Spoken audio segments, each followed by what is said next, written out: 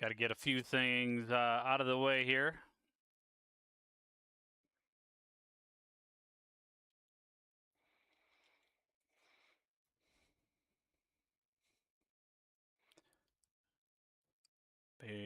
One moment here.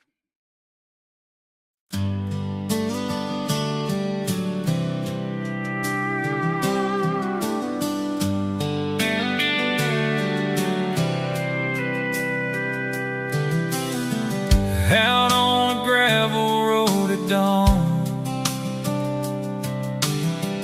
old Chevy humming like a song, coffee in a thermos, radar glowing on his face. Henry Kramer checks that sky, knows every county, every mile, a notebook full of maps and names, every town he died to save. People think he's thrill and thunder, just a man who loves the spin. But if you rode along, you'd see it's more than wind. He ain't just chasing clouds rolling in, he's teaching the next generation how to stand up to the wind. Drawing circles on a chalkboard, kids, this is where you hide. Keep your radio close, keep your family inside, yeah.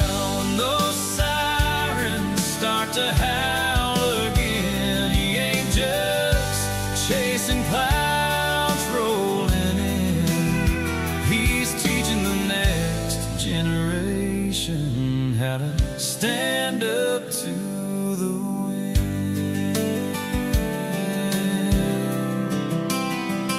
In a borrowed classroom Tuesday night, ball cap off under the lights, he shows them grainy cell phone clips, the ones that shook his soul. Says, I've seen highways disappear, but fear don't get you anywhere. You learn the signs, you learn the plan, that's how you keep control. On the board he draws a farmhouse, little arrows, safest rooms, every crayon-colored shelter cuts through gloom. He ain't just chasing clouds rolling in, he's teaching the next generation how to stand up to the wind. Tells them feet get cold, you pray, but you still prepare. Bravery's just being ready when it tears the air. So when those sirens start to howl again, he ain't just chasing clouds rolling in, he's teaching the next generation how to stand up to the wind. Late nights, laptop on the table, code and count his cables tangle.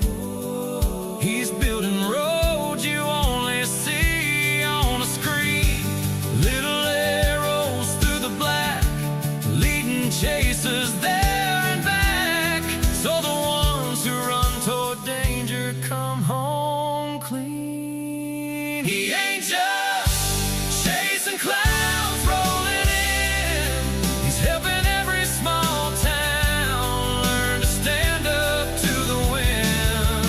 From a dashboard on a back road to a shelter underground, every line of what he's building keeps him safe when it comes around. So when those sirens start to howl again, he ain't just chasing clouds rolling in, he's teaching the next generation how to stand up to the wind. Out on a gravel road at dawn, South Dakota waking up calm, he whispers, Lord, keep watch on all of them, then drives on to stand up to the wind.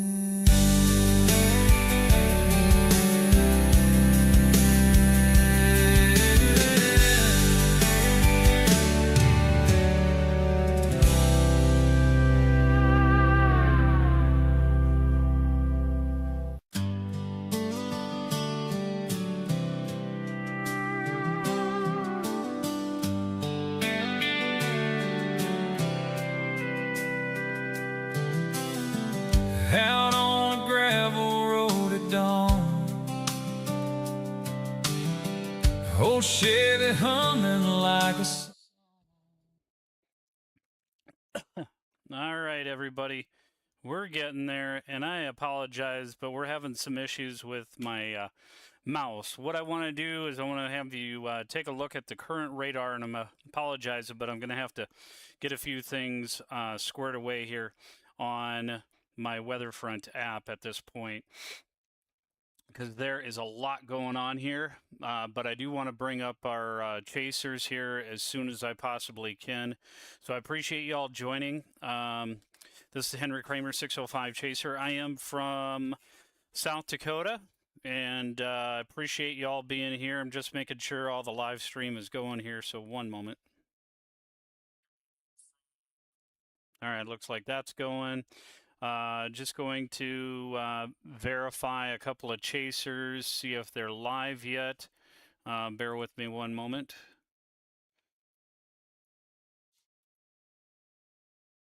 Just got to check my Facebook page here as well, make sure that stream is going. If anybody can give me a thumbs up on Facebook, that would be great.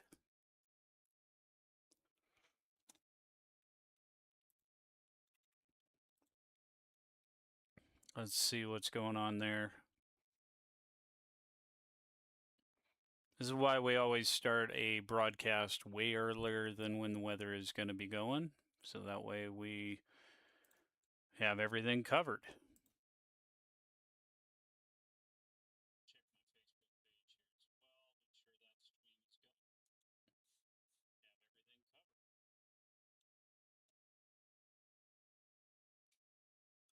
All right, looks like that's all good to go on Facebook as well.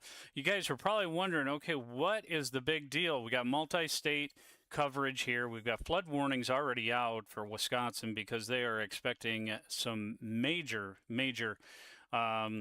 storms and lots of precip. This is going to be a HP system at some point, and so what does that mean? That means a high precipitation situation that we are expecting to have going on here. Let me go ahead and bring up the models. Again, I apologize that we don't have the ability to go real quick with this, but we will do our best. I want to show you the models, and then I'm going to show you some other features here. Actually, let me show you the stuff that I was going to show you last time here. Tornado model. You don't want to see all that fun jazz.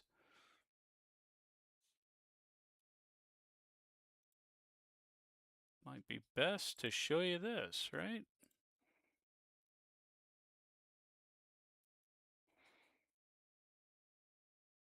Let me hide that for just a moment here.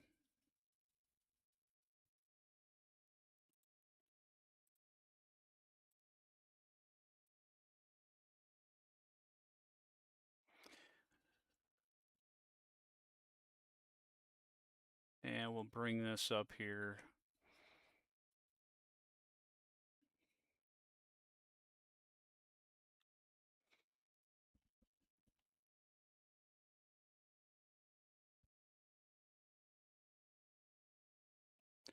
I've spent most of my time working on a lot of this stuff, so I apologize.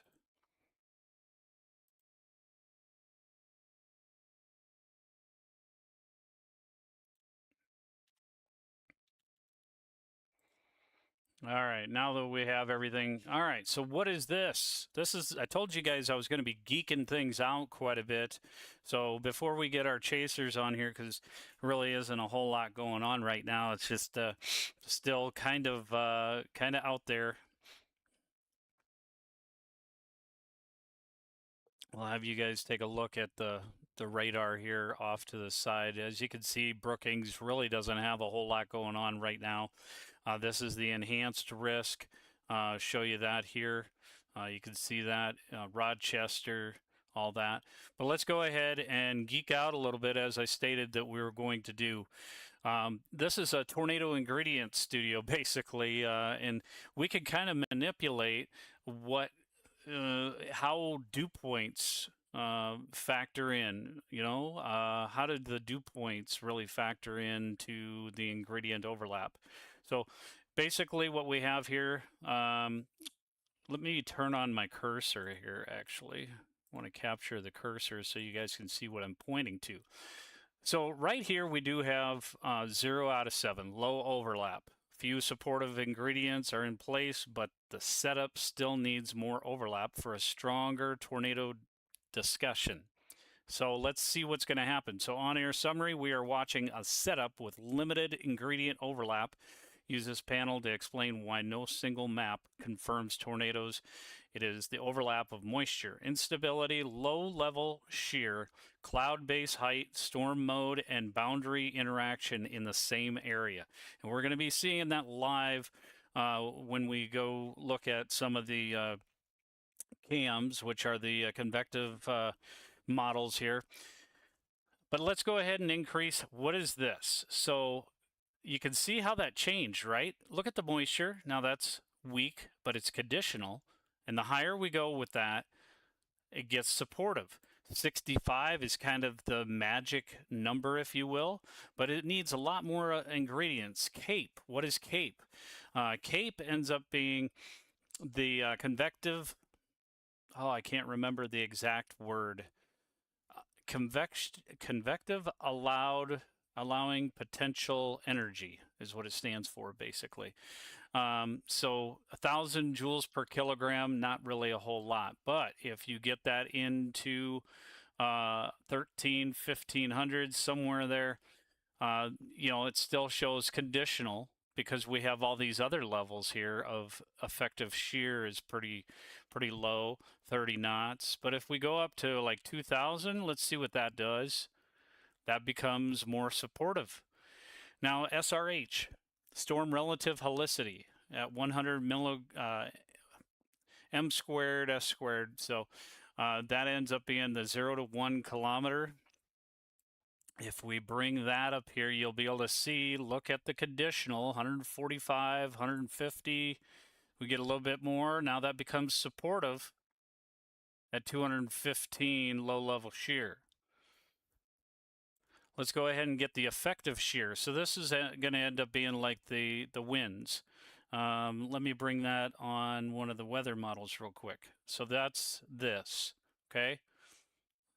And then we'll put an inspection tool on here a little bit. See if I can get my inspection tool. Whoops, not that one.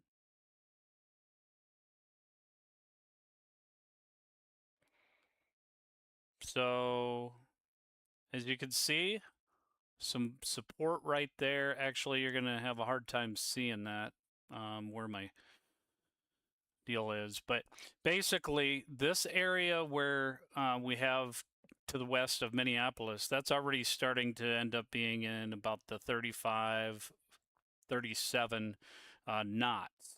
Okay, so let's go ahead and take a look at what that does with the effective shear. Once we get into 46 knots, we become supportive. Okay, and we got that score going from that. We had that score at 0 out of 7. Good overlap. It's favorable. This environment has a meaningful amount of tornado supportive overlap. It is a good teaching example that some days look solid on paper, but details like storm mode and boundary interactions still matter a lot. Let's go to our LCL, cloud base. What we want to do is we want to make sure that this is lower so that it supports basically it supports the surface space. storms. Okay? Now it becomes more favorable. Look at that. 600 MLCL. Now let's go to a setup that is a little bit differently. So storm mode is going to be linear based on this information here. Linear organization, discrete supercells are usually favored over clusters or solid lines for lines for better tornado potential. But let's go ahead and take a look now. If we have storm mode that is semi-discrete, okay? Improving semi-discrete. A lot of this here, 2,000 joules per kilogram. And let's go ahead and put the boundary, have a boundary dry line. We end up seeing that very high overlap, 6 out of 7. So that boundary is really where you have that dry line and the moist air and those collide, that really could end up going. So let's go reset this and we'll go to load a classic setup. Obviously this would be like a classic setup, completely huge day. We're talking if this happened, this would end up being where we would end up having basically a tornado outbreak. If we had dews in the upper 60s, Cape 2800, our SRH would be 250, effective shear 50 knots, and LCL cloud base would be 850. Do we have any of that? Let's go ahead and take a look at some of our weather models here, and we'll bring that up here. So as you can see, based on the HRRR weather model, we're going to go to 17Z. That was updated here just about 20 minutes ago. So we want to show the effective shear at 0 to 1.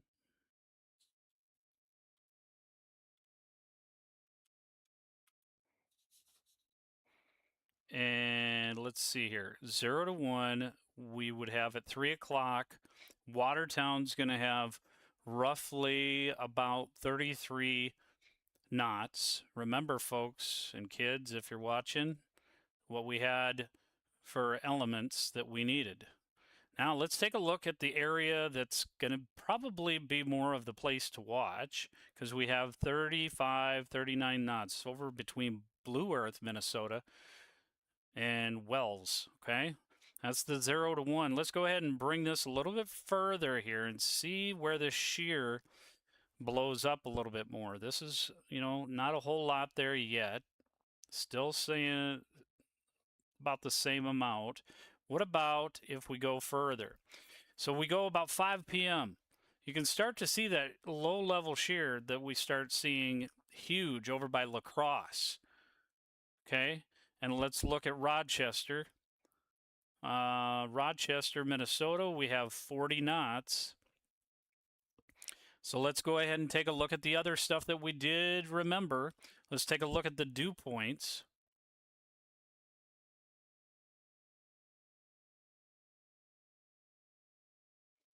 We'll bring the dew points in here. I know I've got them in here. I just got to remember where the world it was.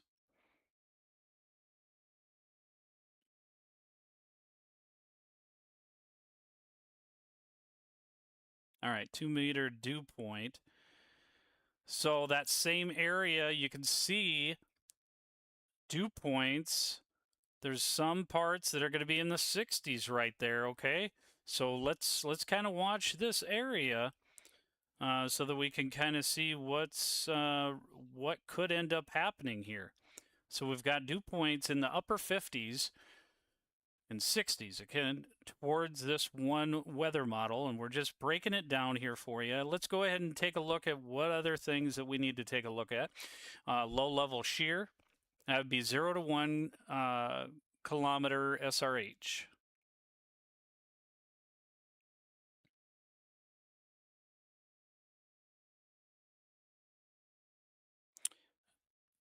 Sorry, it takes a moment here for me to find what I'm looking here. SRH, there's so much stuff in here. All right. So we'll look at SRH. kind of in that same area. So remember, let's go ahead and show you guys. SRH 250 would be supportive. Okay, what if we went lower? I mean, if we went higher, actually. So if we went lower, we'll load the classic setup. 414 M2 squared. So we're going to go right back to the main scene here. 414. That definitely is supportive with the 0 to 1 kilometer SRH. Okay. Storm relative helicity. So we could end up having one heck of a tornado if this weather model holds true throughout. Now, the next thing that we need to take a look at is deep layer shear or effective shear. We actually already looked at that, and that was going to be around the 40 knots. So we already know that's good. Cloud base, so the LCL. Let's take a look at LCL and see that's the instability, low cloud level. Lower cloud base are generally more favorable for tornado production than high. Okay. And if we have 850, that's good as far as if you want a tornado to happen. But if you end up having that go higher, it becomes a little bit harder. And look at this, 455. So that definitely is supportive. Okay. So what we're going to need to do is there's definitely areas that we'll have to watch here. Let's go ahead and bring up our live radar. And we'll take this information off here.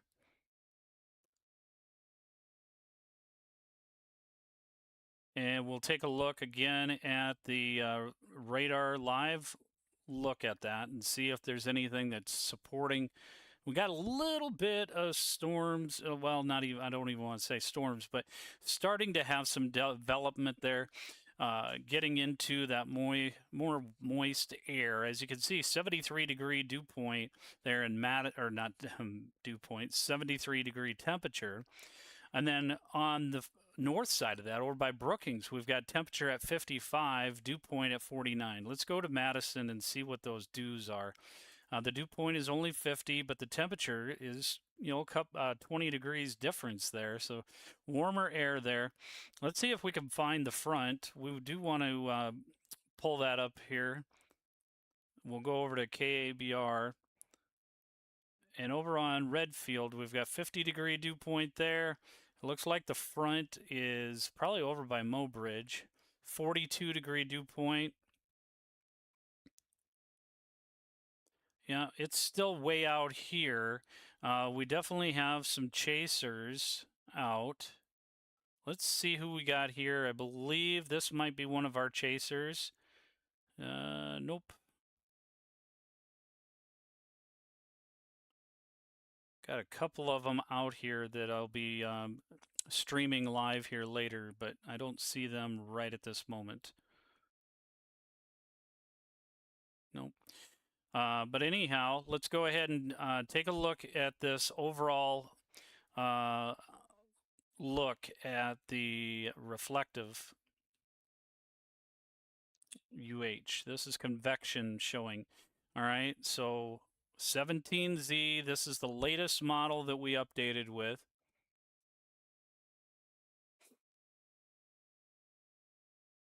So we're going to back this up just a smidge here.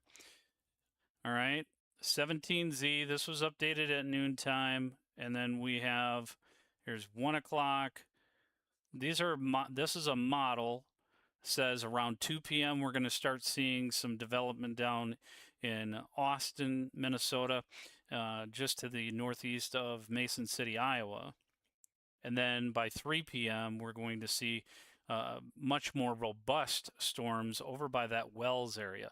But that's in Minnesota in the Fairmont area. But I do want to take a look at some other weather models because we don't want to look at one. So this was updated at 17Z the noon, and then the latest model that we have for to compare it with would be the NAM, 3K NAM.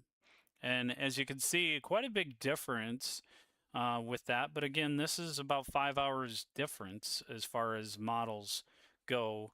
It looks like it's semi-discrete, but a lot of moisture that is expected over in the Minneapolis area, New Richmond, Wisconsin area. Lots of storms there, and that's around 6 p.m. if that one holds true. But what I want to point out here is, let's take a look at this, and what do you guys see here?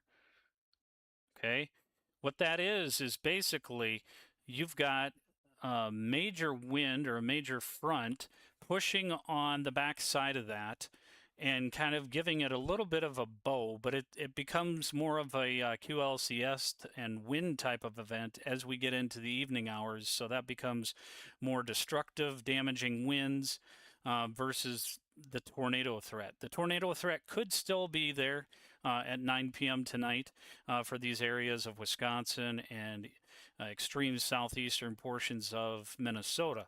However, the more of this linear QLCS that this goes, this is more than likely going to be more of a damaging wind threat. Could see 80 plus mile an hour winds for sure. Now the hail factor, I want to bring that up with the NAM here as well. And I don't think I'm going to be able to see that. Actually, let's bring that up with the HRRR here. Hail factor. Again, this is just weather models, and why do I use Weatherfront when it's only available on Apple? The reason, I mean, you guys can see how clear it is already. So it's huge. Huge advantage when we're looking at clarity. All right, max hail. So possibilities of some hailers big time along this south central portions and north central portions of Iowa. So south central portions of Minnesota around 9 p.m. But let's back this up a little bit. It looks like after 5 p.m., Laverne, Minnesota could have some hail, but then it increases over by Fairmont, those areas for the hail, big time hail. If we bring this up here, I'll just pull that up. This is going to bring up what's called a skew T, basically, to kind of show you what the factors are. And as you can see, really doesn't have a whole lot there as far as supportive of tornadic activity. However, let's bring STP information. What is STP? STP is significant tornado parameters, and I apologize, I was looking again at the 12Z. That's one thing I got to talk to the developers about on this app is I need to make sure that, and it seems like all apps do it, it automatically goes back to the other time frame. All right, so STP on the HRRR, let's show that. STP is significant tornado parameter. Obviously, the more higher, as you can see this scale at the bottom here, where it's blue and yellow, and then the higher it goes into the pinks and purples, that means it's more intense and more likely. Any chance Sioux Falls will get anything? We definitely need moisture. Well, we'll take a look at Sioux Falls here in just a moment. Lance, I appreciate you joining. But let's go ahead and take a look here. Austin, 4 p.m., Austin, Minnesota. Again, folks, this is just a weather model. It doesn't mean this is definite. But what I want to point out to you is take a look at the hazards. Whoops. In the lower right where it has hazards. It's got PDS tornado. It's not highlighted, so that's good. However, tornado is in red, so that's a possibility of some tornado activity being in Austin, Minnesota, and severe weather. The other thing is possible here with the EF2 probabilities. They're fairly low, but that that doesn't mean anything. So 66% chance of tornado, basically, in that vicinity.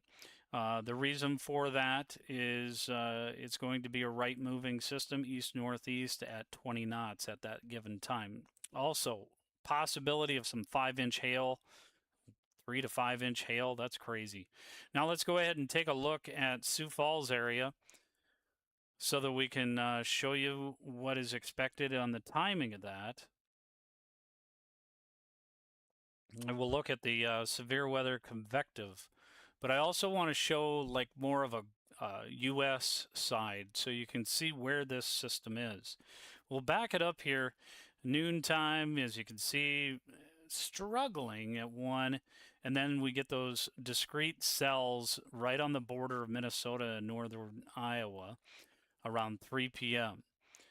As we get further along, we do see a few little pockets of storms try to develop southwestern portions of Minnesota, and that is around 4 p.m. Central Time. We definitely need the moisture in Sioux Falls, and it looks to be extremely difficult to get those. Now, I do want to point out, though, take a look at the 16Z update, which was 11 a.m. It did have that. So now what I want to point out is it's seeming like it's pushing further east, the front, and it's having storm initiation happen just a little bit later than what and further into. So if you look at the same time frame, compare the runs here. Let's go ahead and compare the runs. So let me bring this back here, and we'll look at 4 p.m. Okay, if we look at 4 p.m. When we had this morning update at 12Z, there's where it looked like it was going to be at 4 p.m. 13Z, really not a whole lot. 14Z, staying pretty consistent over by Mankato. 15Z, again, Mankato. 16Z, it pushes it a little bit further west at 16Z. And then still, with the recent update, 4 p.m., puts it still a little bit further west, but the big robust storms are more easterly. So lots to go hash out here. We definitely are going to have to see how it all pulls in together and what really happens here. Let's go ahead and take a look at Aberdeen, or actually Sioux Falls. So you can see it's having a struggle here really to get going. All these red dots, those are all storm chasers or spotters, and there are plenty of them. So you might ask, no active feed, no feed loaded. Why is that? Well, the reason for that is because we don't have anybody available at this point in time. So if you are a storm chaser and you're watching this, certainly feel free to direct message me.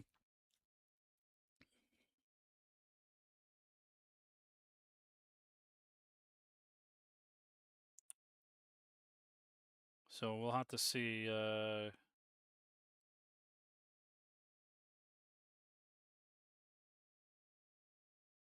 Got plenty going on here. Be one moment.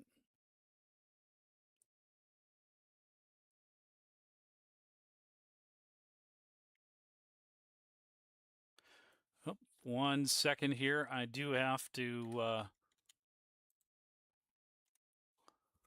pull up an email I just got from one of the chasers. So 1 moment here.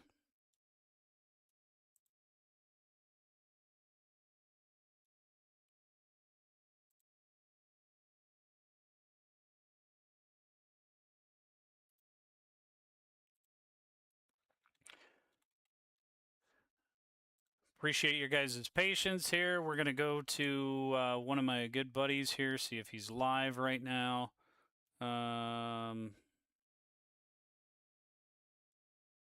He's based out of Vermilion.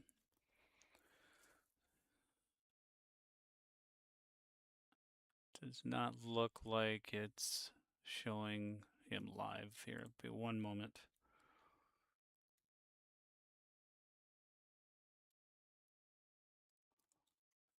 Just got to look at my studio bar and find chasers. One moment.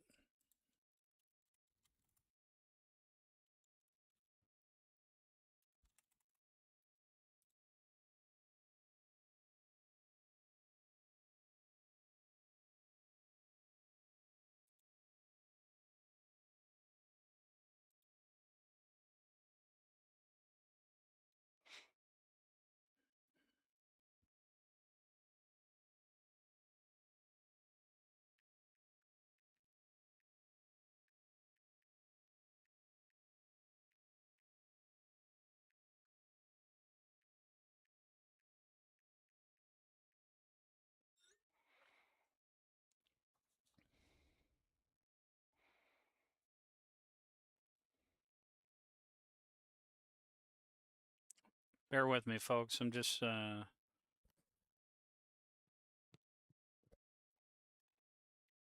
right. Looks like about 4 p.m. expecting a live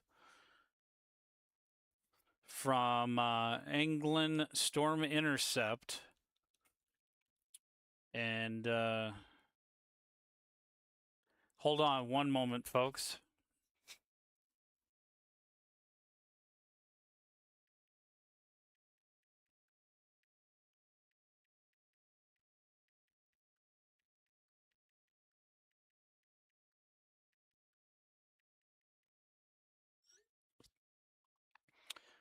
All right, let's go ahead and take a look at the. I'm getting information here. See if I can get him on.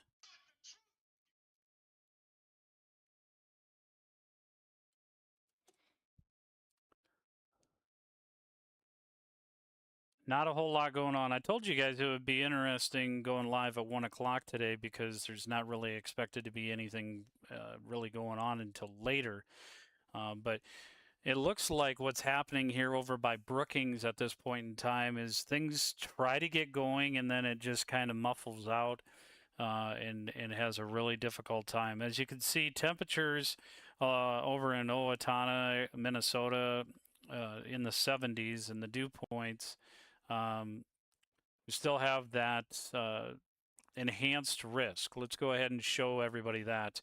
Enhanced risk is within this entire orange area, if you will. And then we have the slight risk. This whole yellow is all the slight risk for severe weather. Let me go ahead and bring up the total outlooks here so you can see all of that. Again, orange, that is the enhanced risk, 3 out of 5. And the yellow is a slight, marginal is the green, and then the lighter shade of green, those are all just general thunderstorms. So plenty of areas that are getting moisture today, but we also have Oklahoma City area expecting to have a possibility of some tornadoes into Texas. Why are we focused more on this area? Well, this area is because this has got a higher threat for the tornado and that type of threat. So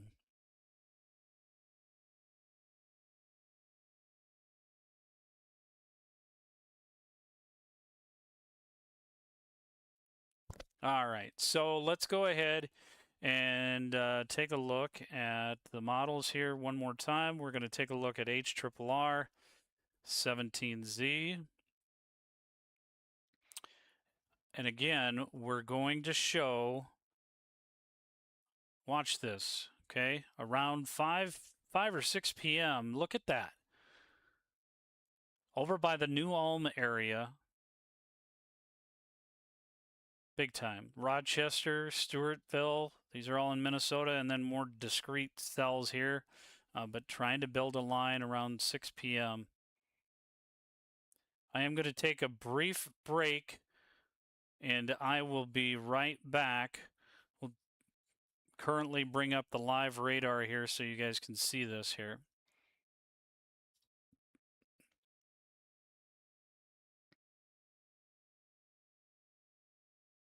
And we'll bring up MRMS so that way you can see the national view there. Let me shut these temperatures off. It gets too clouded with all that stuff in there. So honestly, I think I should have the spotters off as well. All right, that way we can see everything there. And we'll play that through for you, and I will be right back in just a moment.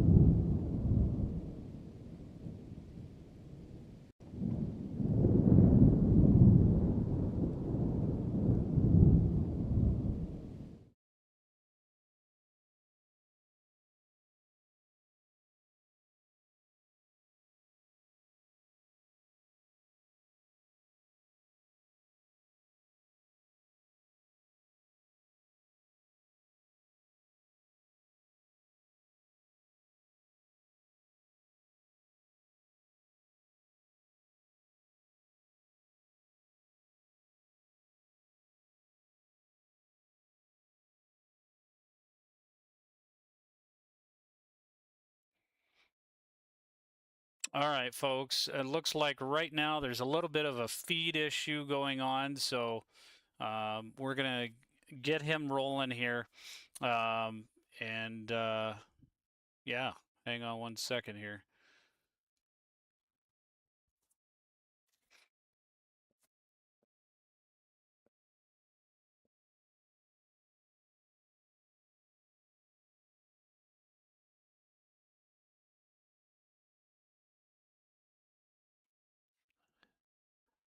Looks like we're having some coverage issues as far as the stream coming through. That very likely could be related to um,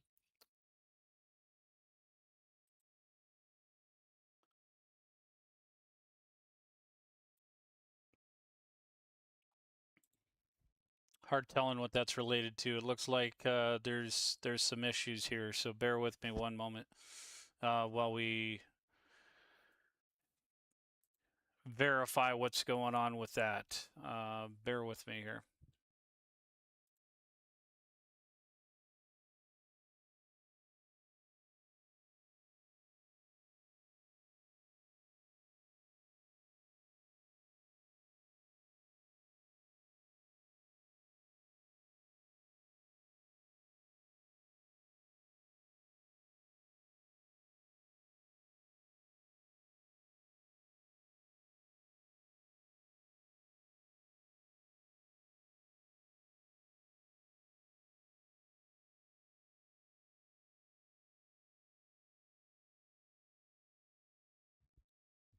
All right, everybody. It looks like we're going to have some issues with the feed from one of the chasers.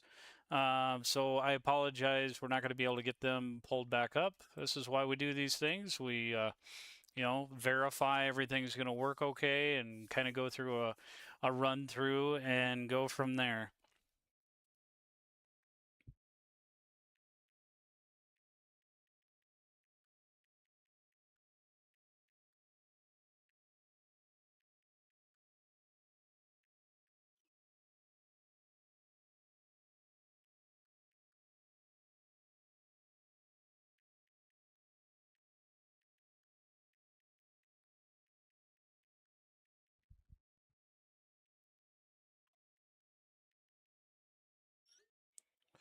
All right, folks, let's go ahead and take a look at the weather model that is in the process of updating right now. This is a 18Z, should be coming available here very shortly.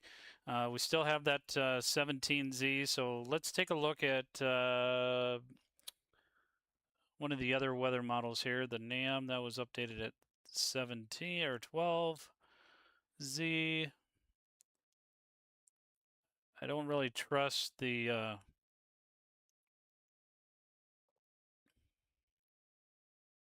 other one here. Let's take a look at 18Z1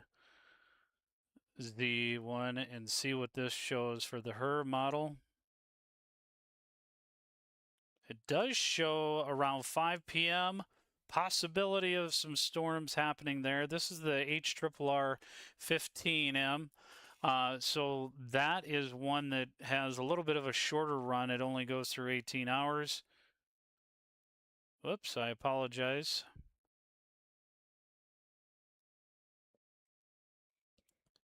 And let's get this working here.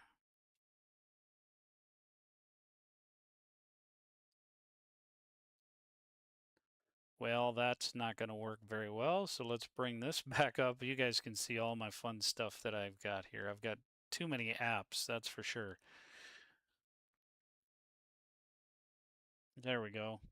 All right, so we've got this is the 15M HRRR. Again, could have a storm cell that fires off just southwest of Salem, South Dakota, and then east of Del Rapids, Pipestone area. This is 15-minute increments, basically, that this updates. So gives a little bit of a shorter range so that we're able to see within, instead of hourly, it gives 15-minute increments so that you can kind of see it here. semi-discreet over there by north of Windham. That's around 5 p.m.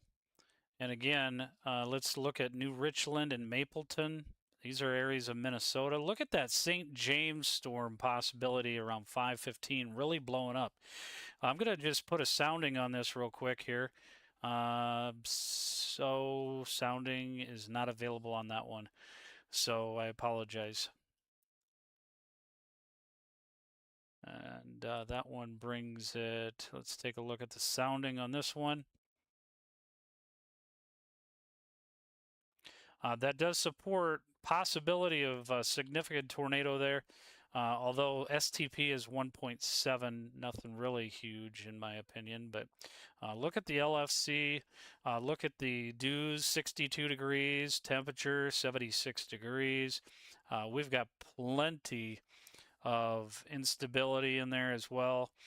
Possibility of up to 3-inch in diameter hail there. Plenty of energy to work with. Let's go ahead and take a look at this one over by Sioux Falls if we can. Now that shows possibility of tornadic activity, but it's only 49%, 29% of significant hail. So we're going to have to see how that plays out as well. That's an estimate of 5 p.m. And this just updated. So we've only got 8% of that completed. As you can see, 4 frames is all that's completed. So it's now putting over by Hartford a possibility of some storms there. So Lance, if you're still with, you definitely want to be aware of that. Jasper, Pipestone. Let's look over at this one, Avica, over in Minnesota. That's going to be a marginal tornado, so only 33% loose. Those semi-discrete cells, definitely things that we've got to watch out for. Let's go ahead and see if we have... All right, looks like we got Chaser Anglin back. So let's verify here. 1 second.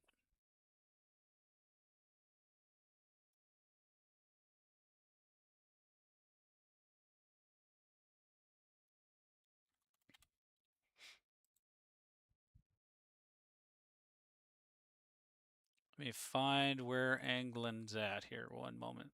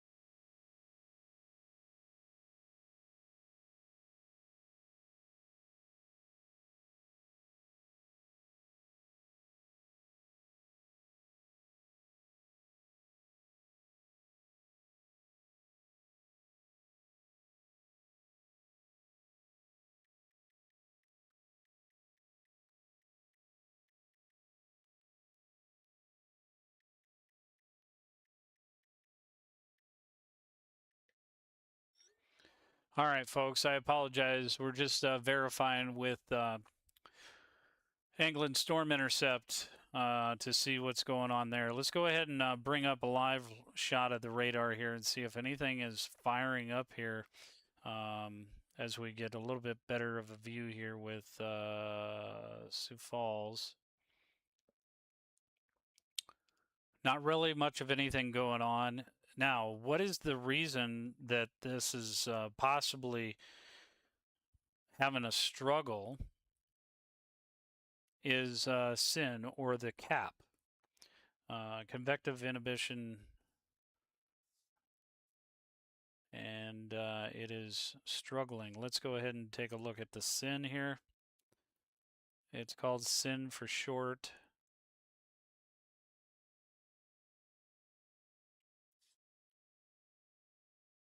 There it is. Surface-based SIN So when you have sin, and I'll bring in the factors here to take a look at.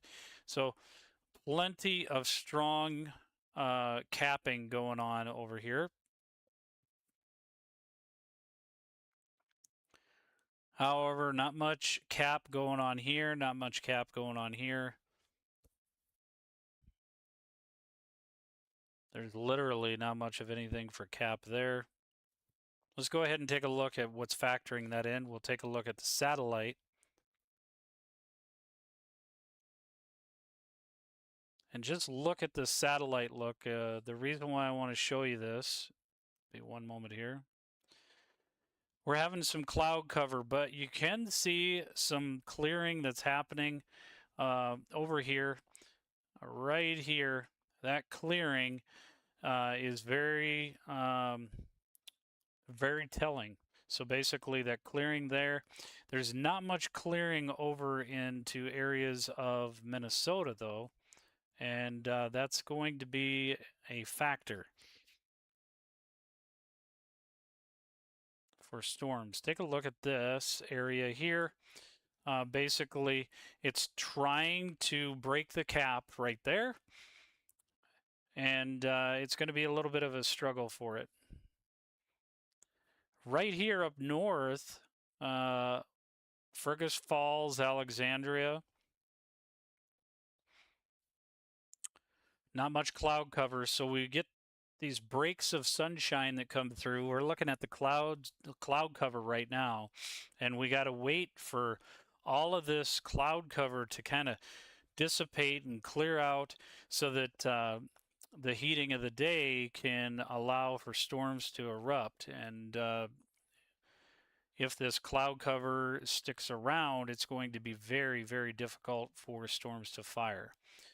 But there is plenty of juice, and I will show you that right here. Let's go ahead and take a look at the surface-based CAPE.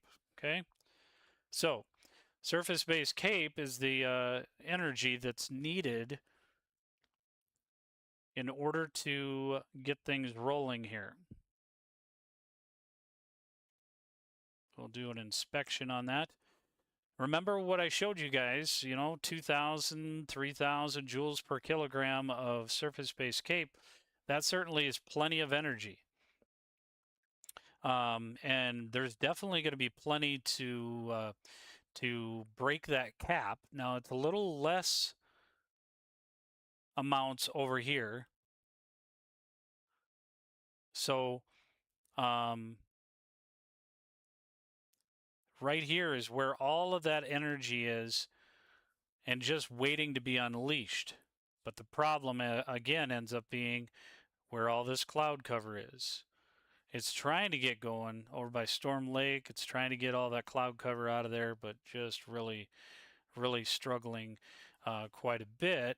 If we play this back a little bit here, you can see as the day goes on, plenty of energy comes up, and we get into nearly the 5,000 joule kilogram over by north of Iowa Falls, or northwest of Iowa Falls, Iowa, Fort Dodge area, plenty of that. But the other factors are not there, so that's why the hot spot's going to be somewhere between Rochester and La Crosse, and then a few discrete cells along that I-90 and just to the north over by 71 there as well. So we'll have to see how all of this plays out. Let's go back to our reflective UH and see if there's any more information here. Oof, goodness gracious, this storm here.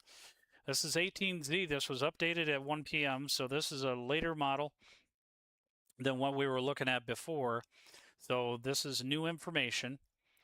And take a look at that. We do have Salem still having that possibility of some heavier rain right there, 49 dBz.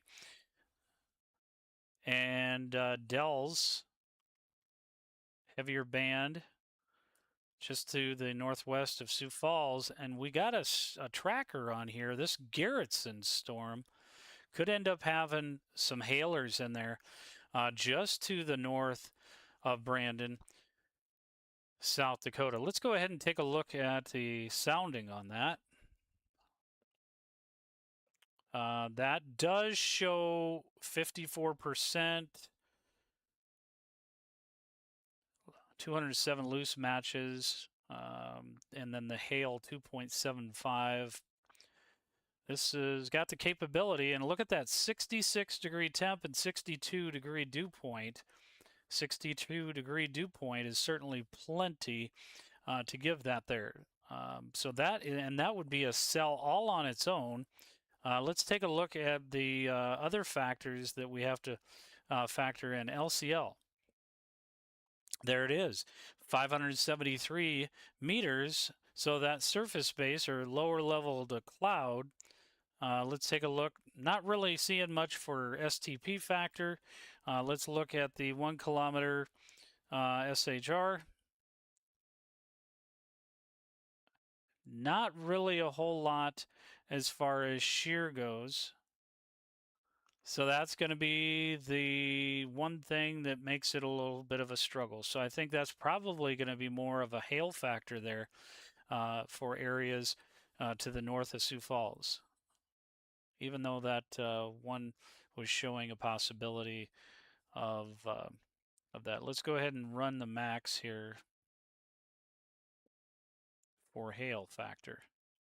Yep, that is definitely a possibility of some hails there. Could see a little bit of hail somewhere between 5 p.m. and 8 p.m. in this line here. So farther over that you go, the bigger the hail possibility. This is measurement based off of the model of how much hail there possibly could be or how large the hail could possibly be. Not a guarantee. Again, it's just one weather model. And that's max hail size run. Could see 1.5 inch hail there. Goodness gracious. Let's go back to our regular 1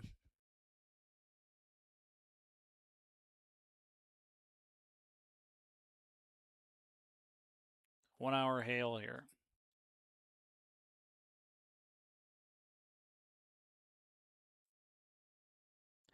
I don't want to see snow. Let's go back to our reflective UH. And that's a look at 8 p.m., folks. Let me shut off the viewer here. Look at that. So as I was showing you before, it builds kind of a gust front, if you will, here as it goes into the evening hours. So we're looking in between Minnesota and Wisconsin there, as well as extreme northeastern portion of Iowa over by La Crosse. Look at that. If you're just joining us, please make sure that you like and subscribe, as well as follow if you're on Facebook. We're looking at this factor right here. What we'll have is this will have a lot of wind on the backside of that, pushing and forcing that, so there will be possibility of some embedded tornado potential in those storms in that line, but mainly a QLCS will develop where this becomes more of a wind event as the night progresses on. But when they become storms that are more discrete, let's go ahead and take a look. It looks like Storm Anglin is back. One moment. All right, let's see if we've got him here. One moment.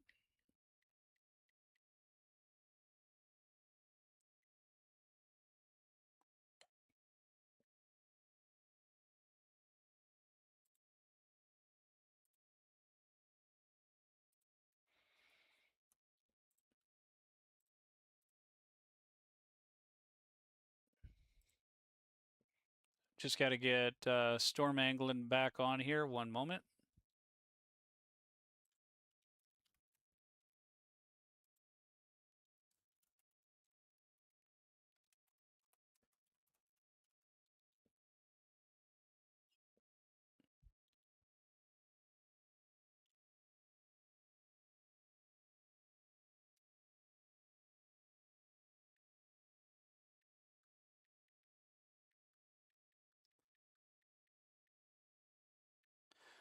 All right, folks, we've got Storm Chaser Anglin here.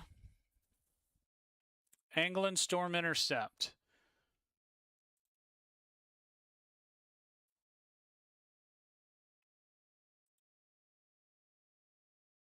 And let me go ahead and shut off that feed there.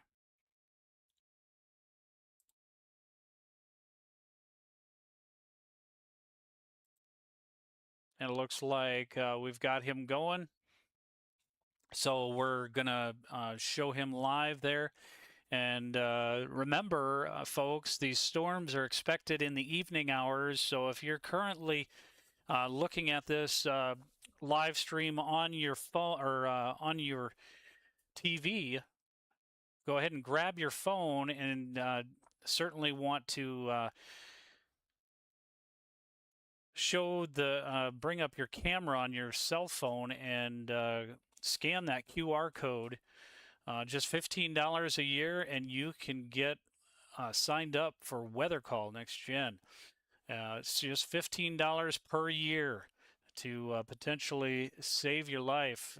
Where your phone goes is where you'll get notified depending on where your phone is. Instead of it being an app, it's going to be based on your location. So if you're in the polygon, you're either in the polygon for the warning or you're not.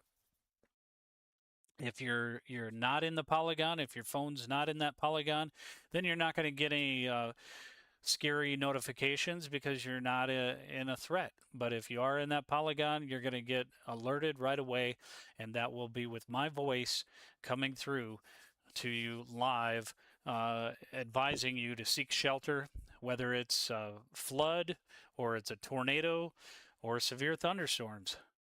Those are life-saving weather alerts for you. Appreciate Weather Call Next Gen being a great partner for us. All right, let's go ahead and take a look at these storms and see how they are expected to fly through here. Again, 4 p.m. And let's see if any of this is holding true here. We'll go to live radar, see if we have any of this actually coming up. Live radar does show that we're still struggling with some storm initiation over by that Highway 14 area. It just kind of keeps on rolling through. Anglin Storm Intercept is currently over in Worthington, Minnesota, and we'll take a look at that area there. Doesn't really look like there's much going on, obviously. You can see a lot of cloud cover. Appreciate him helping us. Oh, we just got an update here, folks. Let's take a look at the outlooks.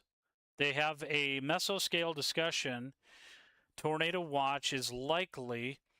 So let's go ahead and take a look at that mesoscale discussion here. One moment.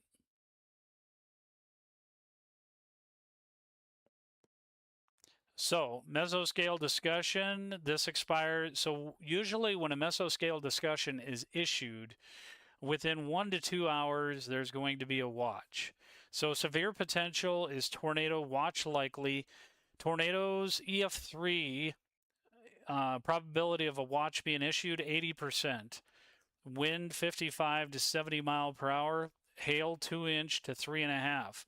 So this is why I didn't go field chasing, because it is going to be very difficult for me to justify, especially with the gas prices the way they are, going all the way over into areas of Rochester, Minnesota. So storm initiation, there could be some semi-discrete storm cells that are over in Mankato, Fairmont, Worthington early on. But as far as, where the watch is more likely, it's based off of this. So this will expire within an hour from now. And that just means that they'll probably replace it with an actual watch.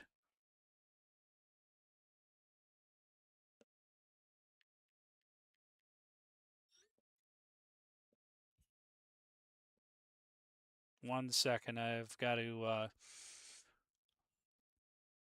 show what's coming up. All right. So, I was just he's my storm chaser buddy is wanted to verify. We got another mesoscale discussion here as well.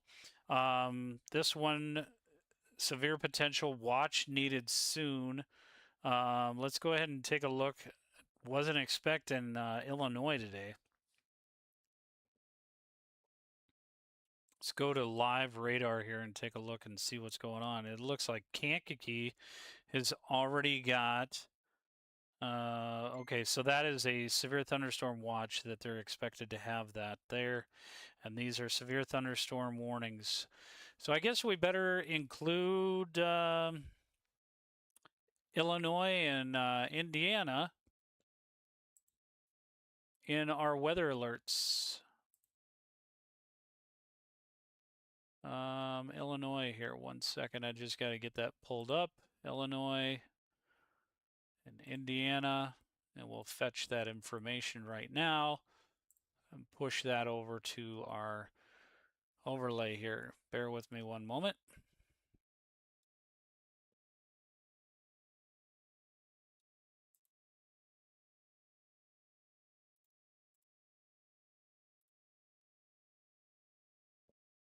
All right, so we now have that covered. Let's verify that the information is coming through. Should see some watches showing up here shortly on the ticker.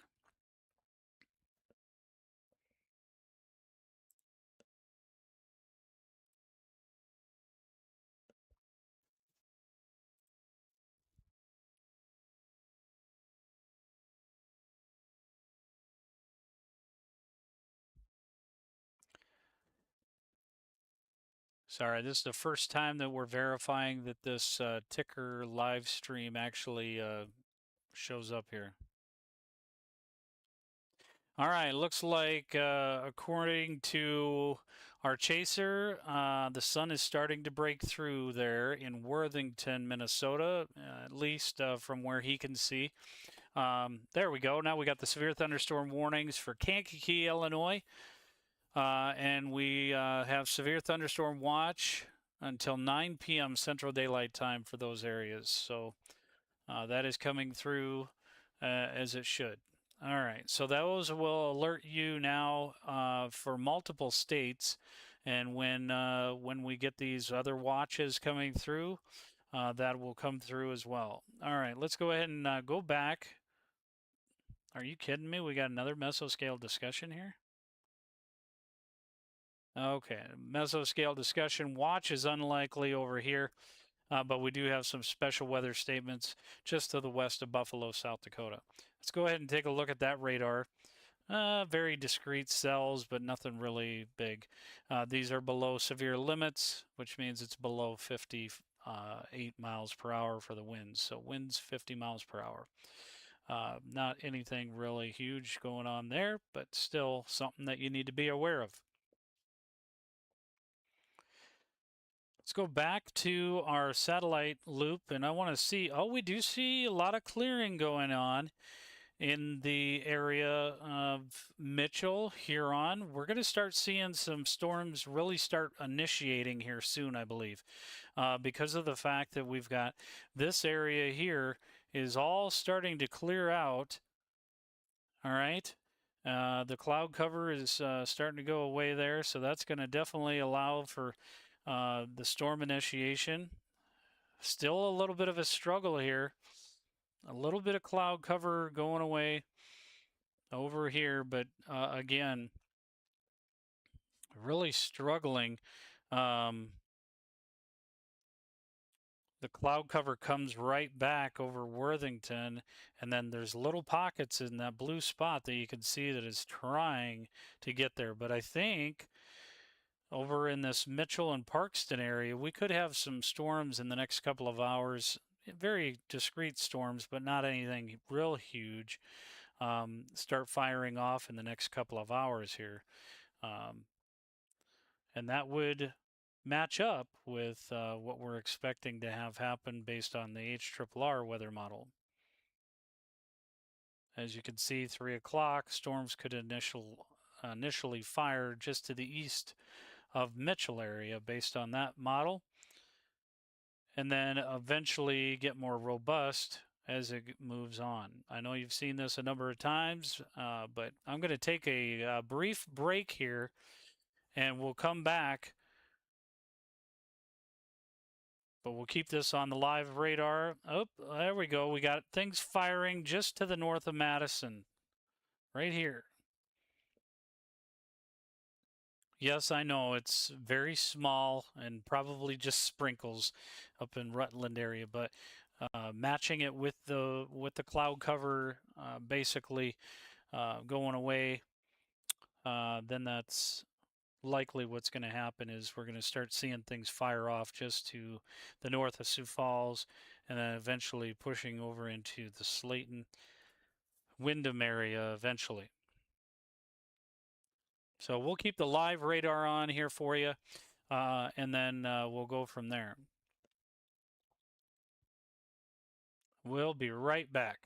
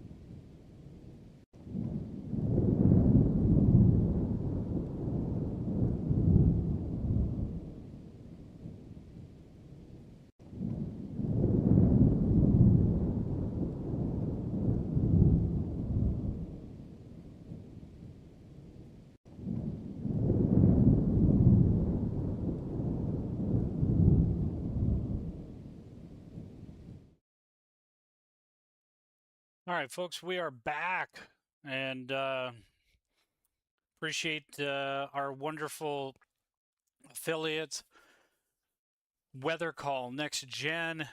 These storms, like I was saying, are going to go into the later evening, and especially for areas that are east of South Dakota.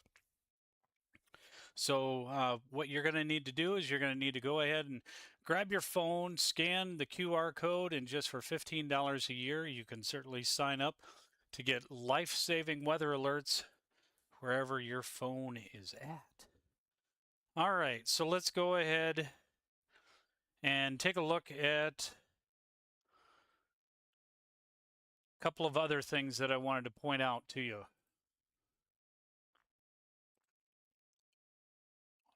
Lost my train of thought here. We do have Storm Chaser Anglin Storm Intercept continuing. But I do want to point out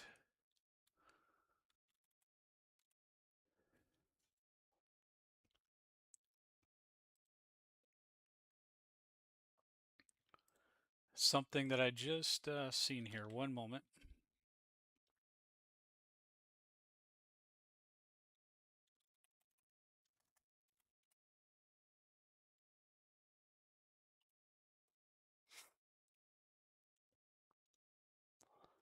All right, let's go ahead and show you this here real quick. Look at that. If you have not tried this yet,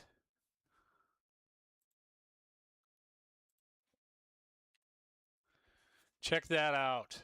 605 Chaser, tracking chaos, delivering clarity. Let's take a look and see. We've got merch, folks. I love this one. Trust the models except when you don't. So plenty of things that we can take a look at here. And look at this one. I love this one right here. It's got the logo right on there. Go ahead and make sure you check that out today.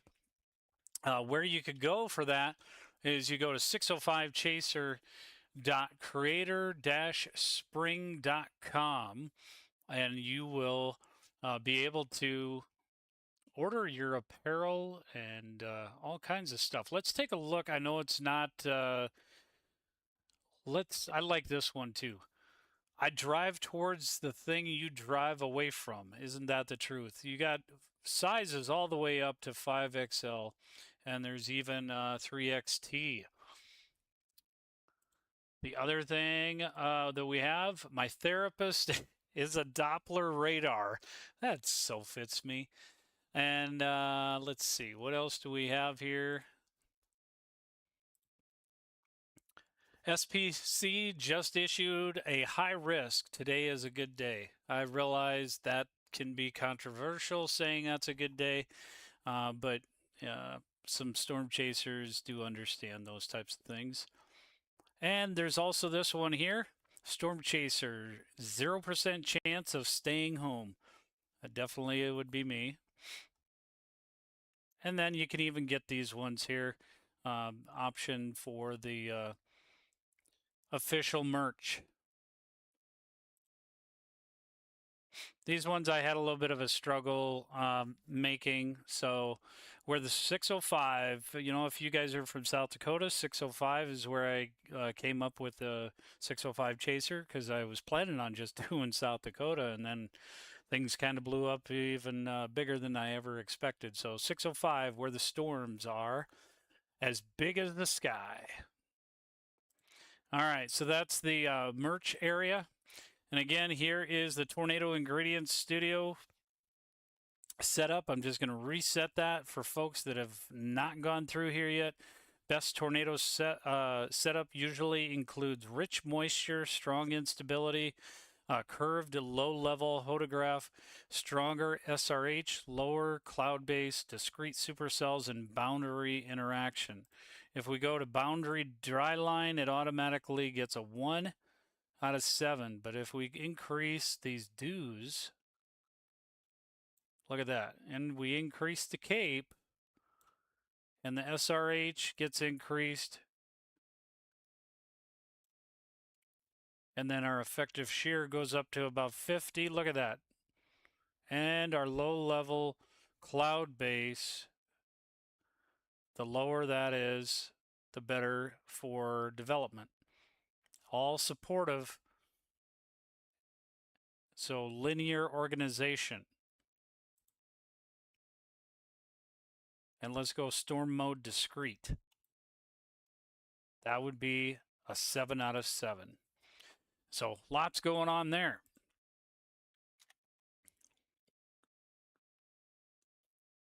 Hold on one second. Just verifying if there's something else going on here. One moment.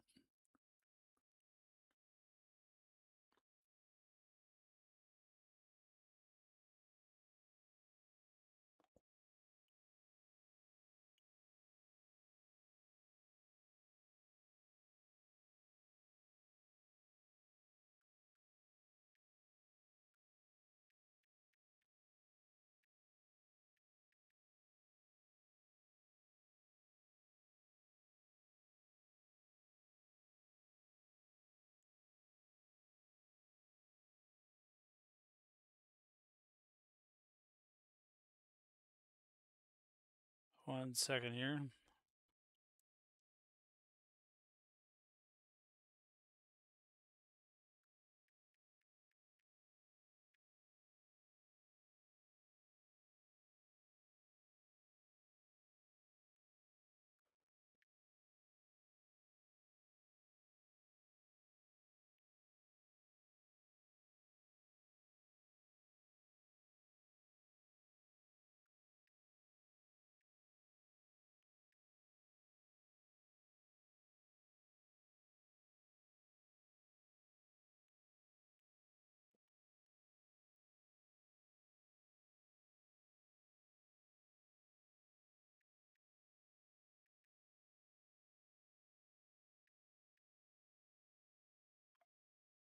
Oops, sorry folks. I'm just trying to get, I was trying to tag somebody on something, but didn't work out. All right, so let's go ahead and get back to these storms and see what's expected to have happen here. Back to our main view. I do want to see if we have any other chasers going on here.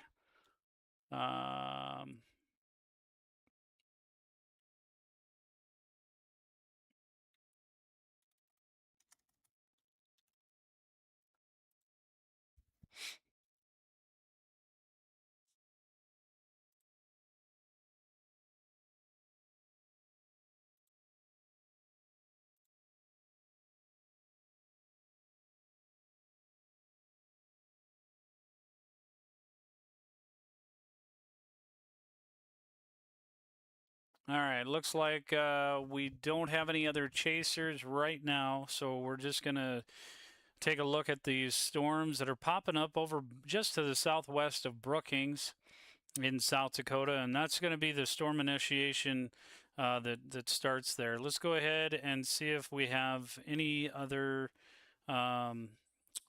view of the satellite, see if that is still clearing out over by Worthington or if it's still struggling. It looks like it is trying to peek through here just a little bit. Just to the south of Worthington, southeast of Worthington, so over by Estherville in Iowa. Little bit of cap being broke, but you definitely can see over in areas of Wisconsin. Look at Appleton area, and we can probably understand now why they have that mesoscale discussion, because there's plenty of instability there. There's also less cloud cover. Let's look at that again. Right here, we've got less cloud cover going on right in these areas here. And so storms are able to initiate and fire off here probably soon. We already have some lightning going on with these storms that are just to the southeast of La Crosse. We got some lightning going on over by Rochester, Minnesota here now as well. Let's go back to live radar and get the Minneapolis radar. We're starting to see those semi-discrete cells in that mesoscale discussion area.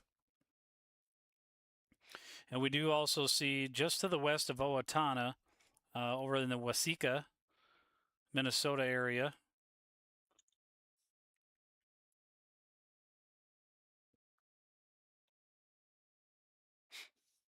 Let's go down to Iowa area and see if we can switch radars here.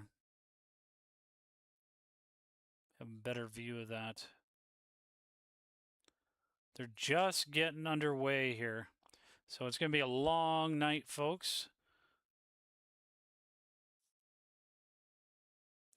These storms down here, we had a report of 60-mile-an-hour winds. It was measured over in Illinois near the Kankakee area. And Ottawa has already had a little bit before 2 o'clock, a 1-inch hail size.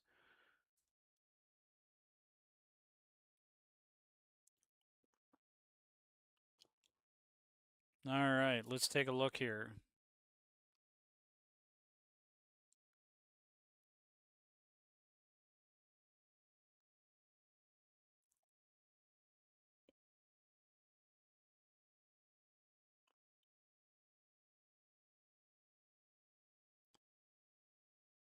I got to find out. 1 second here.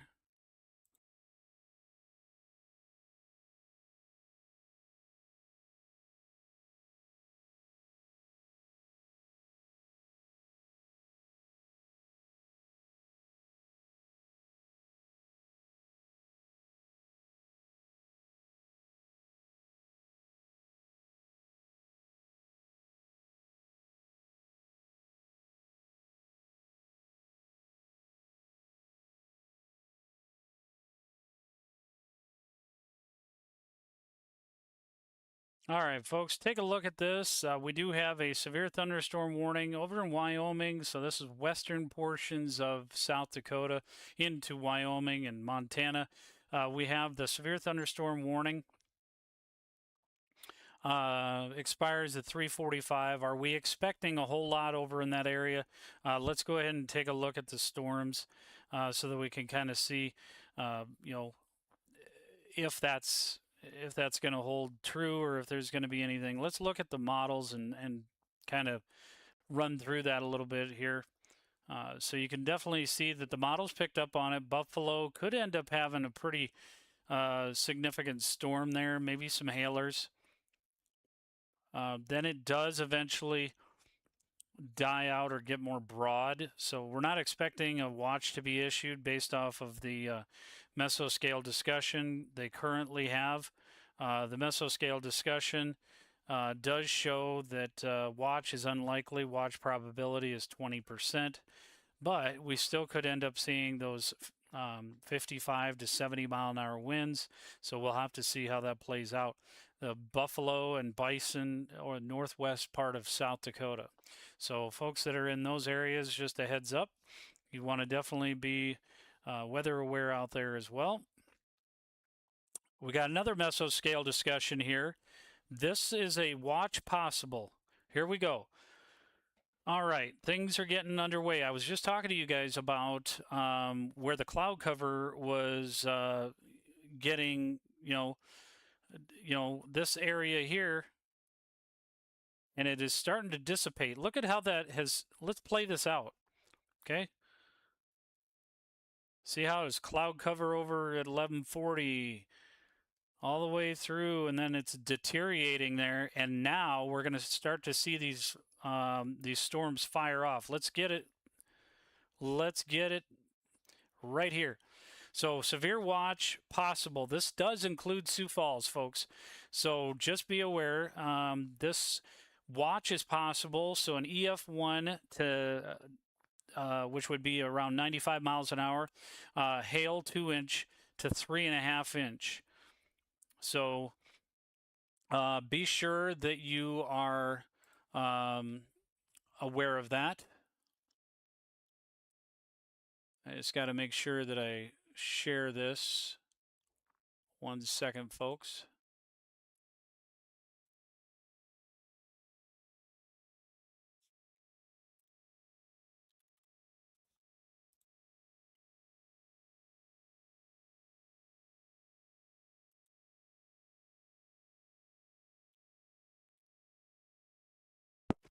All right.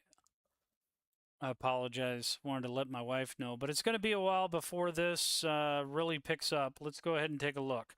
We do have one discrete cell here just to the south of Parkston. So between Delmont and Tripp, South Dakota. So this is where things are going to get a little dicey. Wherever we end up seeing these discrete storm cells and we see this cloud cover to the south, there pretty much is no cloud cover there.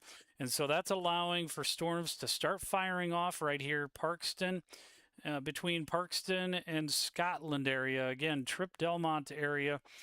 Be aware, this is not going to take long for things to really get rolling. So folks that are in the areas to the east and even to the southwest, as you can see, anyone in this mesoscale discussion here, that as a reminder, when a mesoscale discussion is issued, and given the fact that this is a watch possible of 60% and it doesn't expire until 4:15, typically within 2 hours of that mesoscale discussion being issued, there is a watch of some sort issued. Now, what is this going to be? Severe potential, a watch is possible. Now, that's different than this mesoscale discussion that we have over here. Tornado, see how it says severe potential tornado watch likely? That's where the tornadic activity is expected to be the most robust. Now, this is going to probably be some of these areas in here will have a watch possible, which would be severe thunderstorm watch more likely first. There doesn't mean that you're not going to have a tornado. There could be the winds that'll be pretty close to tornadic activity because obviously they have the EF1 up to 95 mile per hour winds possible in some of these areas. We got another area popping up here over by O'Neill. We're on the Omaha radar, so let's go back to our Sioux Falls radar, and you can certainly see that storm is probably going to go severe here within the next, I'd say probably within the next 30 minutes, easily. It's in the marginal risk area outlined by the green. And let's go back over to Minnesota here, and we do see some development there over by Owatonna area. But right now, this is a lonely cell by itself, which, as you guys have seen, that is exactly what needs to happen in order for, if these storms stay semi-discrete, like this one is, it's got nobody else, no other storms that are feeding off of its energy.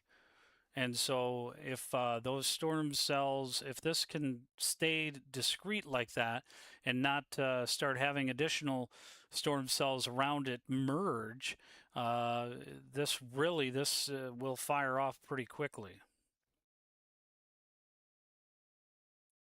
And just since about 2:30, about 20 minutes, it has really picked up over there by Parkston. So folks that are in the Parkston area as well as Tripp, just be aware you could end up starting to see a little bit of hail. Let's take a look. Let's go hydro. A little bit of possibility, but it may not be making it down to the surface. But obviously, we would have to have a warning. And I would suspect a warning of some sort would be issued within the next. Let's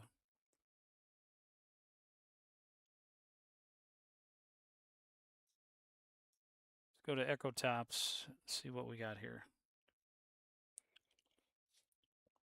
Got to inspect this puppy a little bit. Inspector Gadget. The Echo Tops are only at 34,000 feet. So not large enough yet, but it is building. not large enough to end up being that severe level yet. So yeah, and there's definitely not any hail in there yet. So looking at the vertical integrated liquid there, that's what we're looking at there.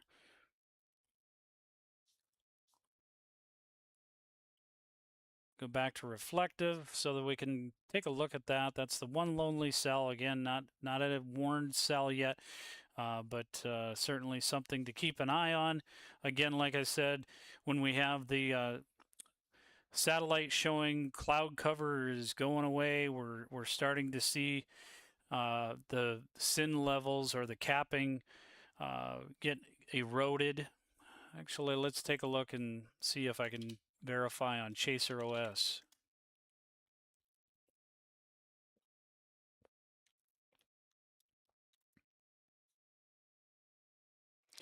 All right, we're having a little bit of a struggle with Chaser OS, so I'm not able to use it today, unfortunately.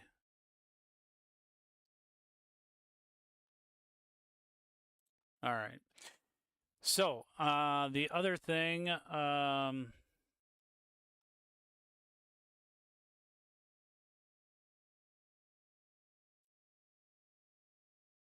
sorry, John, I did not see your message comments on there. So CAPE, that stands for Convective Available Energy. Thanks, John. Only an hour late. My apologies.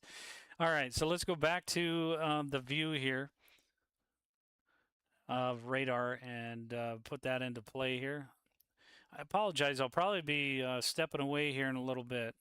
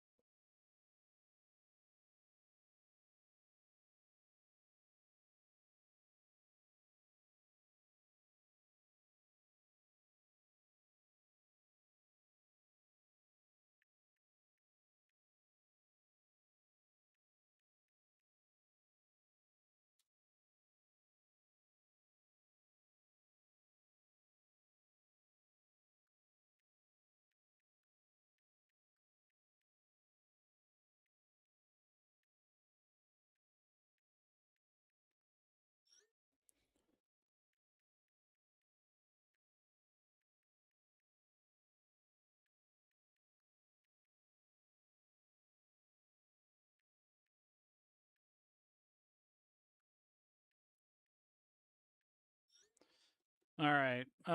Sorry, I was just trying to give some advice to one of my buddies here. So let's take a look at this Parkston storm. It's not looking that great. Let's go back to this here.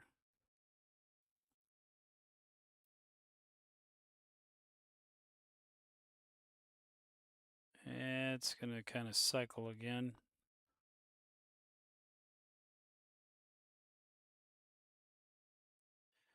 All right, so I'm going to take a brief break. We don't have any severe thunderstorm warnings other than this one out here by Wyoming and Montana area, and the ones over into areas of now crossing over into Indiana.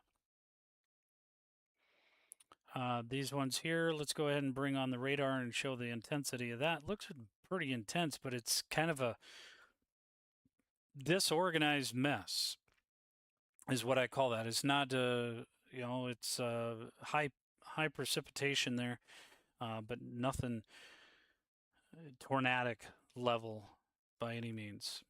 This area here, Richland Center, that's holding true for what the HRRR weather model was showing earlier.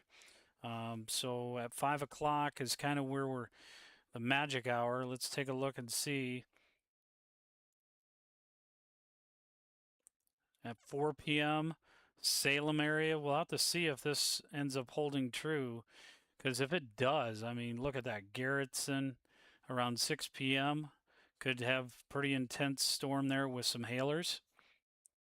And the fact that we have the mesoscale discussion over in this area That definitely is something that we have to keep in mind for these discrete cells here.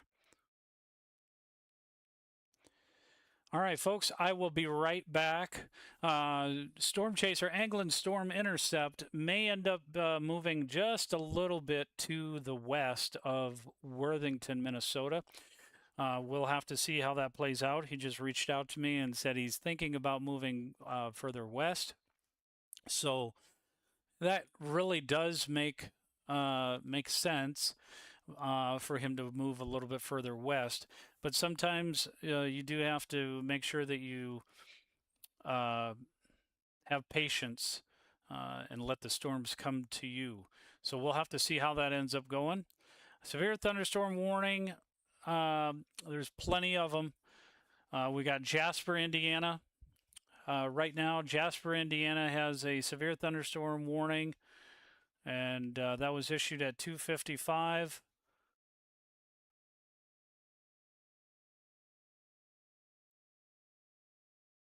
Severe thunderstorm warning in Kankakee, Illinois. That was issued at 2:33. Should be expiring here shortly.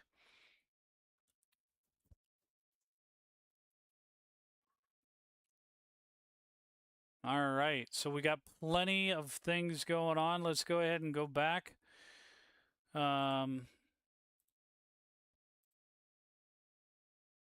go back to this. We want to go to a radar analysis here. Whoops, I apologize. You guys don't want to see that.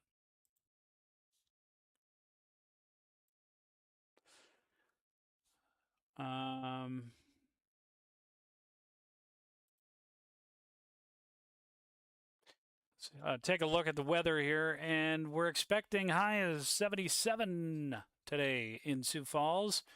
Let me go ahead and verify some other areas here. We'll just go ahead and interact with this. We can type in some areas here, take a look and see. Aberdeen.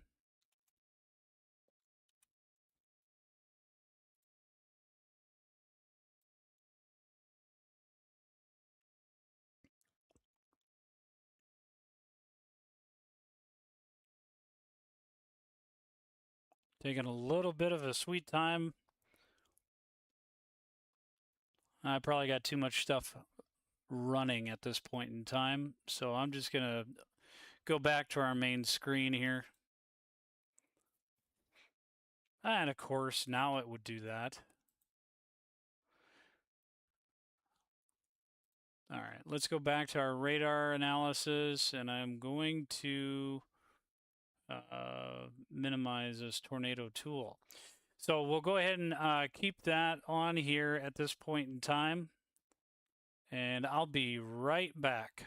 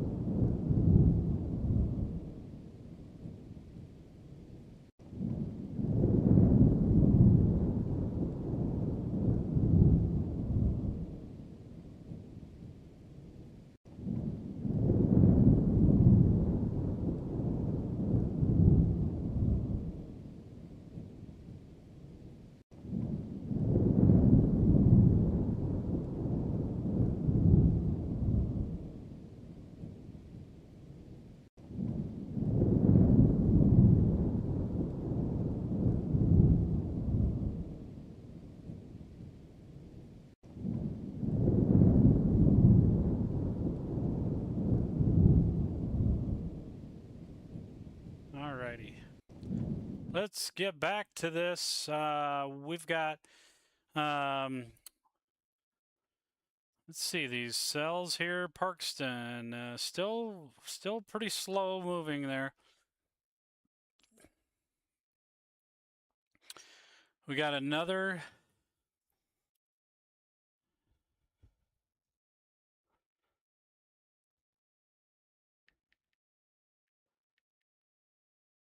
Hang on.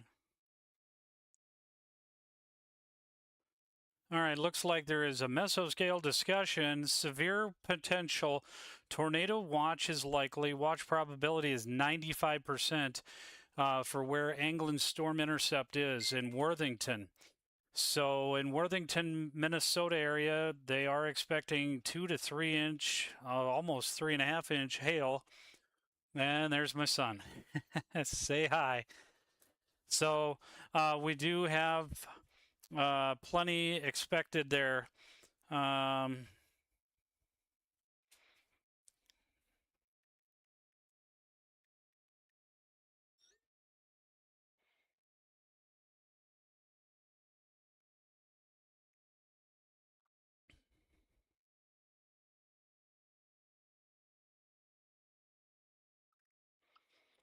Let's go ahead and take a look here at this one. 1 second, folks.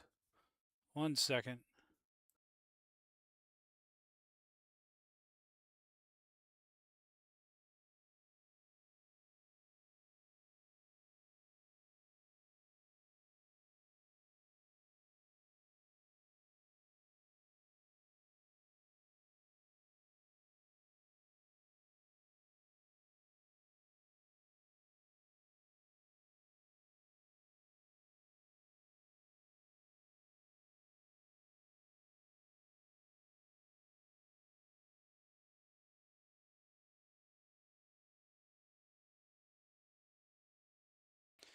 All right, folks.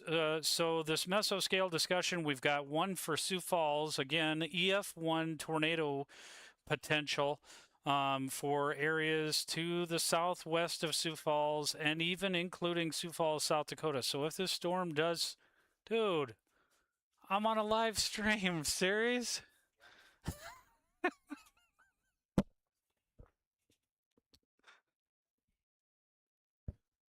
Hold on, folks.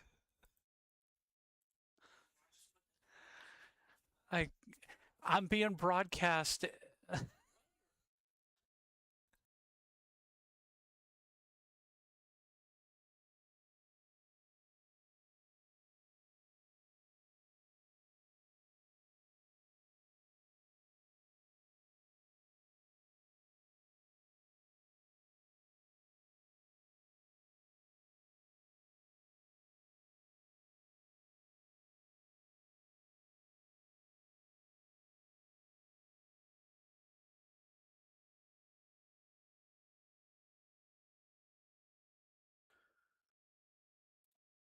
All right, folks, I am back here. Apologize. Okay, so that's that's life with kids. They yeah, we'll just go with that. All right, let's go ahead and take a. We've got three. We got four mesoscale discussions. We got this one over here in Wisconsin with an 80% probability of a tornado watch.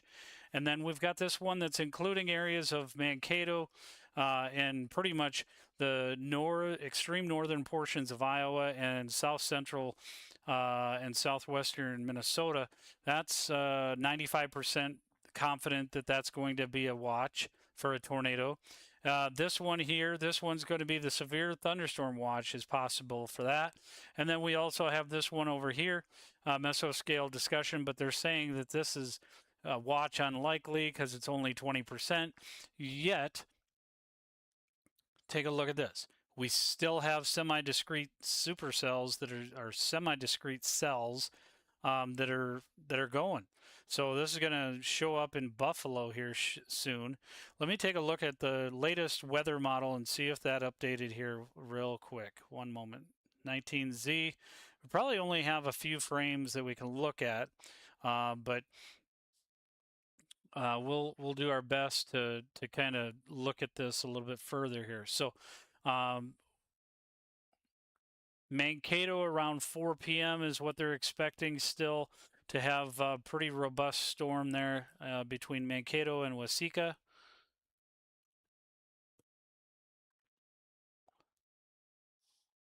And then even this one over by Worthington, we are starting to see actually, look at Anglin Storm Intercept. We're starting to see definitely some sun peeking through. So it won't be long, and we're going to start to see, within the next couple of hours, storm initiation over by the Worthington, Minnesota area. Right, let's take a look and see what this has. It continues to show it there, and then we do even have up in to northwest Iowa over by Sutherland and Cherokee, Iowa, some storms there, 8 p.m. But again, like I was telling you, these storms over into the western part of South Dakota, it's having a real struggle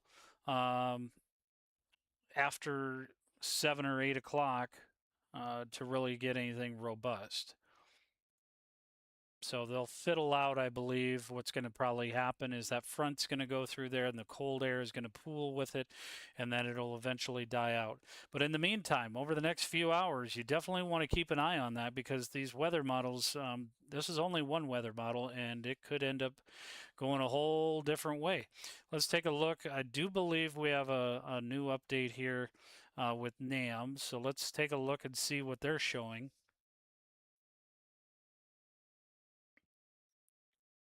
Okay. And the NAM does show quite a few storms here over by Sioux Falls around 7 p.m. Let's back it up a little bit. It looks like that's going to be a line that develops here, Parkston. That's picking up on that pretty good. The Parkston storm over by Scotland, 6 p.m. there.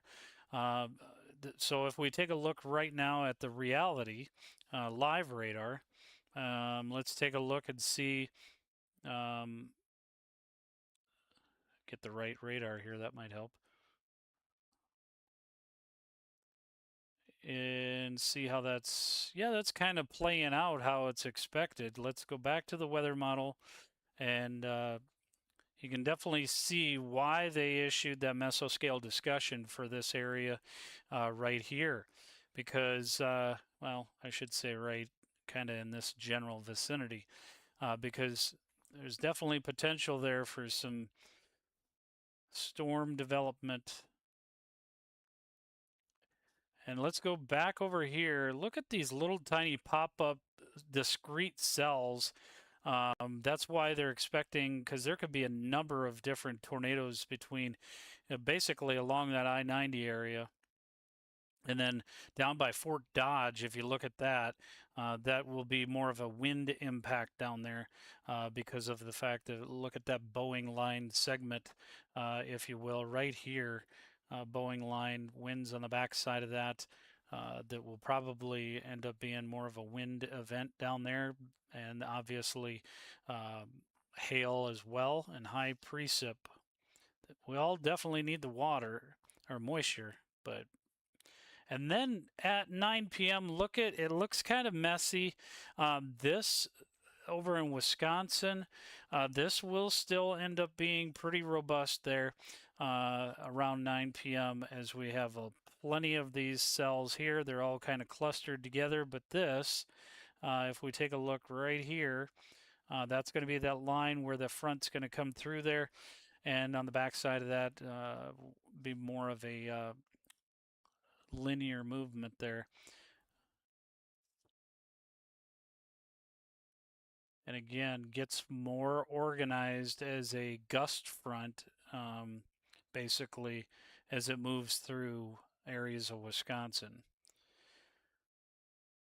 So right there around 7 p.m., that's probably the peak of our tornado potential in some of these areas. We do now have a tornado watch for, look at that, tornado watch. Let's go ahead and bring that up on here. Bring that watch up one moment.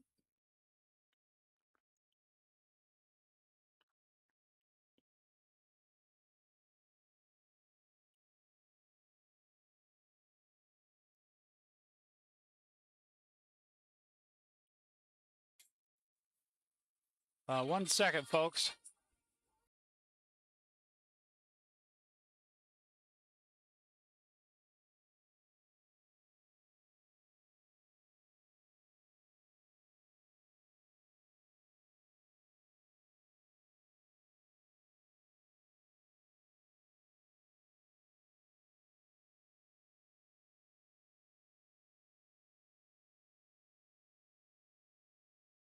All right, folks. So we do now have this tornado watch, and I'll pull that up here in a second.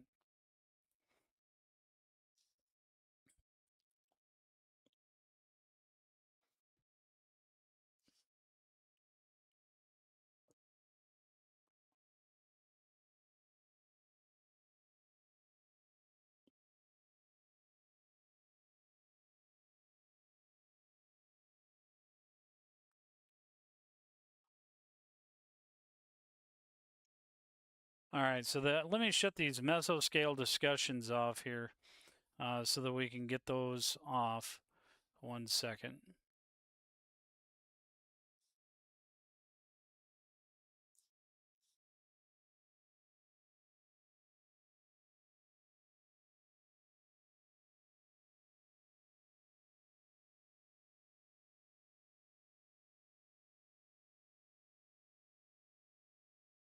All right, here we go.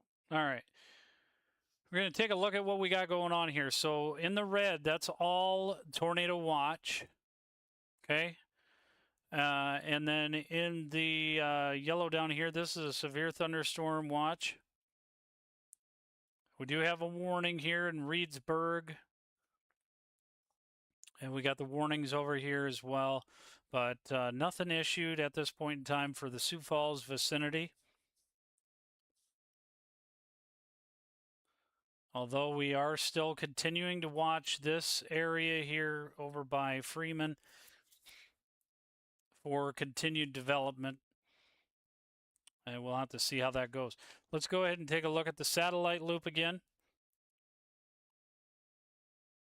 Kind of filling back in with some cloud cover and having a little bit of a struggle, but cloud cover to the south. Clearing over here, getting pockets over by Mankato. We're going to start to see some development there.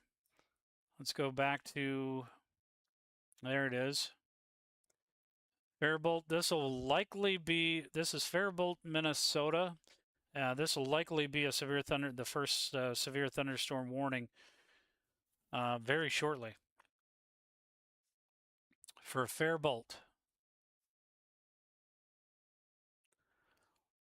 So if you're in the Faribault and Kenyon areas, just to the north of Owatonna on I-35, just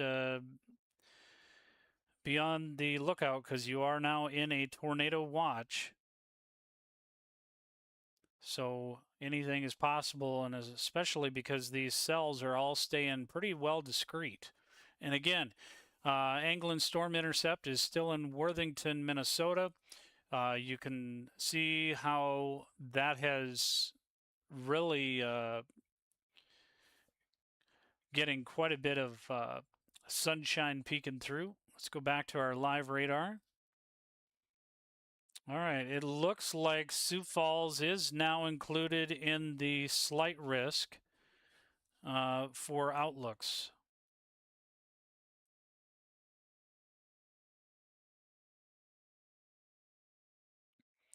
This was updated not that long ago. So Sioux Falls is now in the slight risk, and as far as tornadic activity is just to the east of Sioux Falls, but Sioux Falls is now in the 2% for that. And the hatched 10% significant is just to the east of Sioux Falls. And then obviously the yellow hatched, that's 10% tornado, so much more robust for that. Wind, that is over into areas of Worthington. The hail factor does include Mitchell, Salem, and Sioux Falls areas, so just be mindful of that. We're definitely going to be seeing some development very, very soon here in areas of South Dakota.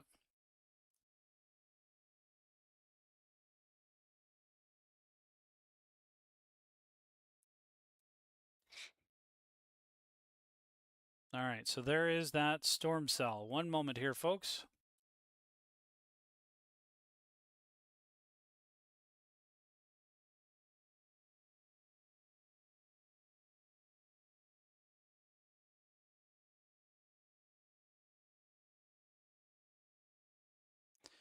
All right, let's take a look at the storm cell over out west.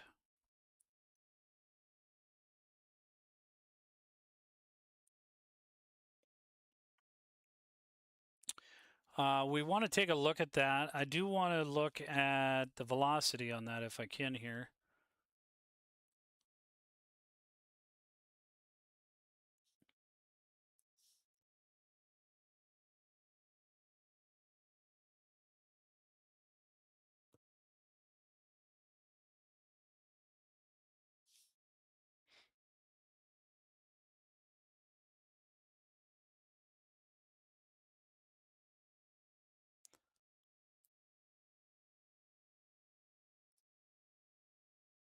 If we play this super relative velocity out, let's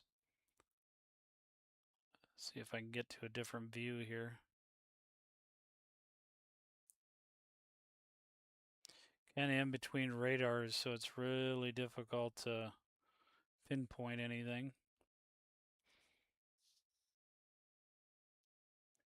Definitely some hailers out there for sure.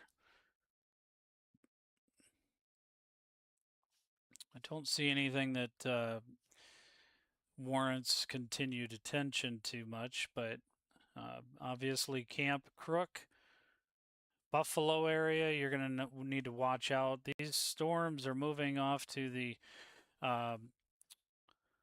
east at 30 miles per hour.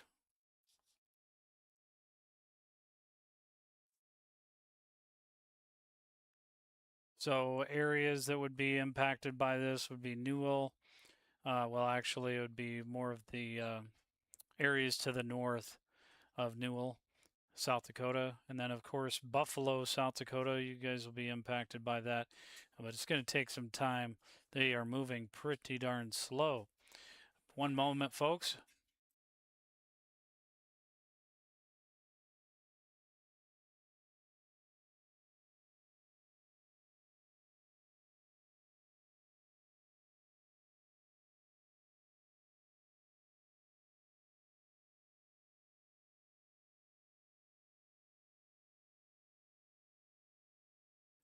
All right, folks, I'll be right back. Nothing huge yet. There is the severe thunderstorm warning.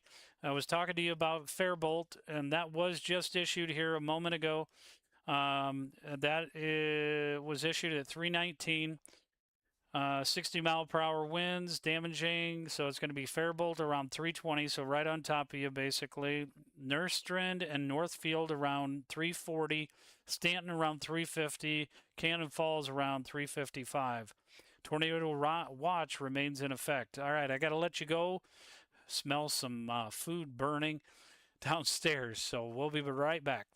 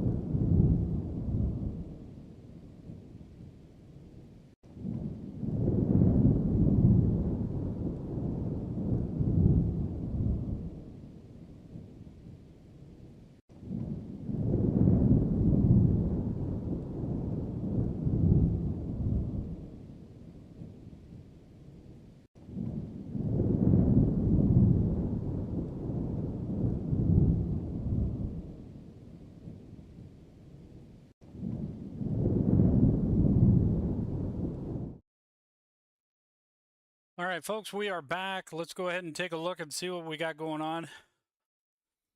This storm over by Faribault and Nerstrand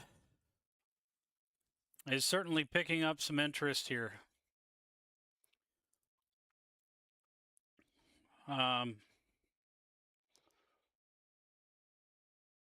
me go to velocity here.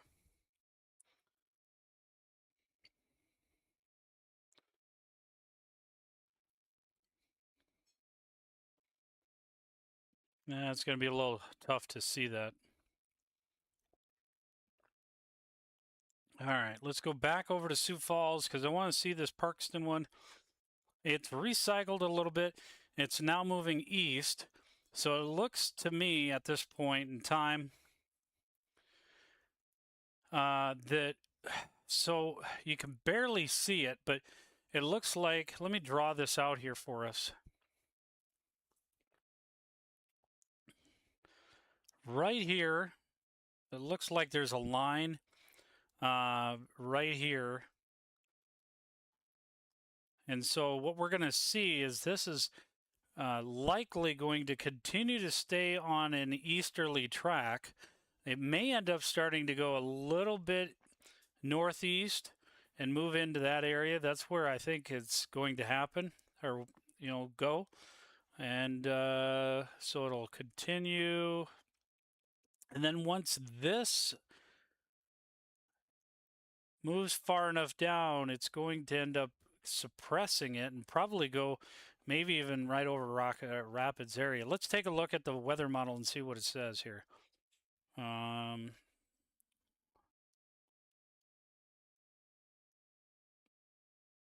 Yeah, Rock Rapids, Laverne area. So that's really what the track is. And let's see if we have another update with HRRR.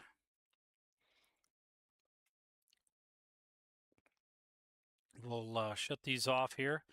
And let's go ahead and take a look at HRRR weather model. There's that Fairmont one, Truman. Looks like Anglin Storm Intercept is getting the windshield all ready to roll.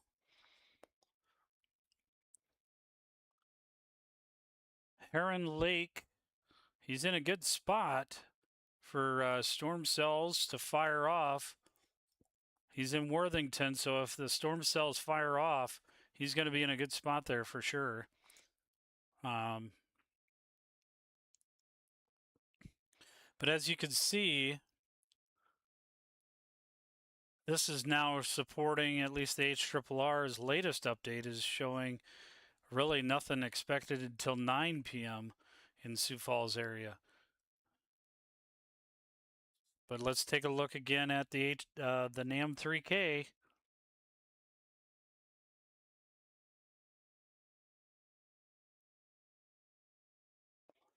And the NAM 3K has storms going right through Sioux Falls area between 6 p.m. and 8 p.m. So which one is going to end up being the one that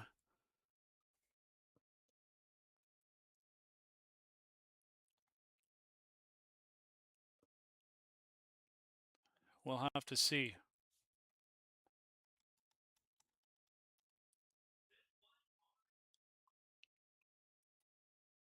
No, not the cheese curds, huh?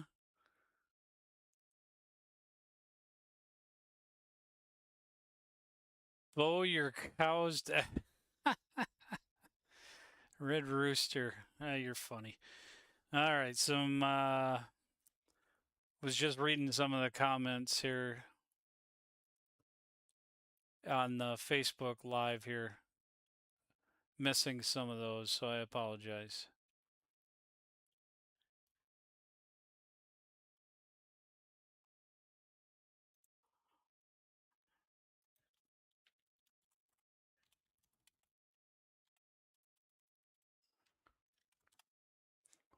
All right, so anyhow, let's go ahead and go back to the live radar here so that we can see what's going on live. Parkston again, that one is looking like it's intensifying just a bit.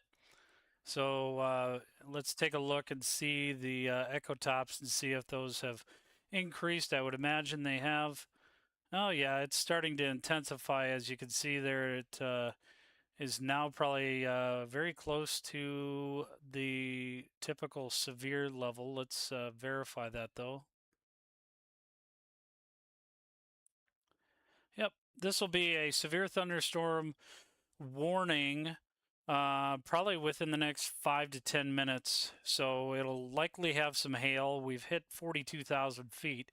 And it's going into an environment that is very enriched. So, folks that are in the areas of Freeman, South Dakota, Menno, and then even Scotland, and obviously it's right over top Tripp, South Dakota right now. So, folks, this is going to be moving to the east. Doesn't look like it's moving very fast, so it has plenty of time to mature.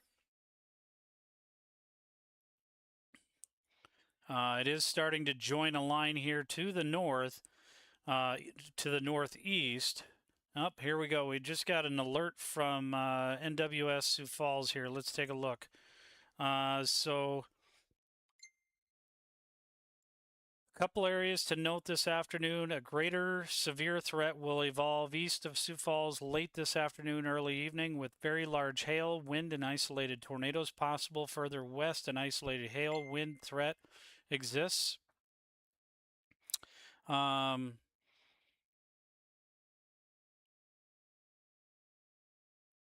isolated hail wind threat exists with storms into late afternoon. So the areas that they're concerned about, hail and wind, isolated hail and wind severe weather risk would be in this area here. Basically right in here. And let me just I'll redraw that. It's basically that area here is the isolated hail and wind threat. And then as far as the lower risks that we have, the lower risks we have are, but still lower levels of severe are kind of in that general vicinity.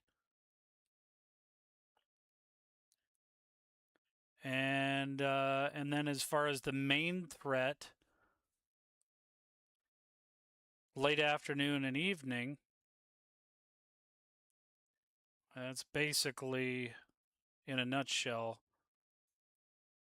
those areas there. So lots of development happening all over South Dakota as well as Minnesota. Back out here, we do have Faribault still under that severe thunderstorm warning. You can certainly see Dakota County, Minnesota, Goodhue, Minnesota, Rice. These are all counties, so just be aware of that. These are all under a severe thunderstorm warning until 3:45 p.m. And then there is that severe thunderstorm watch for areas of Indiana, Elkhart, DeKalb, Fulton, Indiana. You can read it all there, folks.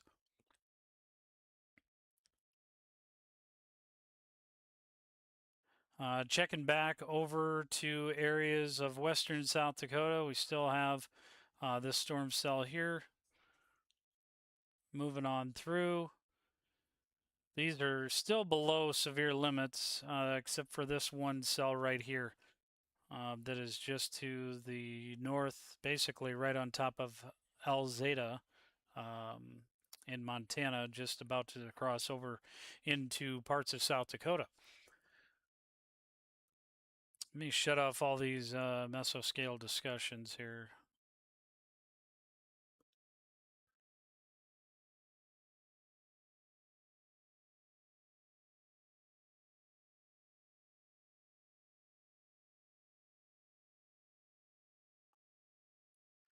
So again, we do have red flag warning over here. This is all the pink is the red flag warning. We have the tornado watch in this. All of that up to the north of that in the green, that's all flood watches. And then the darker shades of green or more neon green there is all the flood warnings.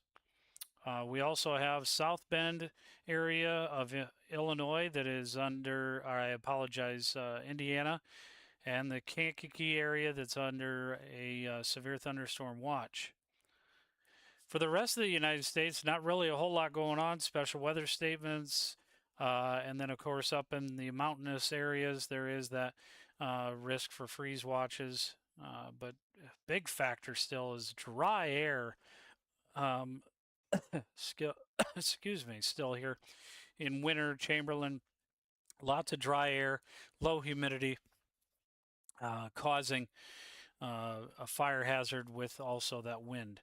All right, let's go ahead and get back to our radar.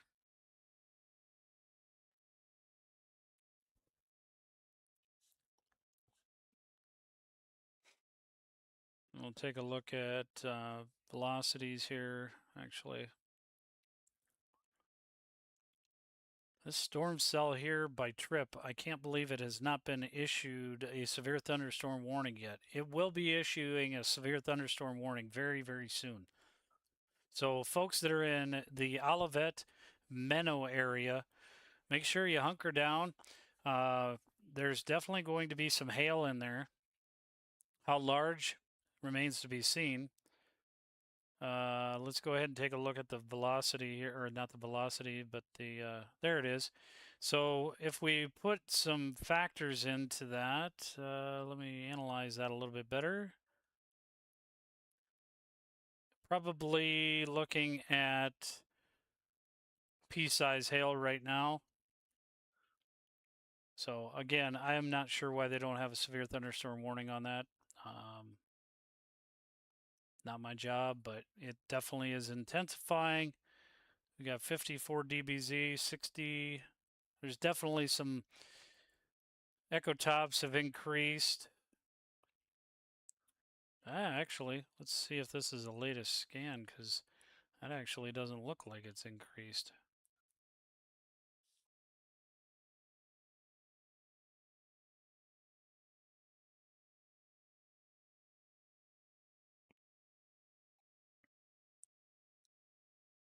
Oh, that's why I wasn't on the latest scan here.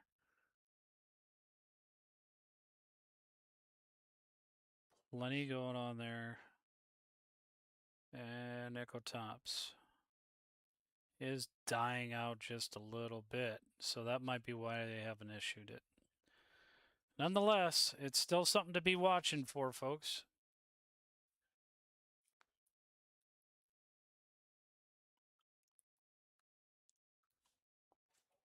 All right, so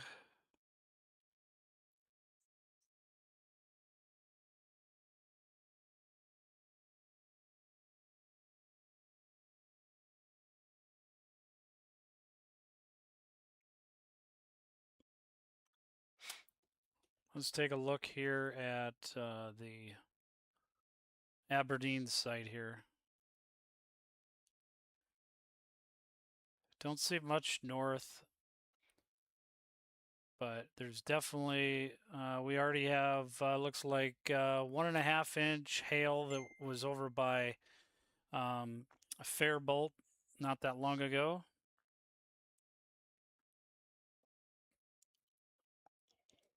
And we're going to go back over to areas of western South Dakota for a moment.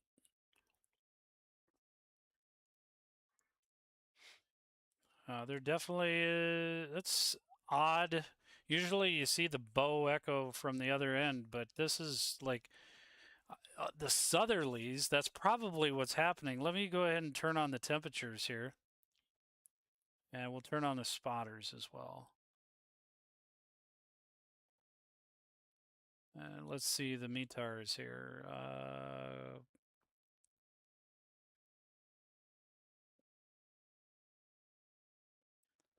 Dew point is definitely drier air, 45 degrees.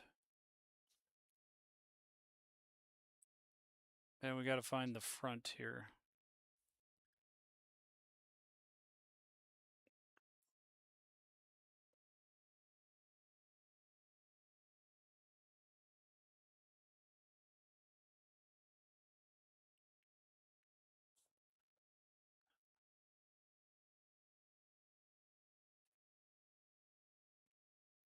All right, so this is currently out in areas of Montana. Again, that it's really odd that it's shaped like a C versus the backwards C that we typically see.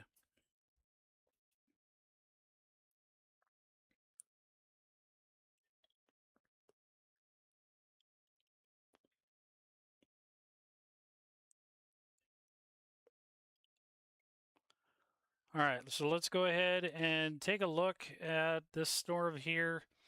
We got spotters on there. Let's see which spotters on there. Jim. Considerable.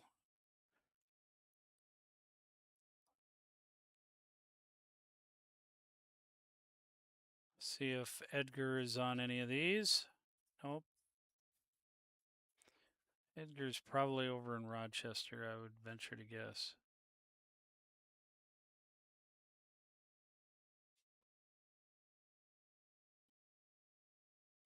Try and see half these chasers here. Brandon Schultz.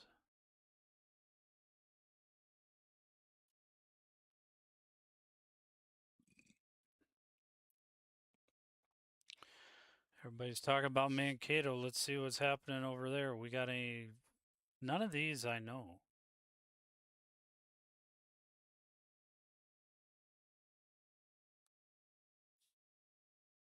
Sorry, I'm just trying to find which ones are major spotters. It looks like Fairbolt's got a lot of red here.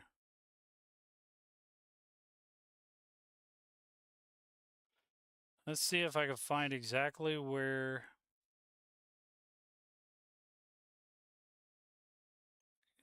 See who's close by.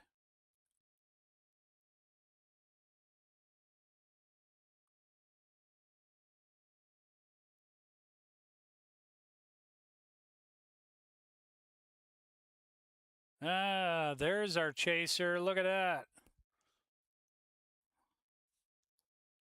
Brian Anglin, he is, there's where he's at. He's sitting right at the gas station. And let's pull up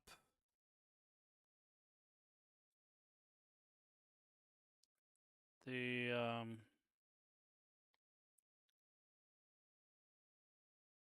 storm cells here and see what's happening.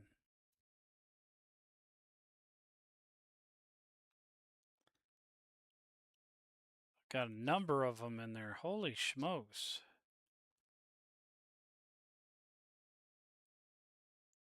Chris O'Neill.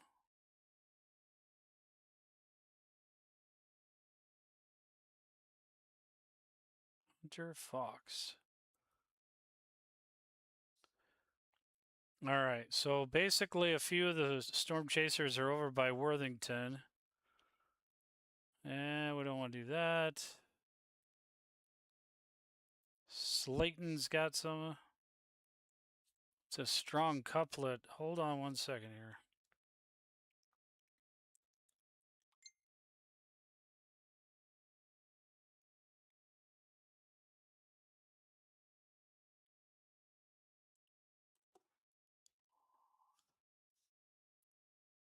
All right, so let's go ahead and looks like out west those storms have died out. So now what we need to do is we need to stay focused on eastern South Dakota.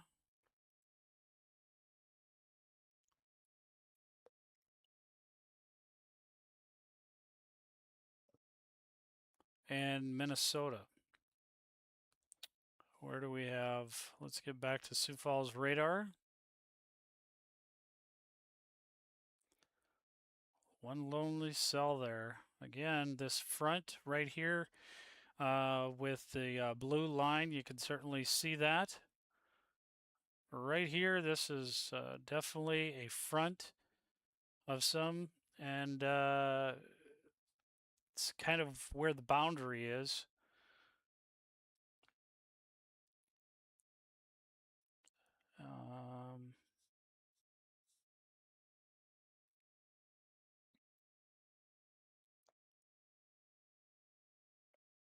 Still seeing a lot of clearing. just to the west of where those that little storm is at. So there's plenty of ability. Let's take a look to the south and the east. It's still having a little bit of a struggle.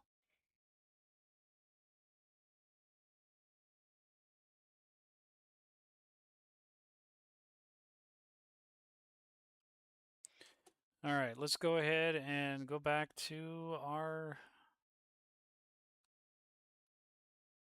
storms here. This one we definitely need to take a look at and be mindful of. It's definitely something that it keeps kind of recycling. Look at that there.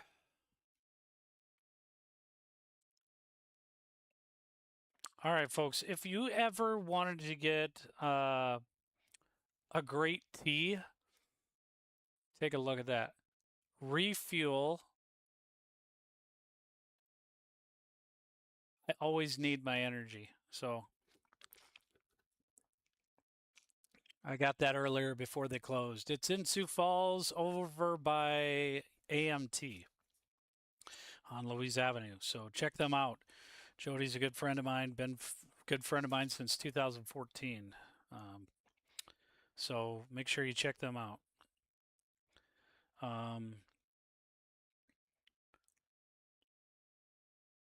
They're not sponsoring me. I just love their tea. So all right, let's go ahead and we've got this storm cell here over by Red Wing in Minneapolis or in Minnesota. Ooh, this could end up getting pretty crazy here. Let's watch this puppy. Let's bring up velocity here. Okay, that one is starting to look a little interesting. Let's play that out. Look at that. It's crazy you see that southerlies and then it just kind of switches direction. See how it comes up from the south.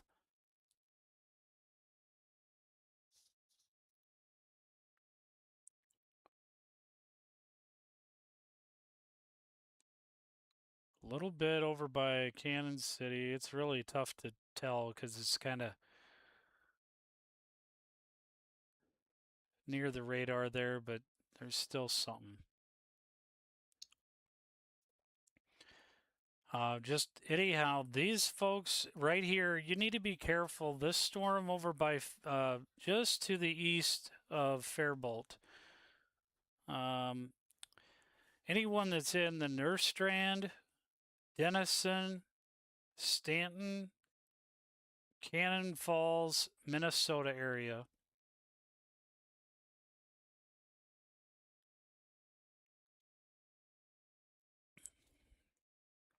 Could get considerable damage threat. 2-inch hail has been observed.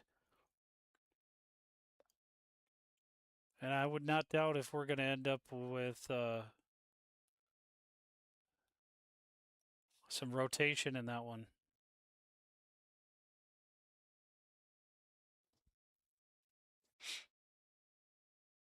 We're going to definitely keep an eye on that one. It's in the area that's in the tornado watch. So, folks, that storm, you just anyone that's in those areas definitely needs to be taking shelter. All right, we do now have the severe thunderstorm warning finally issued for this one here. I knew it was going to happen. I just waiting for things to get rolling. It was recycling, and once it got into more of the moist air, it popped up. So we do now have a severe thunderstorm warning for those areas here. You have it on the ticker that's below, but I'm going to bring it up here. This is, well, I guess it's right there. Hutchinson County, South Dakota. But we'll read the rest of it here. This is a severe thunderstorm warning for south central Hutchinson and southeastern South Dakota until 4:30 p.m. Central Daylight Time at 3:50. A severe thunderstorm was located over Kaler, or 12 miles southeast of Parkston, moving east at 10 miles per hour. That puppy was moving super slow. No wonder it took forever. The severe thunderstorm will remain over mainly rural areas of south central Hutchinson County, including the following locations: Olivet, So 60-mile-an-hour winds. That's what we got there. And that will, again, be very slow moving. Do we have a new update for weather models? Well, I know we won't have it for the NAM 3K, but let's take a look at this.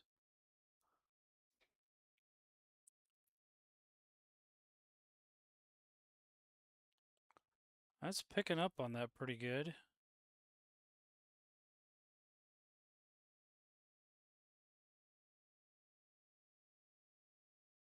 Let's see which model is doing the best here. Let's see. I think we should do like a test. Hey, which weather model is picking up on this good? So right now it is, let's see, NAM 3K, but this is, so it's firing off before the NAM 3K said, but it's in the general area. So storms are initiating a little bit sooner. So that tells me that we're probably going to have storms getting into the Sioux Falls area about 6 instead of 7 p.m. All right, let's go to the radar. There's that severe thunderstorm warning. I've already got it, buddy.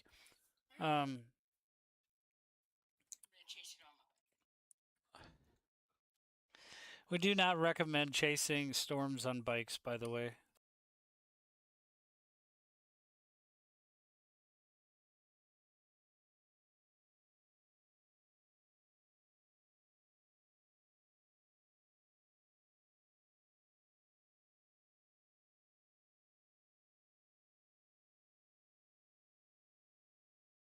All right, folks, I had to make sure my son was not going to be going to chase a storm on his bike.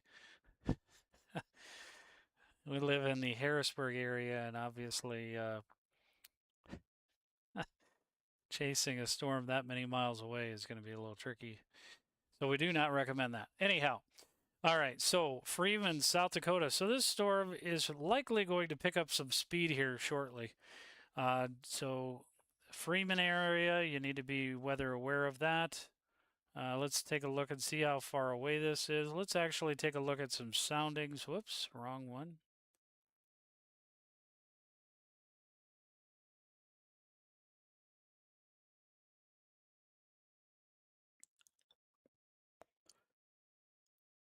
So that was at 2 p.m. was a sounding, so it's outdated.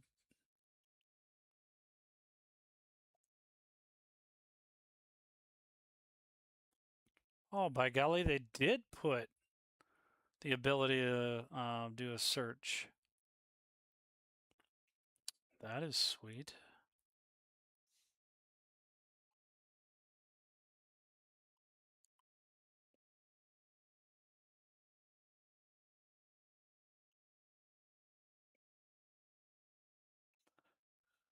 Sorry, just some other tools that I'm trying to figure out here, so.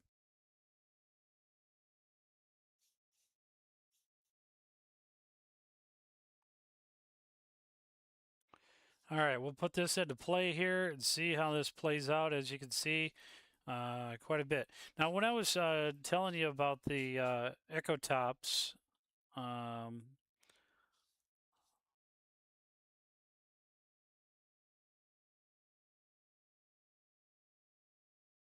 let's take a look and see.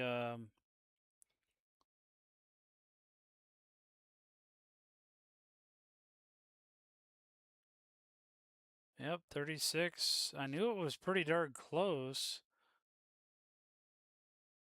It's right at that severe level, though. All right, next we're going to take a look over at the reflective view here, folks.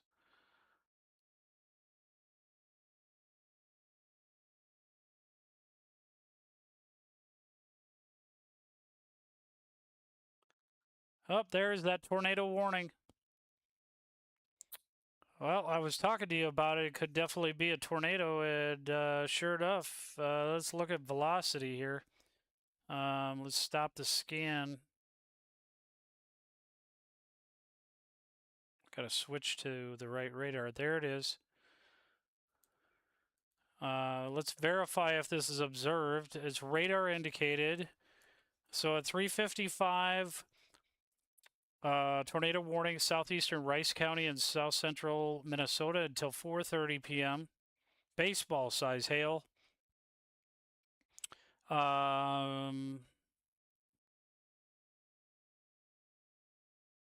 Tornado will be near Faribault around 4 p.m. So it's right on top of Faribault at this point in time.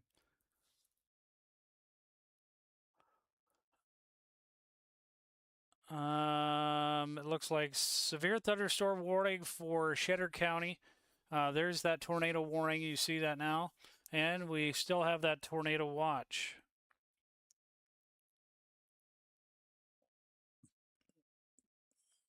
Special weather statement is issued out in western portions of South Dakota, but right now I'm just going to kind of focus on this tornado warning at this point.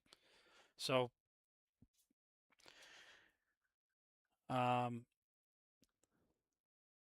we got a PDS. Oh, that's a severe. So, hail 3 inches. Earlier in the day, I was talking to you about the fact that there could be 3 to 5 inch hail diameter. Well, there it is.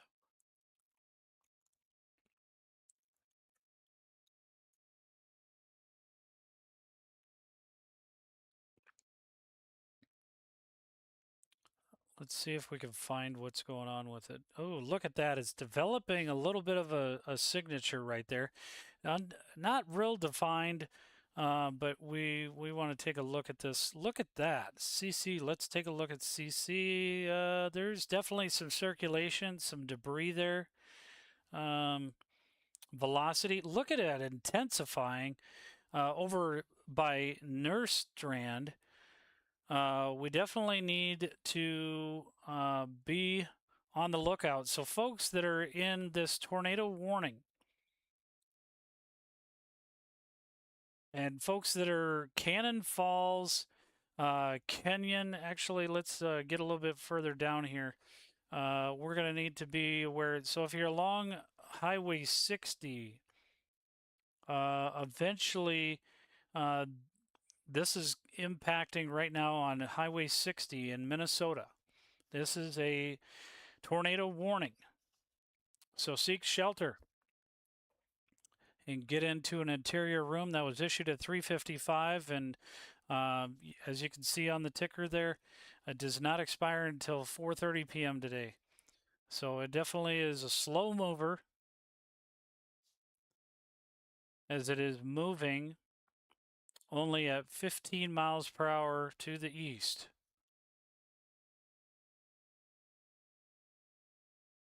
So that would put areas of Kenyon, obviously Nerstrand, Aspeland eventually. Those are all in Minnesota. They are kind of the rural areas of Minnesota, but they are still getting impacted big time. Let's go ahead and take a look at this storm over here and see if it's regrouping here. Over by Freeman and Olivet. So Freeman, you need to be on the lookout. That storm is going to be making its way. So this was updated a few minutes ago. Golf ball size hail is now, and it's moving northeast at 20 miles per hour. This is over in South Dakota now. Damage threat is considerable. This is impacting to the Wolf Creek Hutterite colony. And then eventually Freeman is going to be impacted by this. So just anyone that's in the path of this, definitely seek shelter. Again, people that are in the path would be Freeman, South Dakota. It's right on top of Olivet. Marion eventually, Marion, South Dakota. And then depending on how it impacts with this front over in Dells, if that starts moving a little bit further south, it could end up impacting areas of Parker, South Dakota as well. And yeah, let's go back to our tornado warning. Take a look at the velocity on that.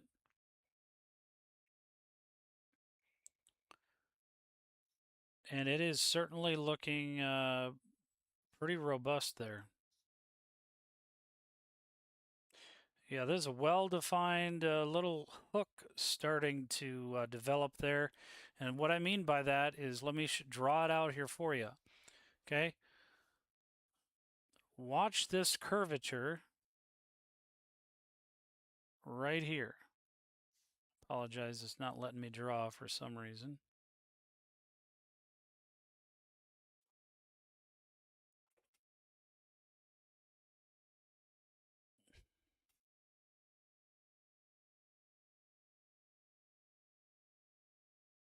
That right there is starting to curve.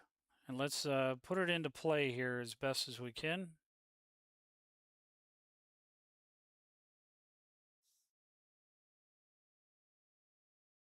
Watch how it plays. You start seeing that little tail getting a little bit more defined.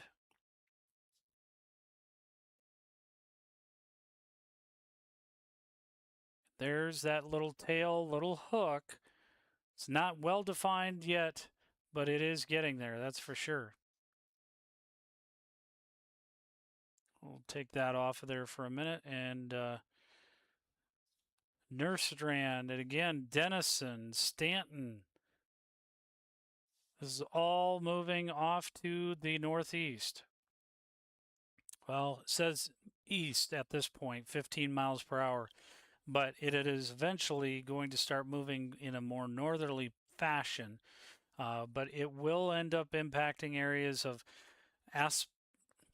Aspeland, Minnesota. Cannon Falls right on top of you as far as the severe weather warning. Bell Creek is in that severe thunderstorm warning. But again, I want to remind folks that you guys are in a tornado watch.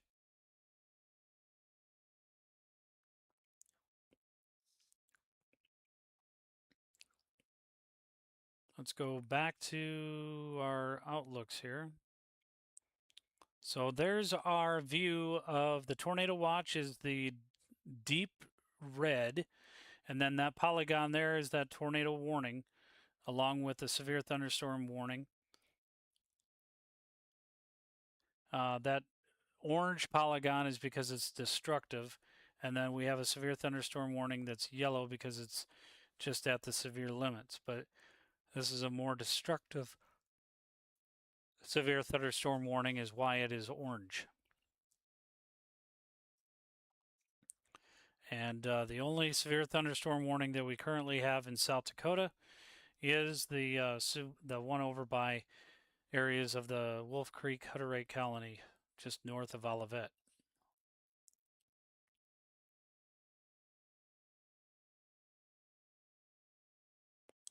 To remind folks that are just joining us, please make sure that you like and subscribe. We've got plenty of severe weather that's continued to be expected, so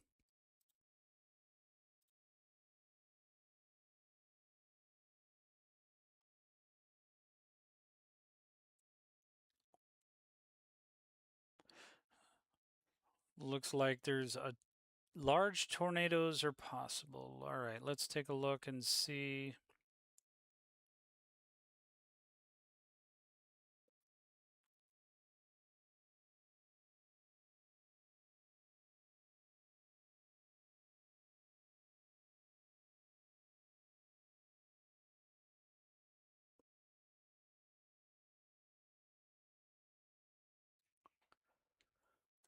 All right, let's go ahead and take a look back at a reminder here. We do have this enhanced risk is in orange. Then Sioux Falls, South Dakota is in that slight risk. So any of these storms that are going to continue to be discrete, if you're in the yellow area, the yellow polygon, don't worry about the fact that that you're outside of this green area for the tornado risk. You're still in the 15% wind And look at that for the hail risk. So there's plenty of severe weather on its way. And let's go back to the live radar. Again, we do have this Nerstrand storm cell. This is a big time tornado evolving there. Look at this.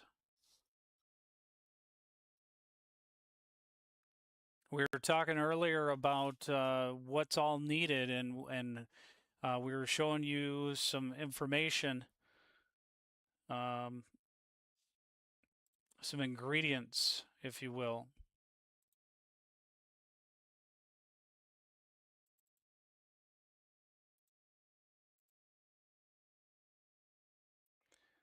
Look at those tornado ingredients that were needed. That's one of the tools that we utilize to kind of give instructions of what's needed. A simulator, if you will, I guess.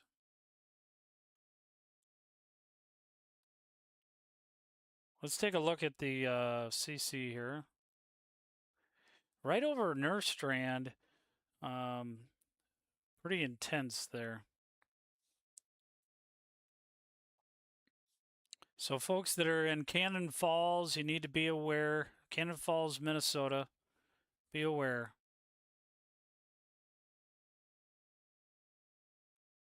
Weather aware and get in a safe place. It looks like it might end up being a little bit more of a curvature there as well. All right, folks, let's go back to the one in South Dakota here. And puppy is certainly moving at snail speed. All right, so at 4:03, a severe thunderstorm was located 7 miles west of Menno, or 15 miles southeast of Parkston, moving east at 15 miles per hour. So it's a slow mover.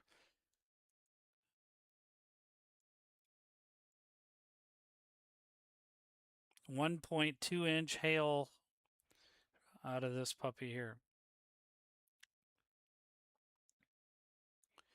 Again, this out west is kind of it's kind of dying out. Special weather statement for Buffalo, 50-mile-an-hour winds.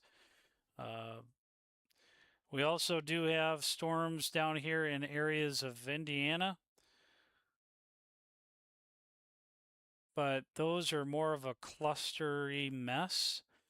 So that's why we're not really covering a whole lot with that. We're mainly up. There's another severe or the tornado warning. So this is basically going to be a continuation. So at 4:09, tornado issue was issued. Southwestern Goodhue County in southwestern or southeastern Minnesota. This is until 5:15. At 4:09 p.m., a severe thunderstorm capable of producing tornadoes located over Nerstrand, or 8 miles southeast of Northfield, moving east at 15 miles per hour. Tornado and baseball-size hail. Be sure that you're in your safe place. If move to an interior room on the lowest level of your floor or of your home. And if you're in mobile home, please be aware that it's not a safe place.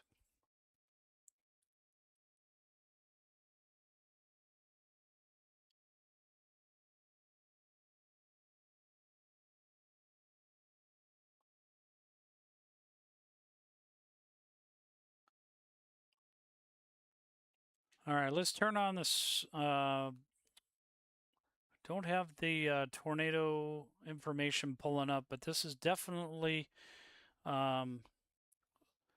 definitely a velocity check here. Look at that. It's becoming a more defined ball, and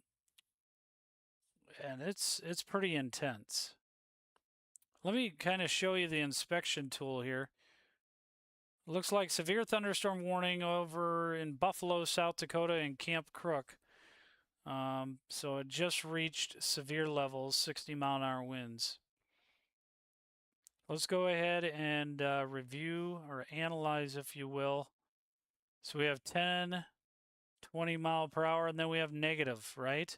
So that just means there's rotation. When you see the negative miles per hour and then the positive miles per hour, it is just showing that there's rotation. The winds are rotating within here. Look at that. Let me find where the most intense portion is.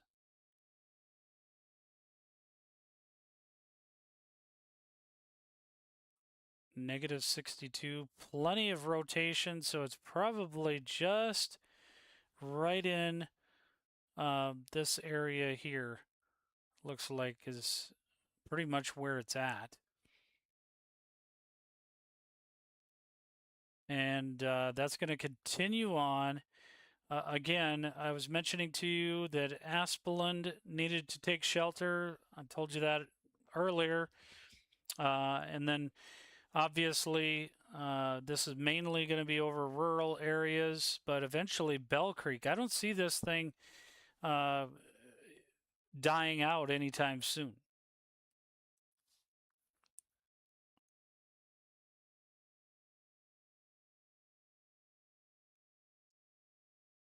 All right, folks. Since this is moving pretty slow at this point in time, I am going to I'm going to leave the radar up at this point in time to at least show you the intensity of it. We're going to go back on a MRMS view of that.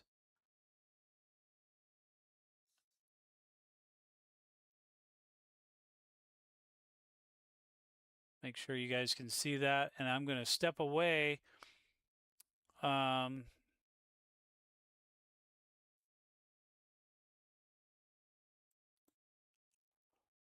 Step away for a minute. We'll leave the radar up here, but I've got to try to get to a play point here, so I apologize. There we go. All right, so you can see it evolve. I'm going to just step away for a minute, but I will be right back. I'm just going to shut off my sound and keep the radar up.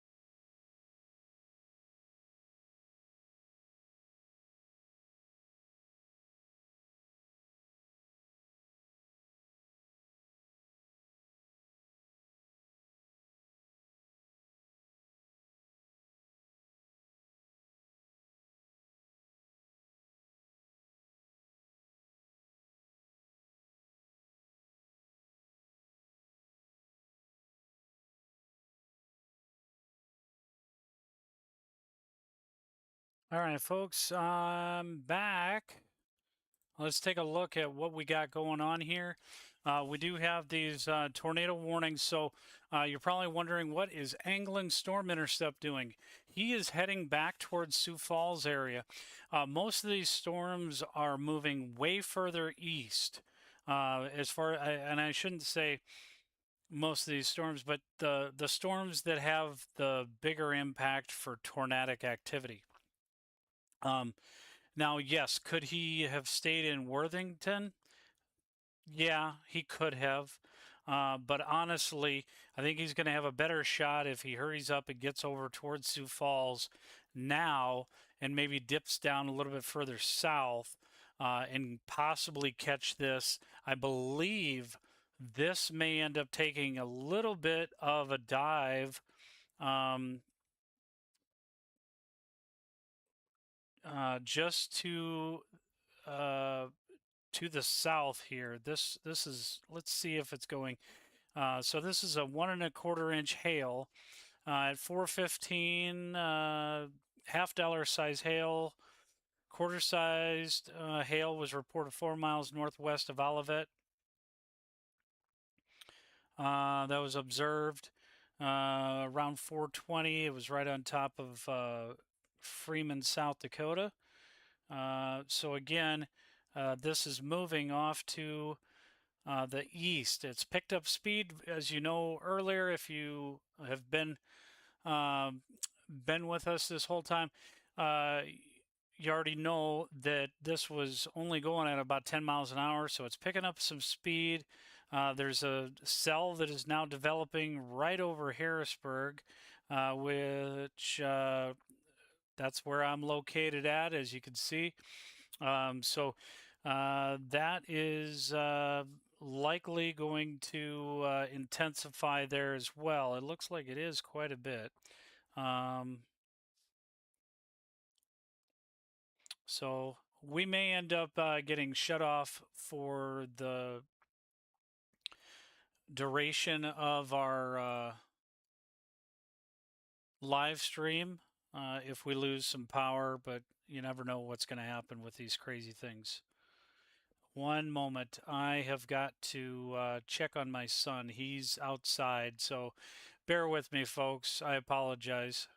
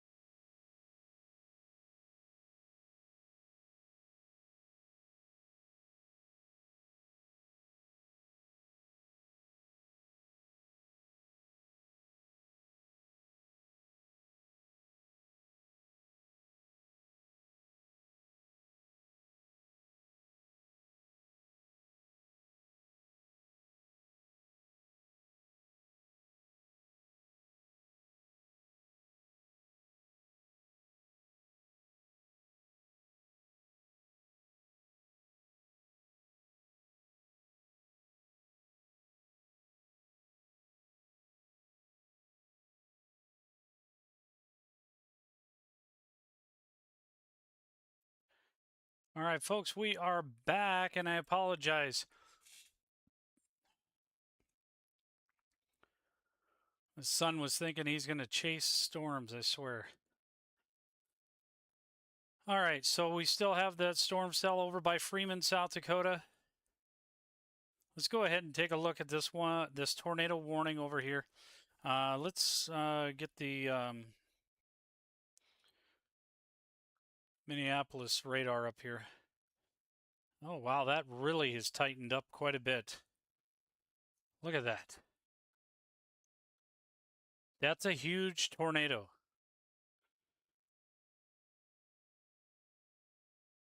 Shows radar indicated. Either way, make sure Wanamingo, you want to get in shelter there. I've already had hail reported here ahead of it.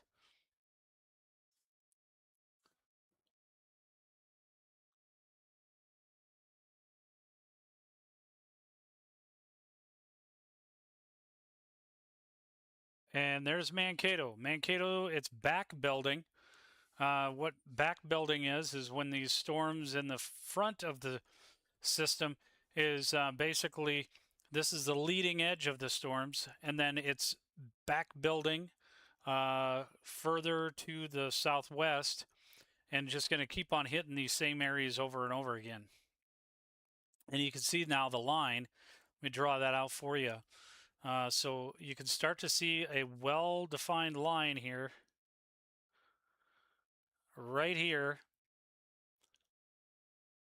That line is basically where that front is colliding with the different dew points. Let's see, did they issue? Now that's all the enhanced. All right. And let's go back to this radar here. Oh, there's that front right there over Del Rapids.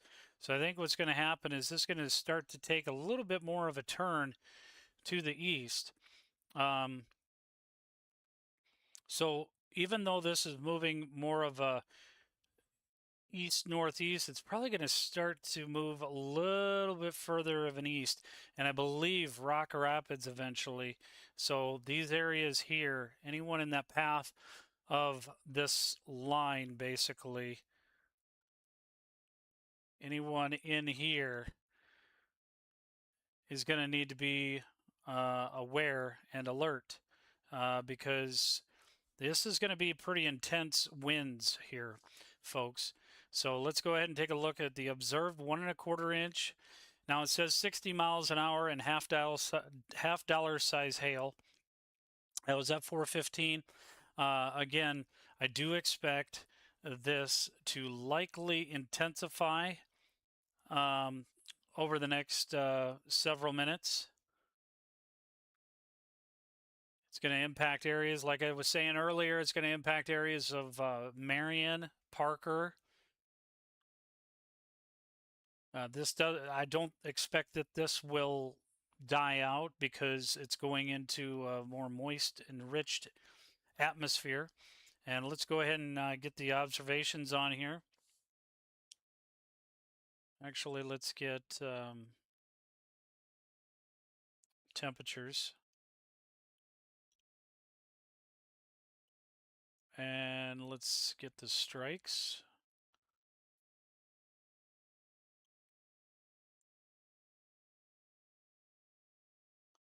All right, so let's take a look here and see what we have. We got 75 degrees in Sioux Falls area, is reported at the airport.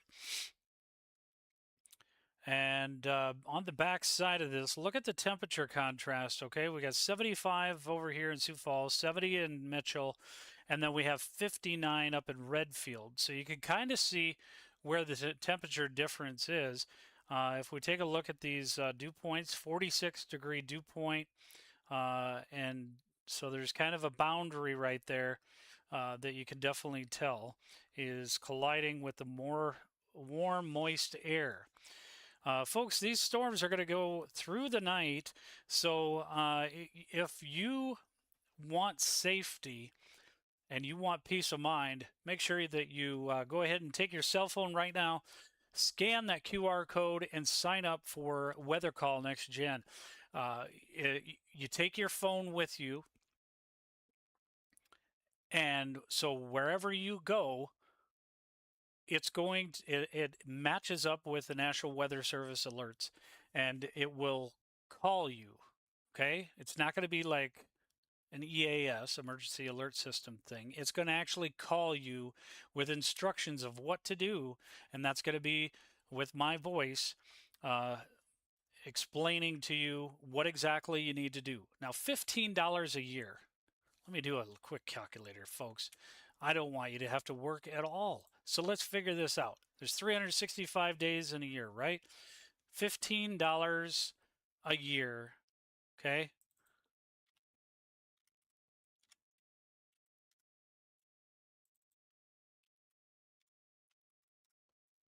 4 cents a day. 4 cents a day. Your life is more worth more than more than 4 cents a day. So you need to sign up, um, and there's complete instructions. So when you sign up, you can even just watch the video of what exactly it does. No long-term commitment. Cancel at any time, and otherwise you can renew. You'll get notifications of renewal and all of that. So make sure that you're protected wherever you go, and it's nationwide. It's not just for South Dakota or Minnesota. Wherever you go with your phone, you'll be covered. All right. So Freeman, South Dakota, do we have an update on the severe thunderstorm warning? Um, yes. So it looks like severe thunderstorm warning issued. $half size hail is located over Freeman, or 16 miles west of Parker, moving east at 25 miles per hour. So this is going to now impact um, Freeman and Marion. I already mentioned this to you earlier when it was a little tiny blip over here between Parkston and Tripp. So I'm not trying to make you guys give me kudos. I'm just literally trying to tell you that I know what I'm talking about. So, if you have not shared the live stream, make sure that you're sharing the live stream, whether it's on Facebook or it's on YouTube. Right now, I'm simultaneously broadcasting on Facebook as well as YouTube. Um, and any assistance that you can give me, this certainly helps. We want to get the word out. We have Anglin Storm Intercept. Make sure that you go like and subscribe to his YouTube channel. It's Anglin Storm Intercept on YouTube. And he is making his way west. We'll turn him on for the spotters. Let's go ahead and see exactly where he's at.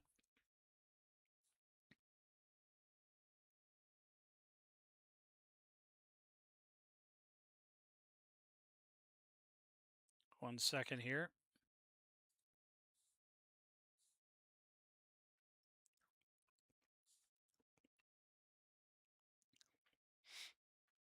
We'll get the spotters on here. I shut them off because it was so doggone so much.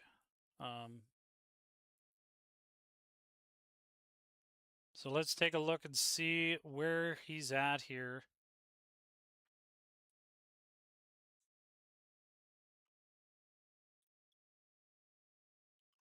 I got to shut these outlooks off. 1 second.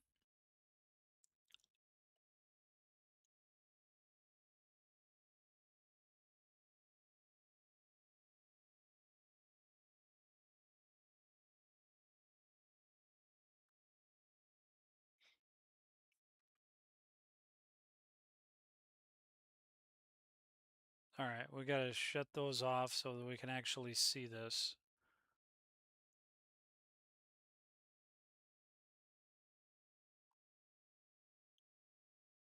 All right, so we got Mike is there, and we've got Taylor. There's Brian. He's making his way over to Laverne.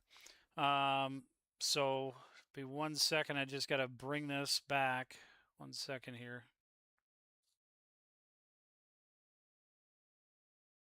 Got to shut that off. Having a little bit of a difficulty with that. Have to refresh it every once in a while. It's just getting a lot of information here. Might be over by Adrian. It looks like he's got a chaser that's close to him as well. Yeah, Brian's over by Adrian, Minnesota right now. So he'll hopefully be able to make it over to the Sioux Falls area before this puppy makes its way. But look at this right now. We are seeing some intensification of this storm here over by Freeman. It's going to be a little tough to see it from there. All right, so earlier we saw what the echo tops were at. They're now at 41,000 feet. Let's take a look and see if it's... So as you can see, it's evolved, it's kind of recycled, and now it's intensified. It's kind of a little bit more of a ball there. 44 kilofeet, 44,000 feet. So it is getting higher up into the atmosphere, allowing for those echo tops to build. What that ends up doing is you can end up getting big time hail. The higher up that it goes, because it's cooler up there, and that water, rain, is going to be able to freeze. So let's go ahead and go to the latest HRRR weather model. I want to show you the latest HRRR weather model, 20Z. All right. Let's take a look at this and see what we have here. All right. HRRR is not doing a very good job at this point of showing it. I mean, look, it doesn't show anything. So let's go to HRRR 15.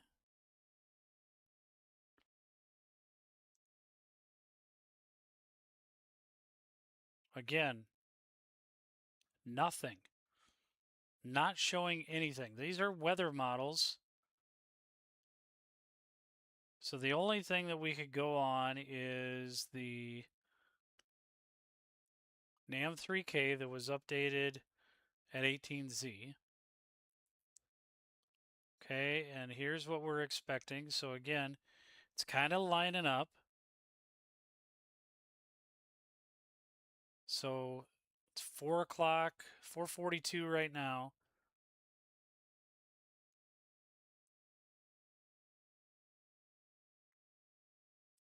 Still lots of storms expected.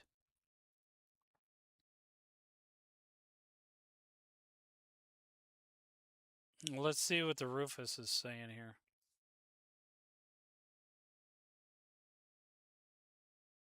And that had it at... Rufus has actually put it pretty crazy.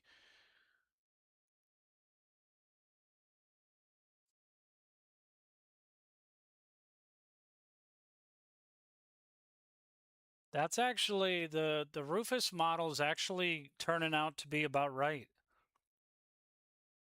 which is extremely rare. So if that's the case,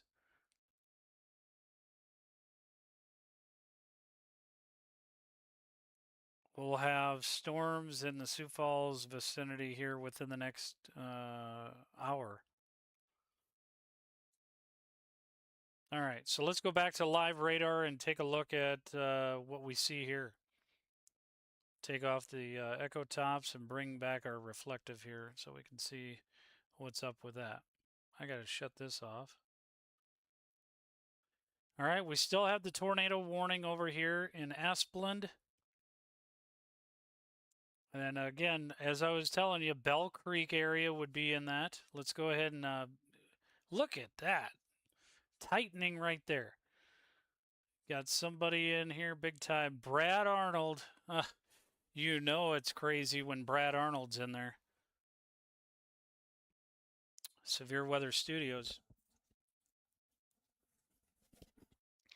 All right, who else we got down here so we know?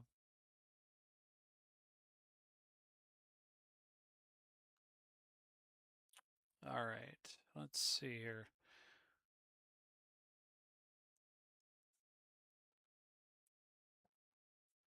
We got more storms over northeast of Mankato, as I was mentioning. It's pretty much back building here and going to form another line. These are all going to join. Let's take a look at the weather model for the Rufus here and see if that plays out properly. Again, this is just a weather model that's suggesting that this is how it might evolve.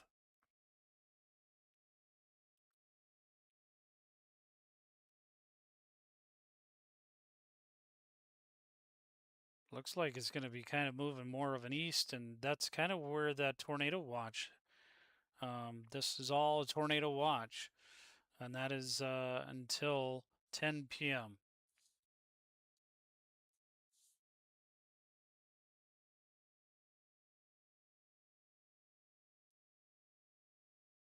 We'll shut the temperatures off here. And the spotters. Actually, I want to keep the spotters on so that we can actually see where Brian is. It looks like Brian's getting close to...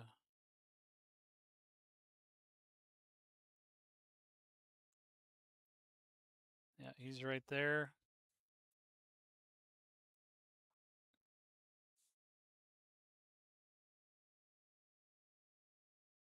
All right, so this storm over by Freeman is going to be impacting here shortly to Parker.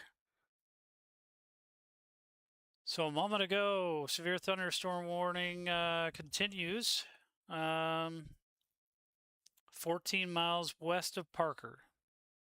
Quarter-size hail was reported at 4 miles northwest of Menno, near Marion, around 4:50. So 4 minutes, Marion, South Dakota. 1 3/4 inch hail was observed. Let me take a look and see if my Chaser OS is available here. One moment.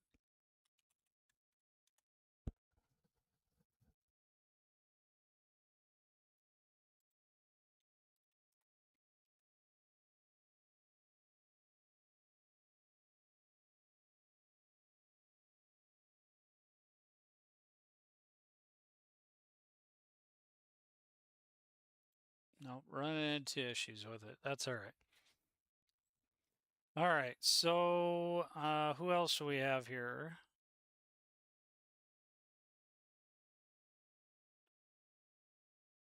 Looks like a lot of chasers on I-90 and heading back. Some are down here by Rock Rapids, so... But look at all those little red spots. It's all chasers. They're all kind of lining up to try to figure out what's going on along that I-90 area. And we're going to see this all intensify here over the next number of hours. It's all going to be basically throughout this whole line is going to end up moving and shifting all the way in the to the east.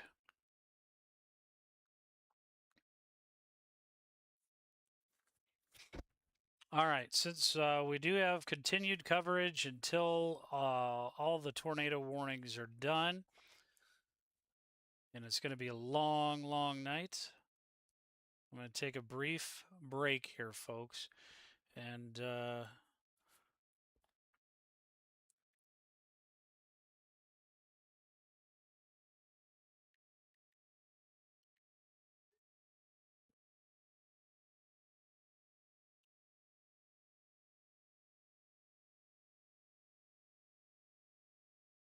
all right, be just one moment, folks. I'm going to come back here in a moment, but I want to show you this storm for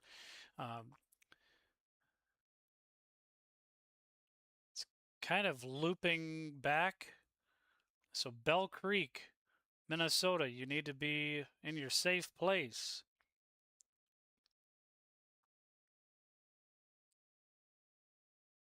Wastito, Wanamingo, and Hayter. All those areas are impacted. Cannon Falls, I talked to you guys about that. It's moving east at 15 miles per hour, so this puppy is moving slow. Plenty of time for it to recycle, which it looks like it's actually doing. Let's take a look at velocity again.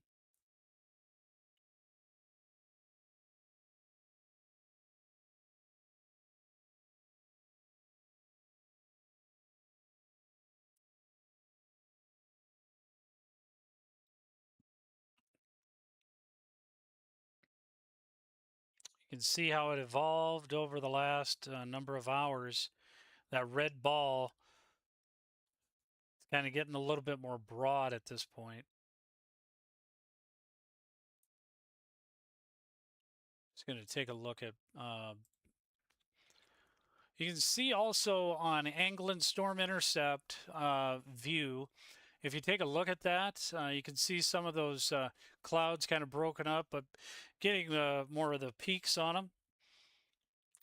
That definitely is indicating that some storm initiation is about to start there. Let me go to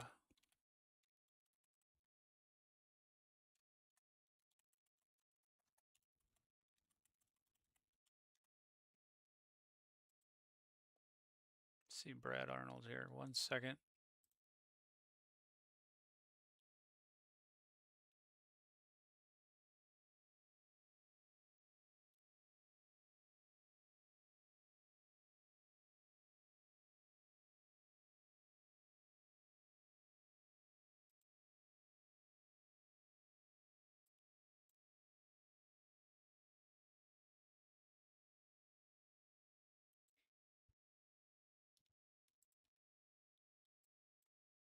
Yep, I can hear you.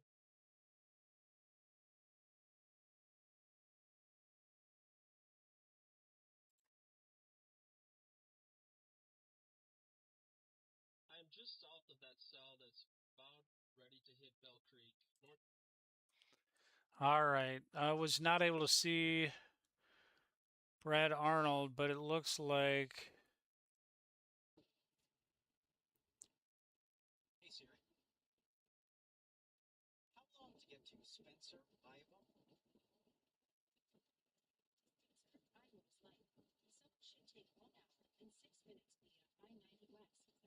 This positioning's fine. All right, folks. It looks like Matthew Capucci is actually about an hour away from Spencer, Iowa. So, if any of you know who Matthew Capucci is from Radar, my radar, looks like he's heading over to Spencer, Iowa. And that's actually a pretty good spot to be. Sorry, folks. I was trying to see what exactly he's doing here. Let's.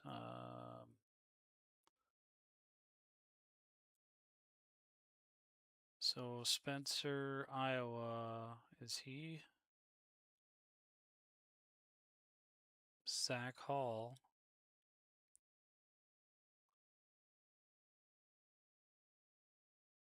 Yeah.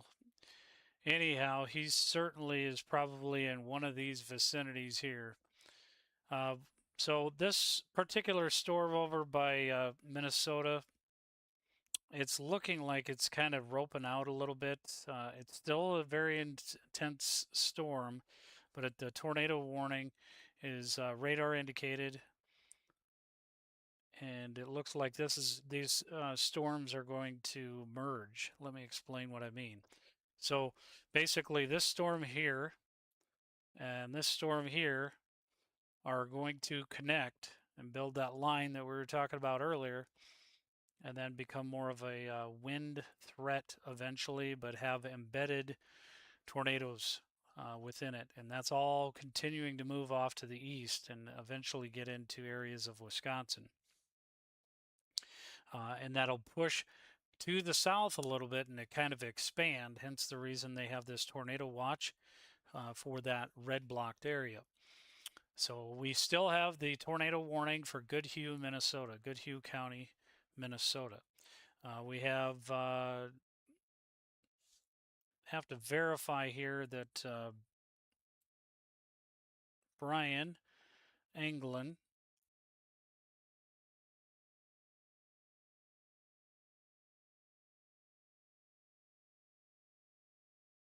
I think he must be having an issue with his. Yep, he's got an issue with his spotter network reporting where he is because he's definitely been moving. All right, next thing that I want to mention. Let's take a look at this storm cell here and see what's going to be happening next with just to the east of Freeman now. This is 1-inch hail observed. This severe thunderstorm expires at 5.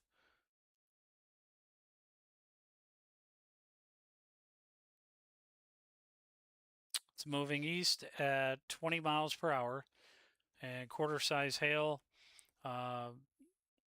13 miles west of Parker at 450. So we're going to continue to see that move off over Parker, eventually impact to Chancellor and Lenox. Dare I say this may actually impact areas of T and then, of course, Harrisburg, South Dakota. But I do see this front right here. Whoops. As I've been mentioning, that's going to be a factor because as that pushes further here, this could end up turning just a little bit and may end up impacting areas of Canton, and avoid Sioux Falls altogether. It actually could have that happen. And because each scan, take a look at this.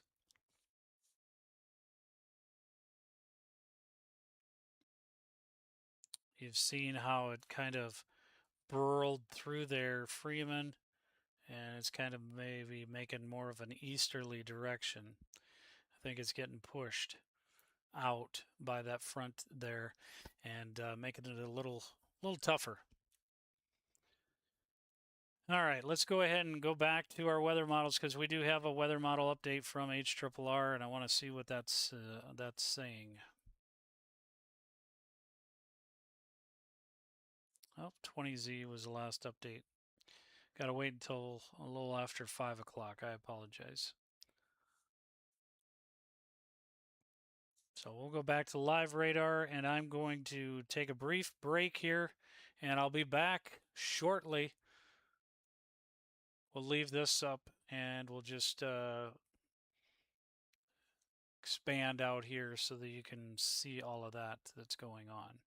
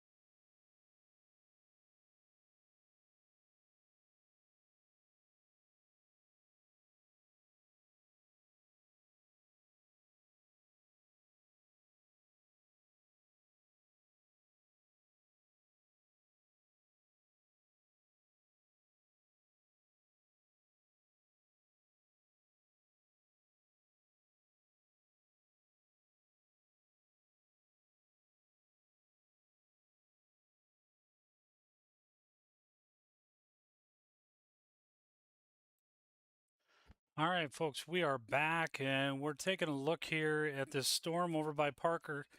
Obviously, you can definitely tell that it is moving 20 miles an hour. So at 4:59, let's take a look. 60-mile-an-hour and quarter-size hail. So the hail is actually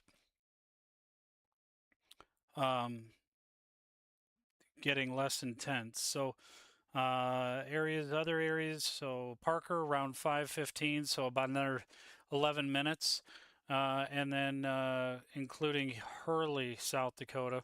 So these will be impacted by those areas or by that storm.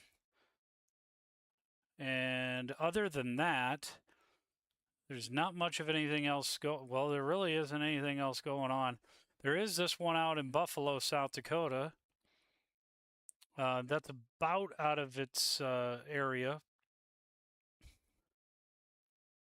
and that is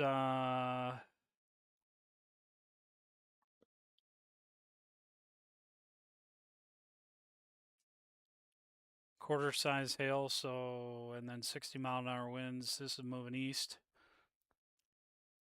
It's kind of a front there as well. This one had 1-inch hail reported.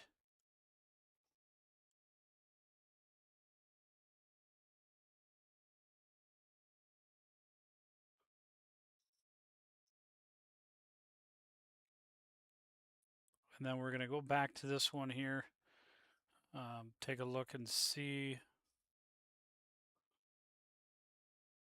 if we can see the velocity at all. Too close to the radar.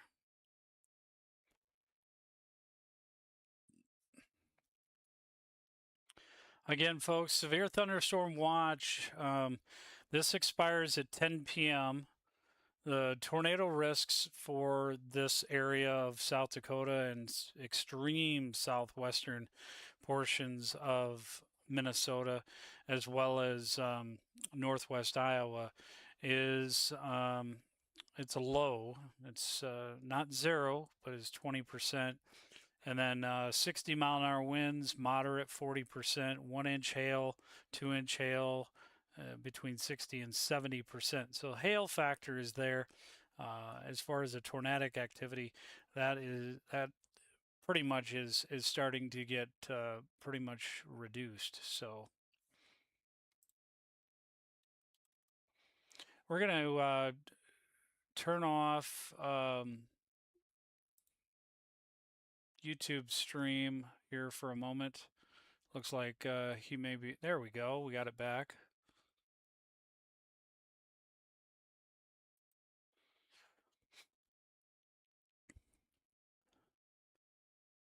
All right. So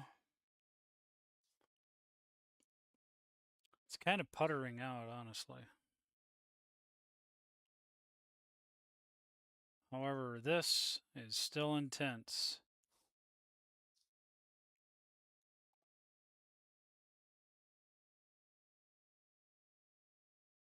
Two-inch hail is starting to turn into more of a clustery mess up here, not going to lie.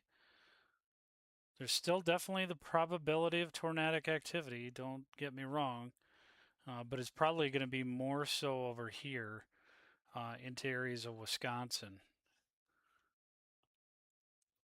And I feel like as it becomes more of a line of storms, it's going to be a little tougher for things to get rolling.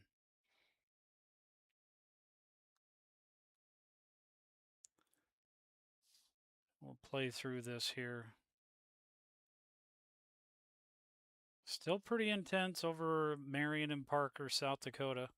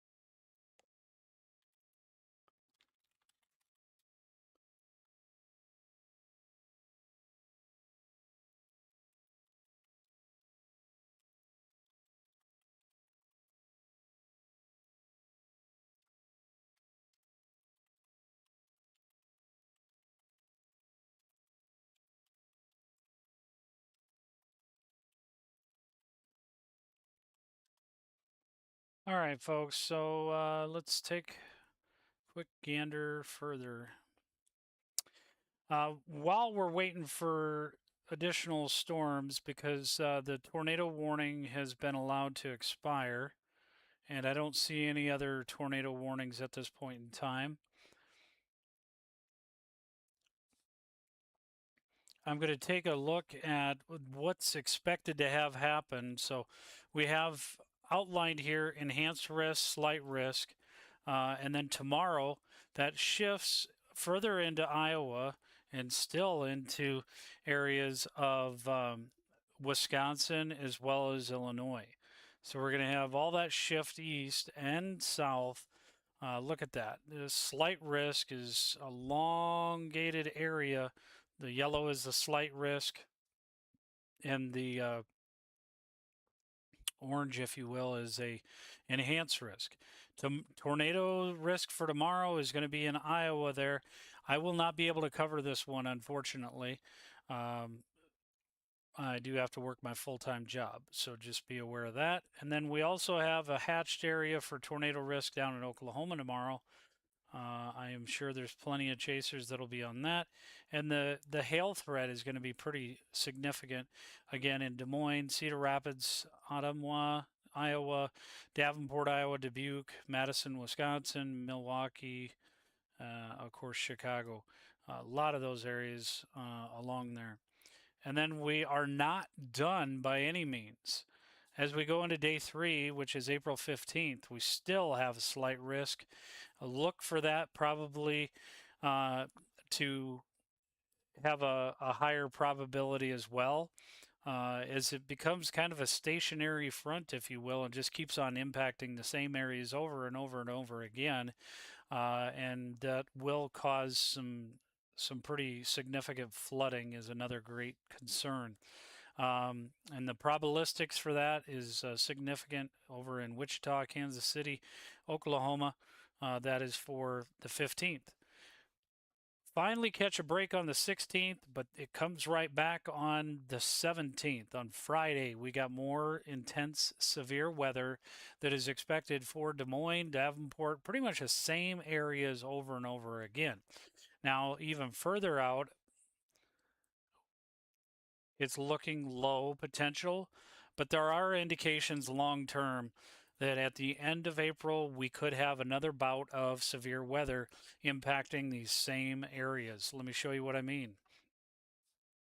I will bring up the GFS to kind of show you in a nutshell what's kind of expected. Now, would I be going on this if there was a tornado warning? No, I would not. But we want to go to the GFS 18Z run and kind of show you, see the Kansas City area, expecting that.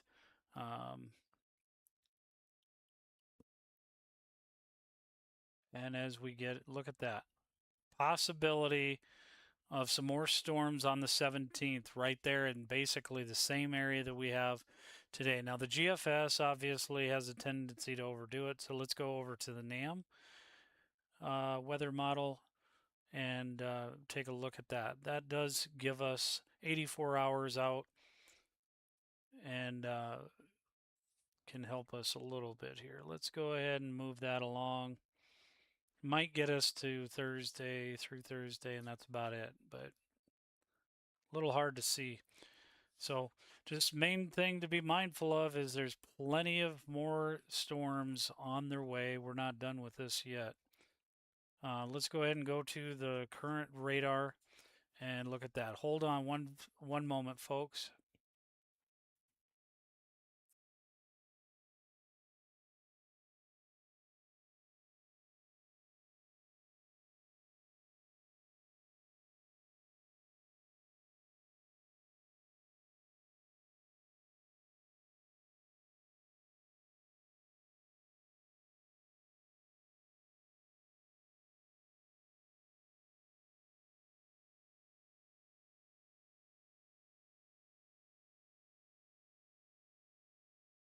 All right, folks. So what I was trying to look at and see if there's anything in here, but let's take a look and see if they've got any more update on this. At 5:10, Severe thunderstorm was located near Freeman or 9 miles southwest of Parker, moving east at 20 miles per hour.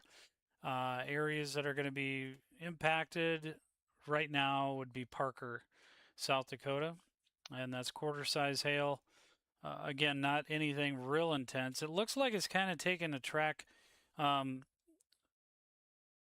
again, going to continue to impact areas of Chancellor, eventually T, South Dakota, and then if it can hold itself together, which I think it probably will, Harrisburg will be under the gun probably in the next hour or so.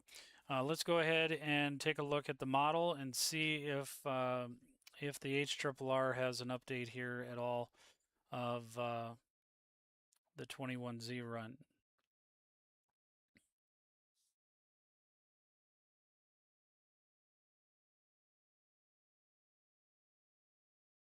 And that does not show anything really at all.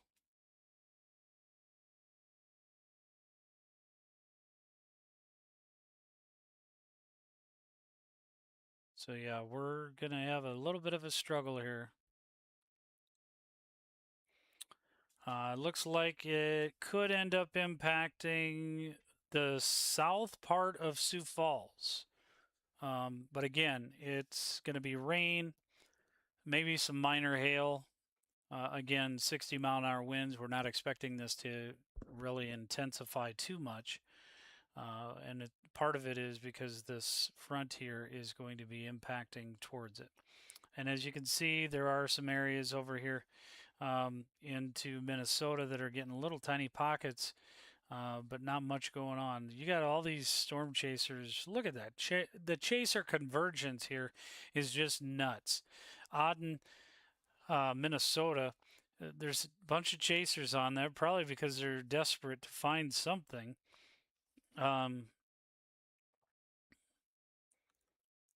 Because right now that doesn't look too promising. And it really looks like tornado threat is going to be a little bit harder. It's going to turn into just kind of a sloppy mess. Tornado watch expires at 10, so not too many more hours to go. And I mean, for all account purposes, this was expected to be a huge day. I'm glad that it's not, but we'll see what ends up happening. But I think what is happening at this point in time is that this is going to start building a line and going to be really difficult for it to get going. All right, so Storm Chaser, Anglin Storm Intercept is continuing to move along. And he is, let's take a look and see where he's at. He's got to be close to Laverne, I would think. Well, it looks like his beacon is off.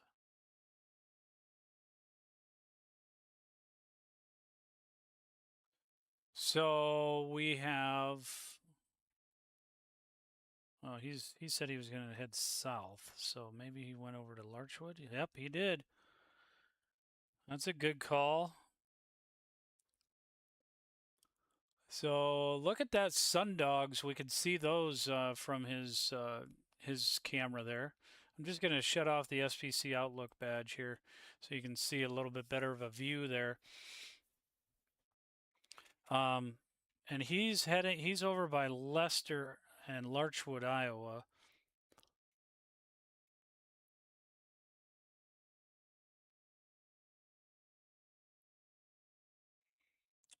And it looks like he's trying to go towards the southern track of it.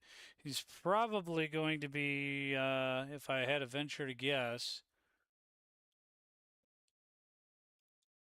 oops, and I need to update that.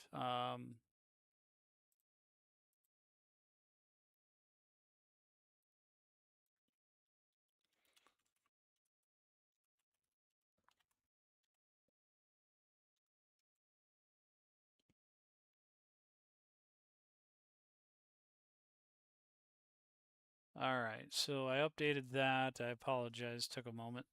Let's take a look at the storm here. Yeah, it is going to impact areas of Sioux Falls. I'm just trying to still figure out how to manage these storm tracks. Let me see if I can.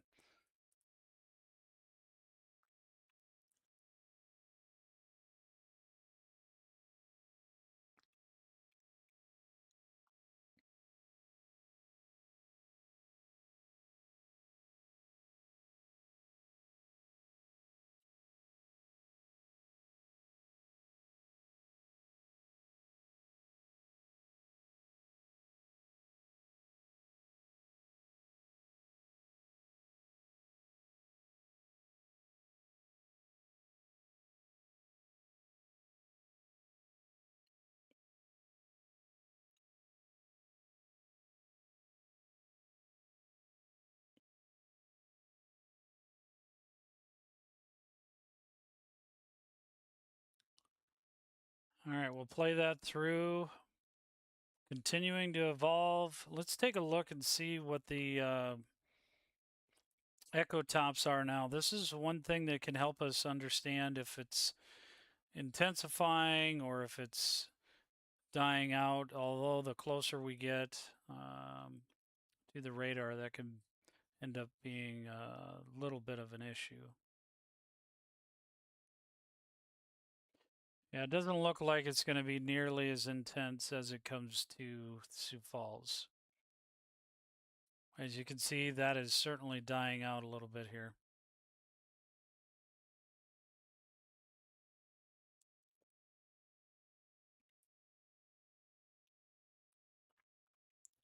Polygon is even. All right, so this expires at 5:45, at 5:09. We already went through that. Kind of a slow night. I was expecting it to be much more intense.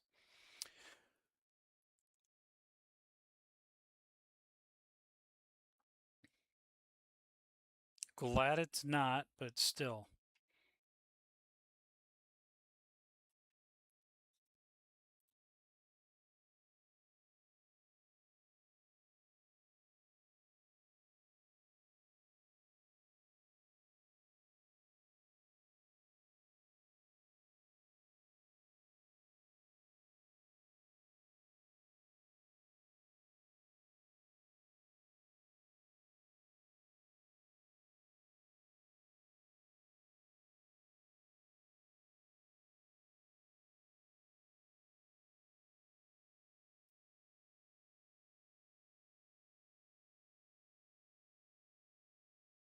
All right, folks.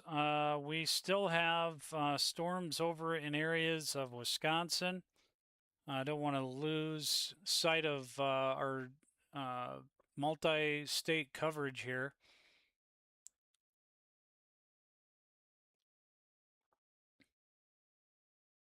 And as those track over here, you can definitely see some storms moving into the area of Eau Claire, Wisconsin. Stevens Point has a pretty intense storm here.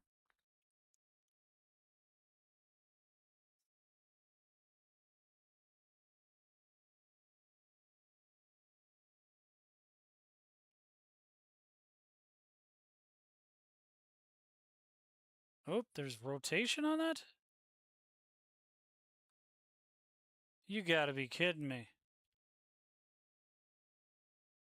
Oh, there's a report of a wall cloud. That was at 5:21. 2 miles west, northwest of his location. So this one here is actually getting intensified a little bit more. That might explain why we have like 15 chasers converging right there.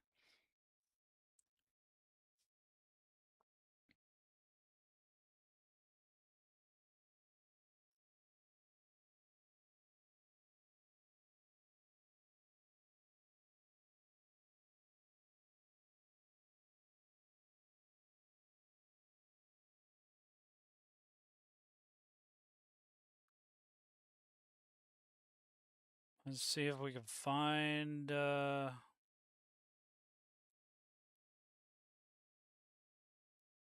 Having a little bit of a coverage issue here.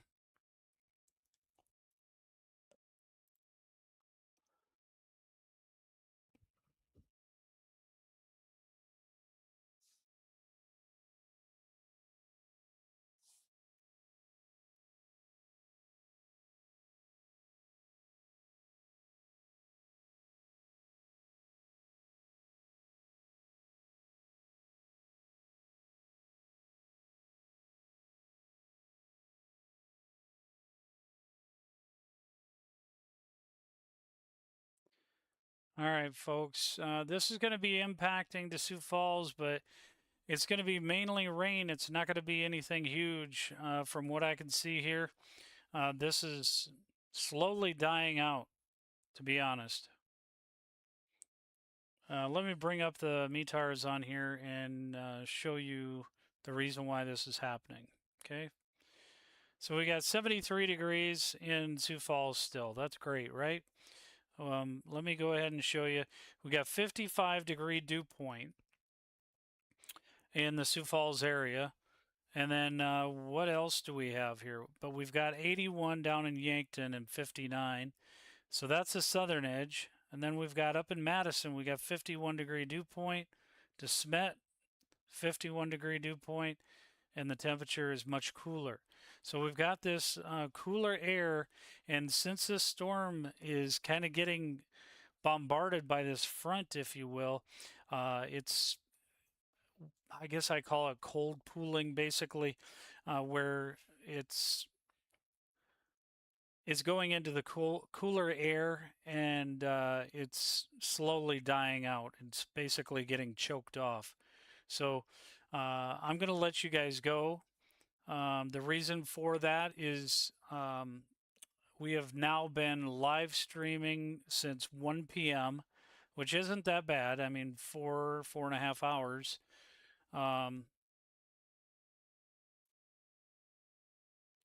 But I don't see the threat for tornadic activity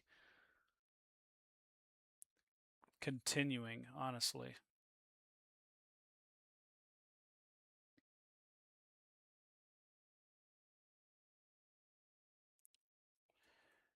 If I had some model agreement, let's take a look at the HRRR one more time here. If I had some more model agreement, I'd probably be like, okay, I'll hold off.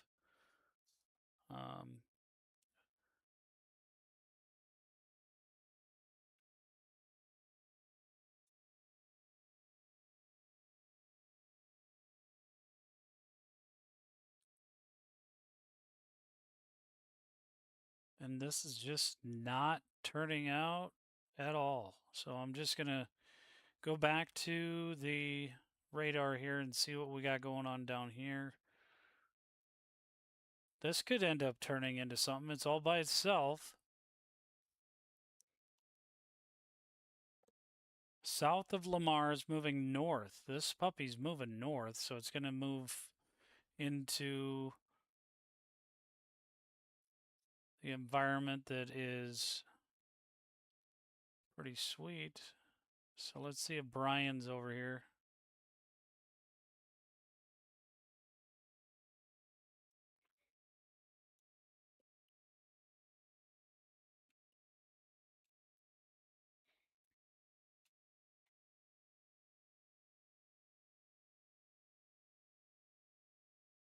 Oh, he's over in Harrisburg now. There he is. So we're going to have to take a look. And we're going to stay on here until Brian's done with the chase, because we want to see what's expected to have happen here.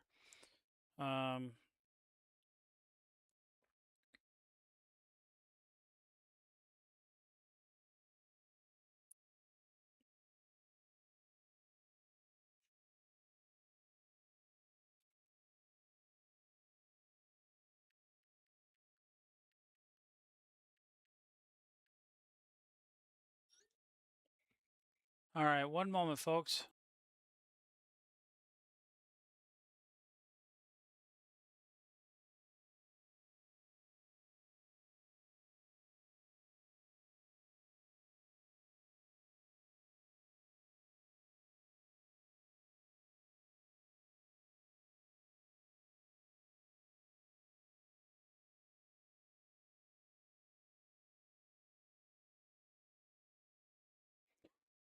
All right, folks.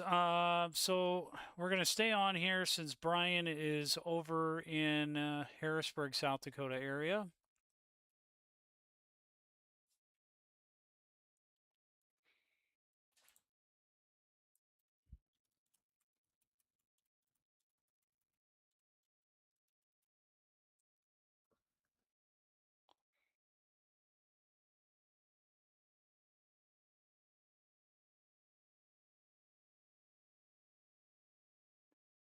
It's looking pretty darn rich down there.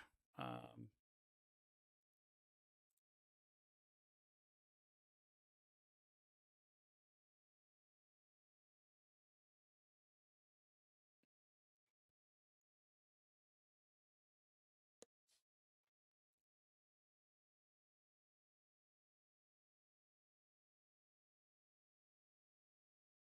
all right, St. James and Odin.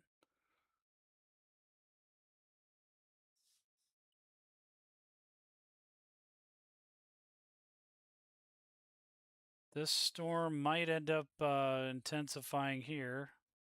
Yes, it is. Odin, Minnesota. Be concerned about that. Let's go to the Minneapolis radar here for a second. This, so this storm here is starting to see some rapid intensification. Let's go ahead and take a look at the reflective here, and I'll explain to you what I'm seeing. So it does look like because it's gosh, that is a lot of chaser convergence. I'm glad I didn't go out chasing on this. Um, that's just way too many people. So they're all on the same storm cell down there, and it's intensifying greatly. There's another one here over by Comfrey, Minnesota. A number of them. It's 5:30.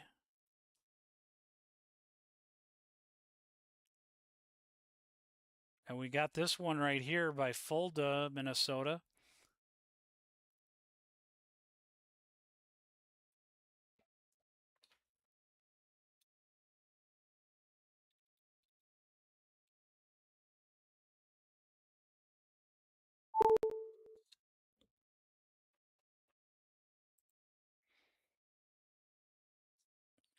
Fulda, Minnesota here. And that's blowing up over by Wilmot and Worthington. And then this one over by Sleepy Eye, Minnesota. Is that really Sleepy Eye? Yeah, it is. Sleepy Eye, Minnesota. Couple of different cells there. These are starting to look a little bit more healthy. So maybe I'll just stay on here for a little bit longer.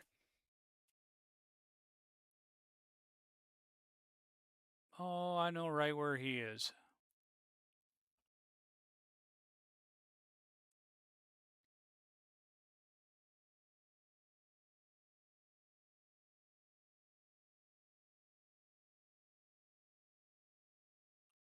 Let me go back over to the Sioux Falls radar.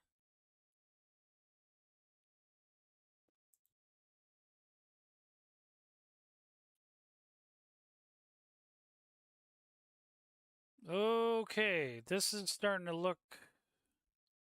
Hold on, folks. One moment.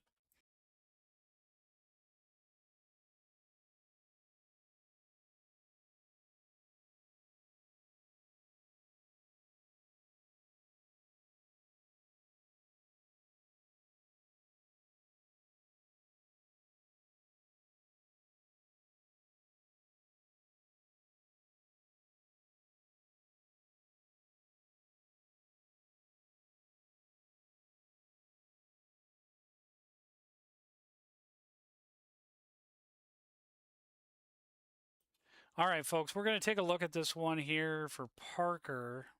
Now, they got rid of the severe thunderstorm warning. But we'll see what happens with this. You guys can see what I'm seeing, this tail here.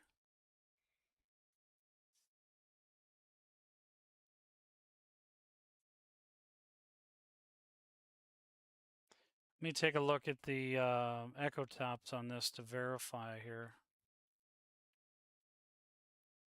It's so darn close to the radar I can't see it.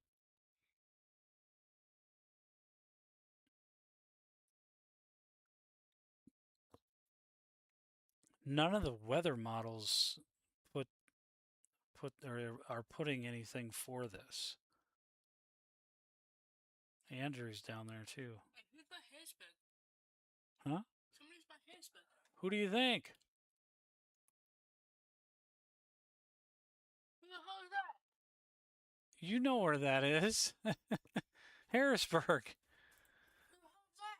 Who is it? Yes. It's one of my students. Well, I'm not going to see him. Well, he's heading back home probably. He's going further south. All right, so we got to watch this, folks. We got to watch this here. You're not going to chase, buddy.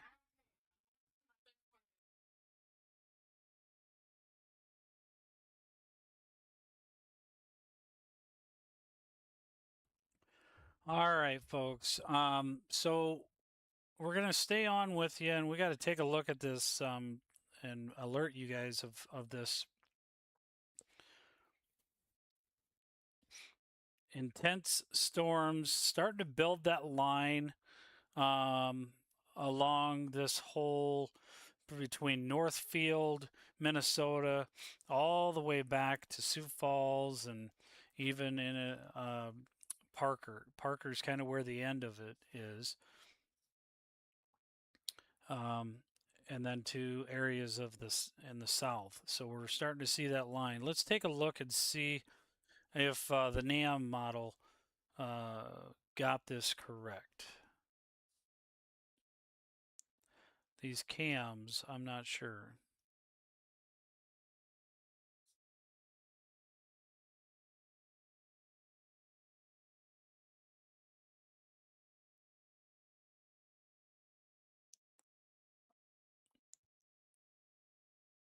So, all right, so here we go.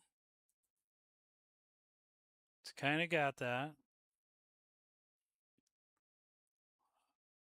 Sioux Falls, Parker, around 7 p.m. Laverne and Rock Rapids around 8 p.m. and Worthington around 9 p.m. So we'll see how it plays out, but this one here, no longer severe, doesn't even have a special weather statement. Kind of look cool to look at, but I don't think it's going to amount to anything there. This one here, a little bit different story. All these ones that are in Minnesota, big time. Different story there. All right, so a storm near Fulda and Dundee, Minnesota is starting to intensify. This storm may also be showing signs of rotation. So the Fulda, let's take a look at the Fulda one. Yes, look at that. So where the rotation is right there. It is broad, but it is still rotation.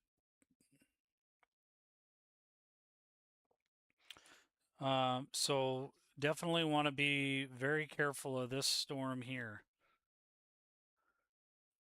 All right, so this has got a possible tornado tag on it. It was just issued a couple of minutes ago. At 5:37, a severe thunderstorm was located near Fulda, or 11 miles southeast of Slayton, moving north at 20. Ping pong ball size hail. And this is going to be impacting Slayton and Fulda around 5:45, so another 5-6 minutes. It's right on top of you, and that's heading north, so areas that'll be impacted by that. If it continues on the track north, would be Davray and Westbrook.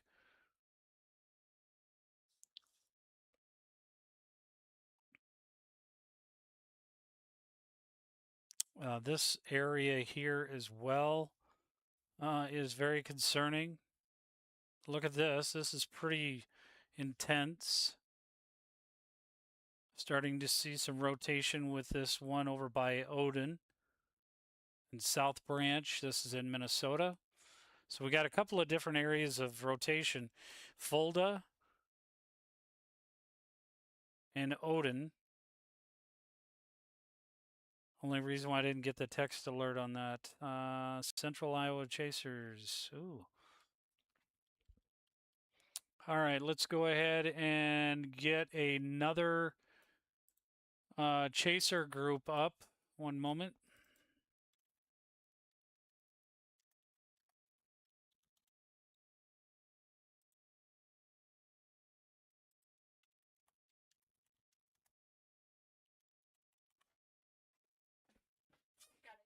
Nope, hold on. Hold on a second. Can you really tell how it's? Yeah, I can see that. All right. Oh, one of my friends that No, you're not.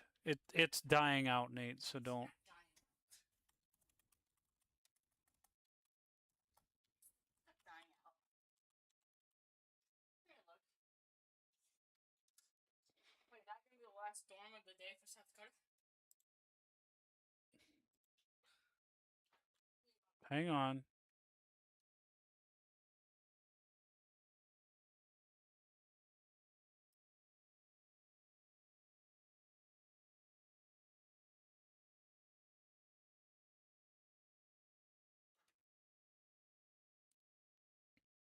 Hold on, folks. I'm just trying to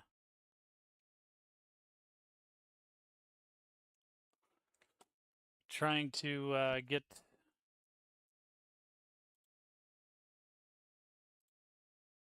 all of this rolling here. One moment, folks.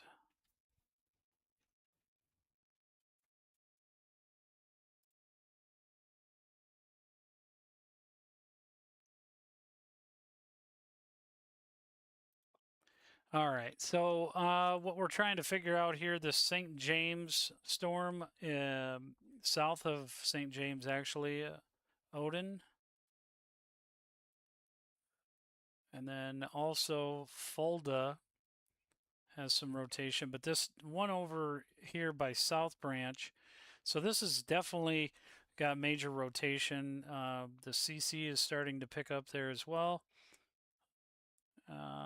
Correlation coefficient. So that basically is a measurement of some objects that are flying around in there.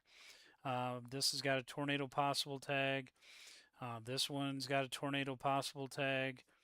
This one up by Nicolette, that does not.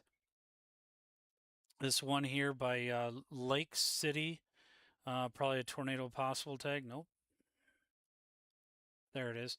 So that's a tornado possible tag. There's a number of them. So it's probably turning into more of a wind event. But this one here definitely shows that it is rapidly intensifying with the rotation just to the west of South Branch. So there's a lot of chaser convergence there, meaning basically, oh, yep, Adam Lucci is on that one. So if he's on there, you know darn well that he's likely getting big time. Wyndham. So we'll see how this goes.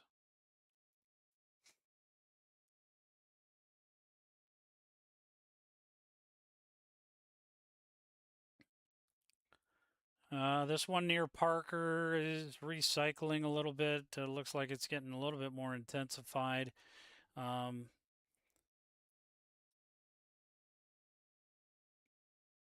Let's see what we got here. No, we got the thunder going now.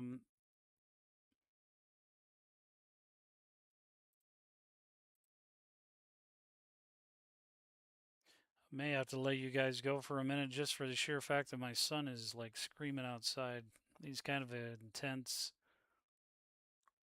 Gets a little wrapped up in the severe weather. Hold on, I hear him coming in.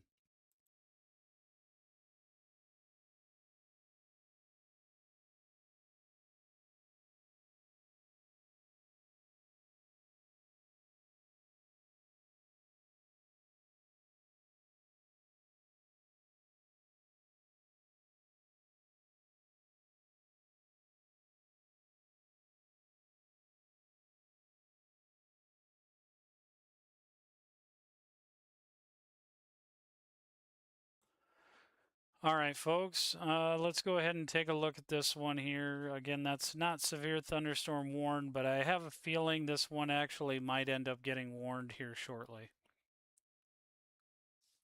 And the reason, let me explain why I believe it will be.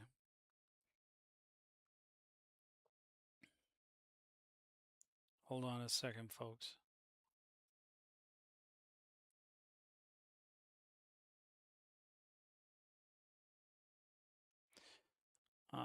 Starting to have a little bit of more intense of the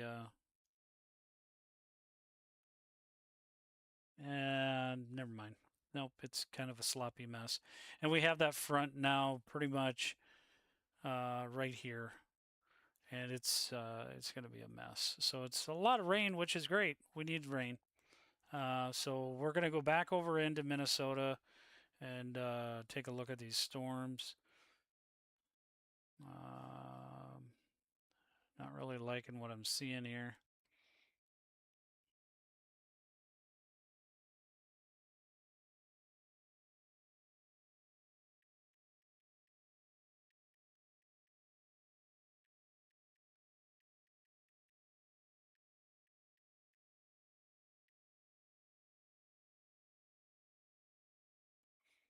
Hang on.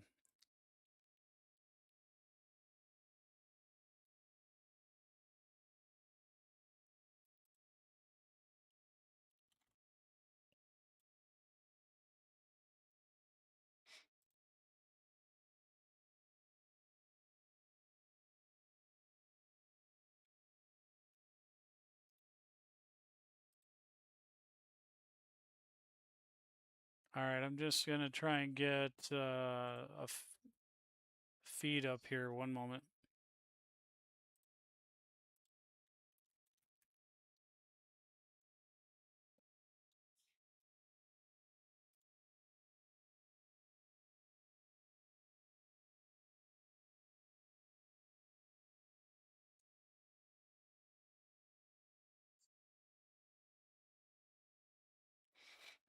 All right, looks like we do have Central Iowa chasers, enhanced risk for southern Minnesota, so I'm not sure exactly where he is.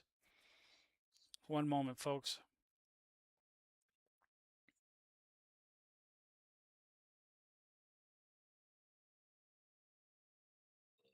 Dave, can you download the app WeatherWise then? So I can use your phone for that. I don't even know what you're looking for. Bear with me one moment. I'm trying to find my contact for them. Ryan, is she gonna learn how to read a radar just like that? Reading a radar. She's looking at these It clouds. took forever. No, she's getting WeatherWise. Oh, that's why it hasn't done anything yet.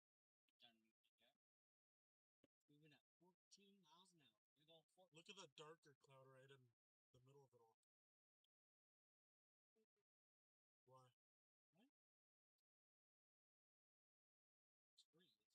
It's free.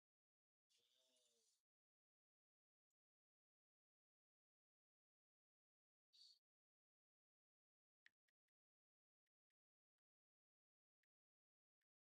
Mason, I don't know what county we're in.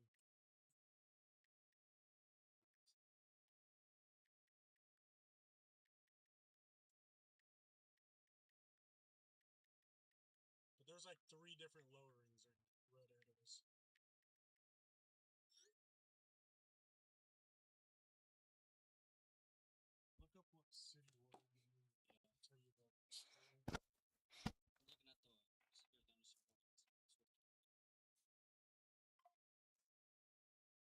Northern Martin County. Martine? We're in Martine County, Mason. Yep, Northern Martin County in south central Minnesota.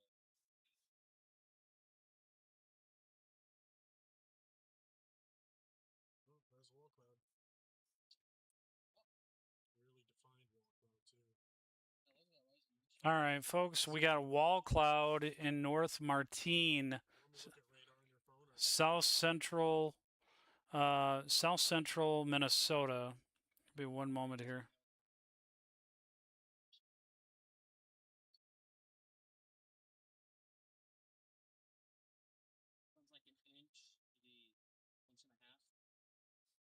was big hail. Yeah, Mason, that's the storm we're on. How's it going, Sarge? Welcome in. We have 12 people in here, guys. Welcome in. Like the live, you guys can. Looks like it's throwing down golf balls. We're in southern Minnesota right now at a storm that's severe thunderstorm warning with a tornado possible tag on it. Yeah, it's throwing golf balls.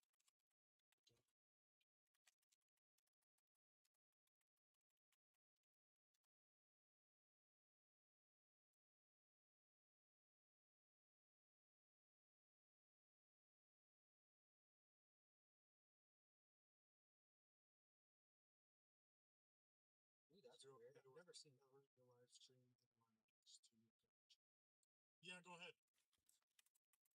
Oh, that's a real tractor.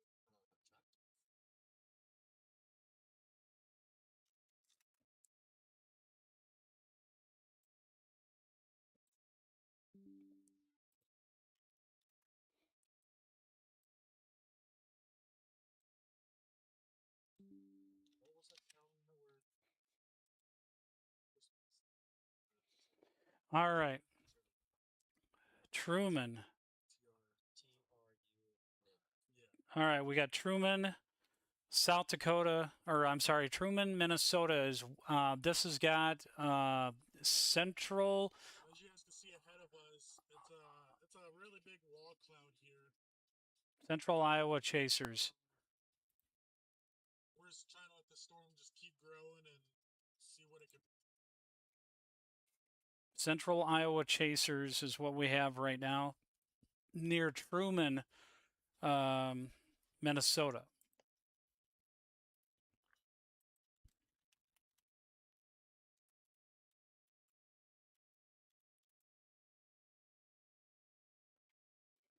So they are definitely on one heck of a storm there. And obviously, you can see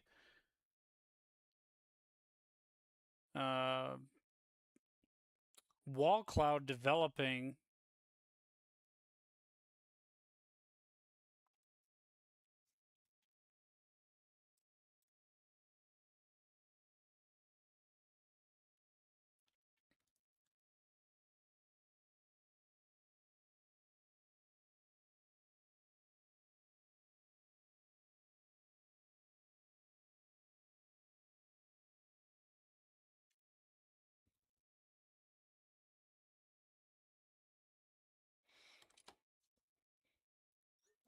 All right, so we are taking a look at this storm here. Let's go ahead and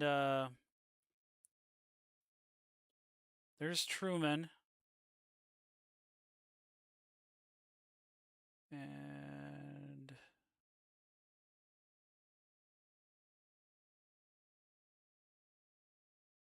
we got a number of chasers on this south branch. Vernon City, Minnesota is another area that's going to be impacted by this. This has got a tornado possible tag on it. 2.5-inch hail. This is a severe thunderstorm warning. They have not issued a tornado warning yet. Look at that. There's going to be a tornado warning very, very soon. There is a wall cloud that's trying to develop there, as you can see with central Iowa chasers. And it's getting pretty darn intense there. There's a number of areas that are concerning. This is probably going to be the area that is the most concerning. So if you're in anywhere like Louisville, Minnesota, Madelia, Minnesota, and then eventually some other areas would be Vernon Center, eventually Good Thunder, even eventually possibly Mankato area. This storm is on its way towards you guys. It's moving northeast at 25 miles per hour. Tennis ball size hail and 60-mile-an-hour winds. Again, a tornado watch does remain in effect until 10 p.m. Central Time. Look at the chaser convergence here. I keep talking about it, but it is just absolutely insane how many chasers are on this. I would not want to be stuck in the with chaser convergence traffic. I mean, you can even look at it from a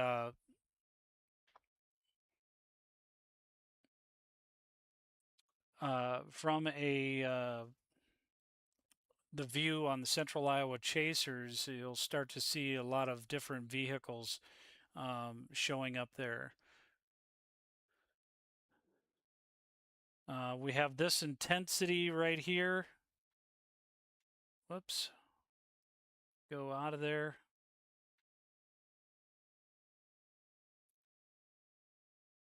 We'll go back to reflective.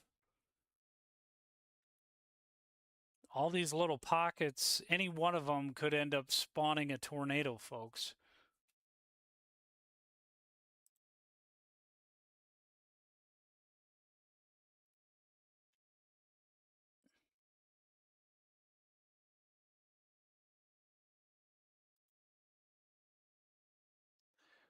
I keep pausing because If you know where, yeah, Mason, we're on that store.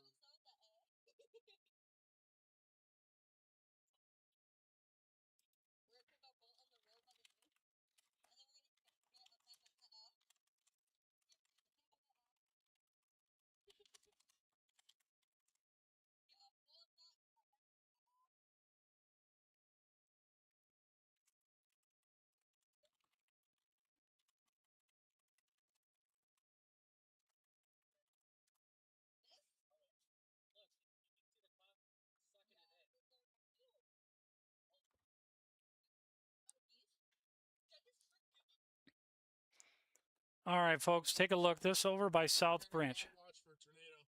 Watch for a tornado? Y'all watch.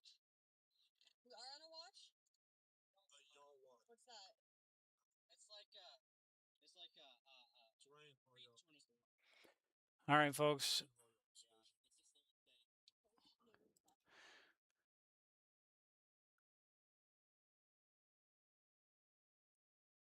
All right, let's take a look at this storm here. Sorry, I've been listening in on Central Iowa Chasers, trying to get a better handle on a few things here.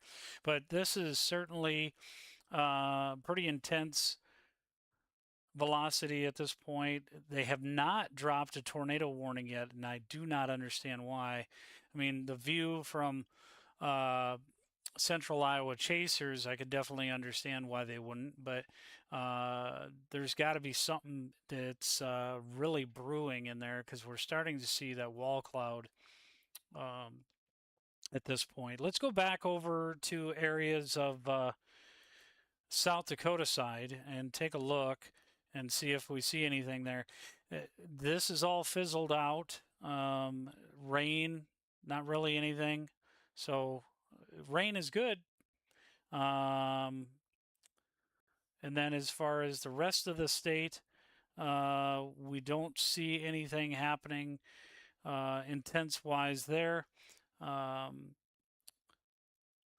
Again, that's all pretty much done. It's all over in Iowa, Cherokee, Iowa, areas of Westbrook, Minnesota, Windham, Minnesota.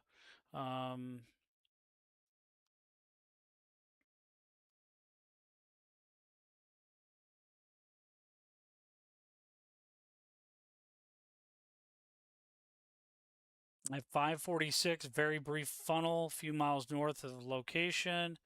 There's just so many different ones here. Tons of different rotating wall clouds observed. 554, so 5 minutes ago, Hannah Vance. So there's now rotation here. Right here, we've got it reported. Rotating wall cloud about 5 miles to my west. Live view on YouTube, of course. You're gonna say that. Let's go back. They do have a tornado warning now. Radar indicated. Was waiting for that. This is now tornado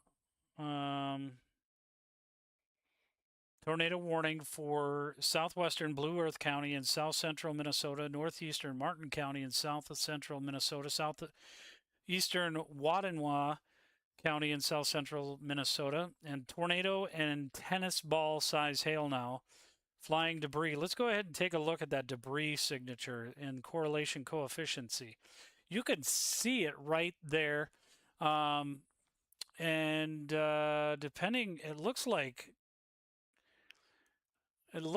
Central Iowa Chasers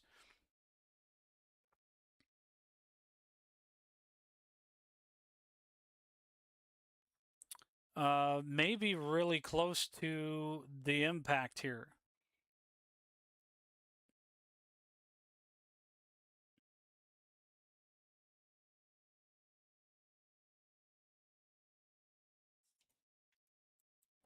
We're going to take a look here.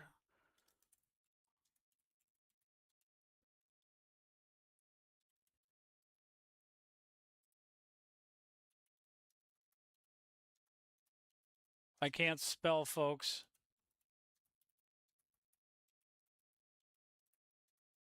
It's one thing that I got to get updated here.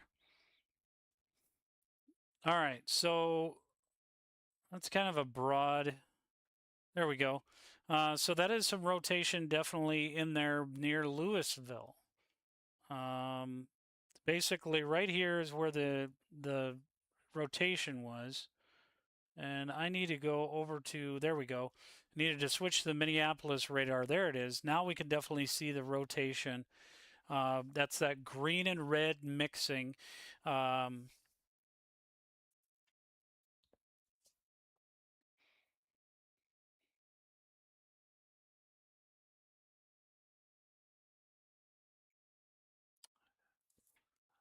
Big time storms here. Look at this.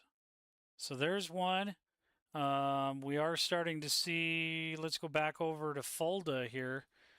Kind of a mess there. Let's take a look at that.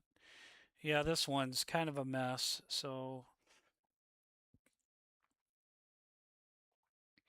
this one here could end up being up by St. Peter.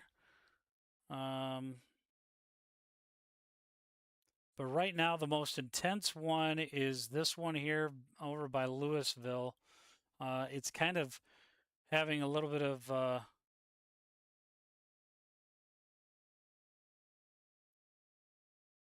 definitely intensifying. Correlation coefficient, you definitely can see flying debris. I would imagine at some point they're going, oh, we got Central Iowa Chasers showing some rotation right there. It's a little hard because the camera is shaky, but you can definitely see something trying to, a very well-defined wall cloud there, big time.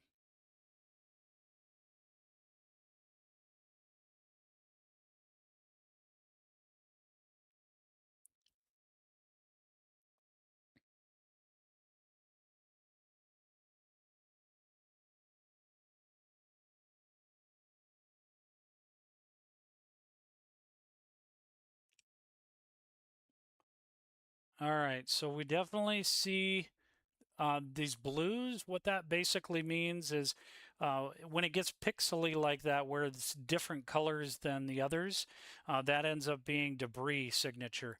That there is definitely debris flying around there, and basically radar is picking up that, hey, that's an odd object, so it comes back as a different color. So that's basically what it is there. And there's definitely much tighter rotation starting. And take a look at Central Iowa Chasers view right there. It is definitely starting to get pretty huge there. Let's see if we have anything else.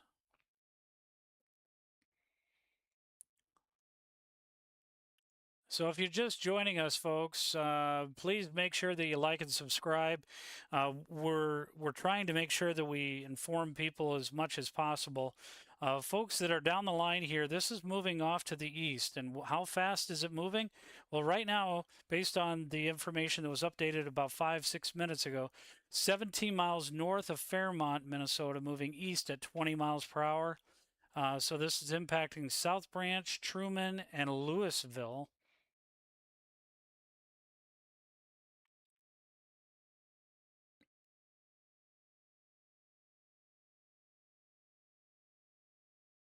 I assume that they're trying to get into position here.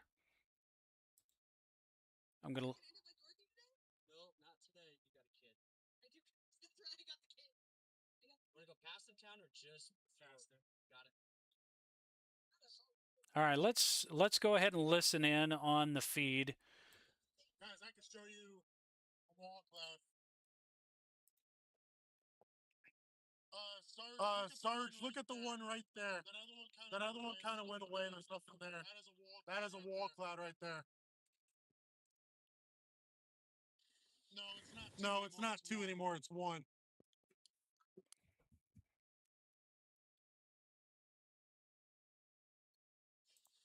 So we're listening in on one of the chasers from Central Iowa Chasers, and they are in this vicinity here. We're watching this unfold live. I thought it wasn't gonna do nothing. We're watching this unfold live, That's a camera. and it's starting to get a well-defined hook. It's going to basically between Louisville and South Branch, you can start to see a little bit of a notch. It's not. It's on the ground. You keep calling. You can possibly call it a funnel, and all they will do is just put out. It's already. It's already. Don't worry. So the only thing I could do is if it drops down, I can call it. Get inside.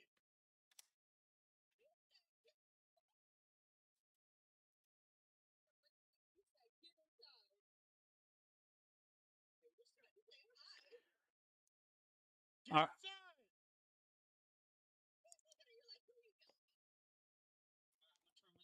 Yeah.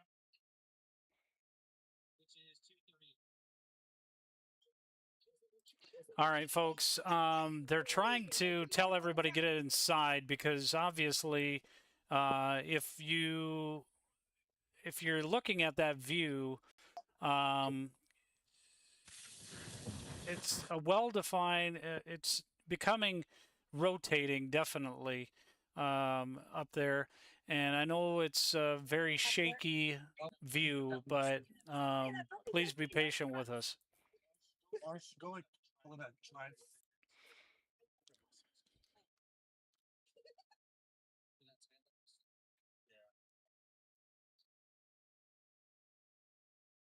Oh, dude, that's fucking huge. I mean, that's huge. That's inflow. Yeah, pull over right here. Oh yeah. If you hit. No. Okay, folks. So we have a tornado that was reported brief, uncondensed touchdown half a mile west of current location. This was for Sarah Kasabian. It did lift.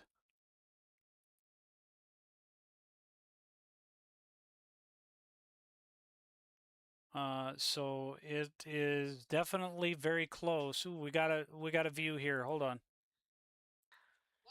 Why are you zoomed in on the YouTube one? Can I zoom out? All right. I was gonna say yours zoomed in pretty like. Let's take a look. Okay, 2 streams going. Let's listen to this here. Be one moment. We're definitely seeing a well-defined area of rotation and concern here. Yeah, I think we're chilling right now, don't you? Are there sirens in the distance, or is that the car? Yeah, it can't see it. Okay, will you do me a favor?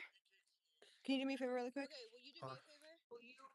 Can you do me a favor? Can I steal that one? What? Really quick, what the heck we're looking at? Well, just tell them join this stream. I told them it's in Not the. It's in the. waiting on a stream that's not mine. Sirens. They have the link in here, so some people will be turning Here? from yours. Oh, we gotta. Sirens going off. Oh, we gotta. Sirens going off.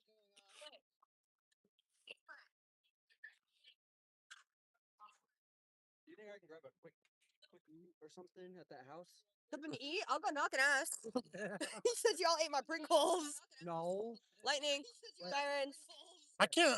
Is that an info till? Is that one? Is that a funnel? That one? Looks Yeah. like a funnel. I can't tell. No, that's got to be info. You can see the updraft. Yeah, but this. I don't know, dude. I think it might be getting close to the ground. I don't know, dude. I think it might be Yeah, it is. close to the ground.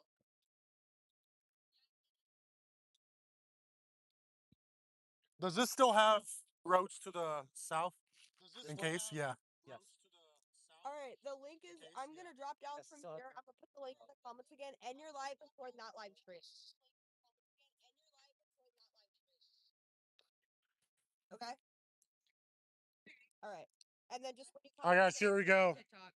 It's gonna come down. It's gonna come down right there. Which one, the tail end? Nope. Or that one? That one right there. You can see it Yeah, rotating. I see it. Kind of looks like an elephant trunk. All right, I dropped down. They're joining in from this one on your.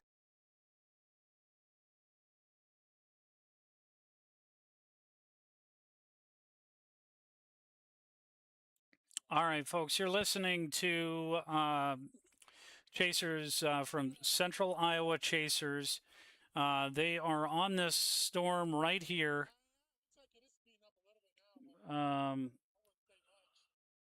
It is speeding up a little bit, but this is still a very intense storm.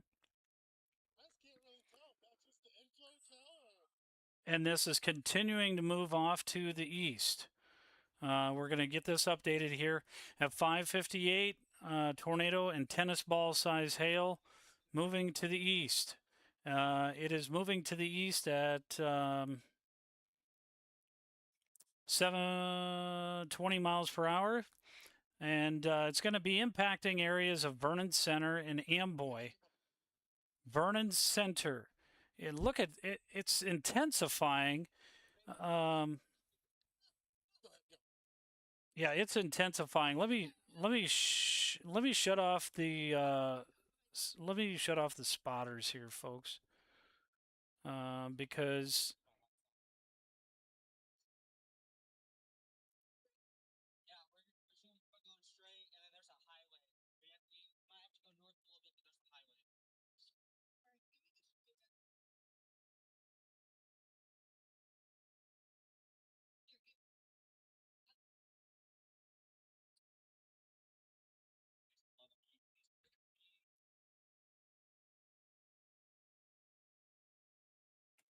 so I shut off the spotters so that we can kind of see the intensity of this.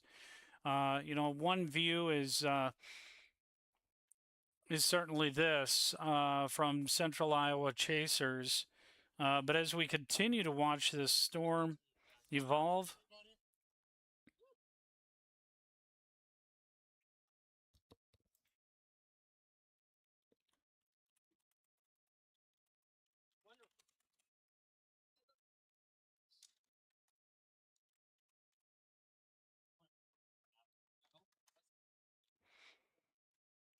All right, we're going to take a look further into the velocity of this, and let's. This sucks. I'm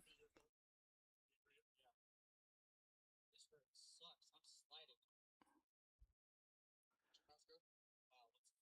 So we've got, look at on the backside of this, negative 20 miles per hour. I'm going to keep on 1705. 177. It's not as intense as the other one or was earlier. Hence the reason they probably have just a tornado possible tag on it.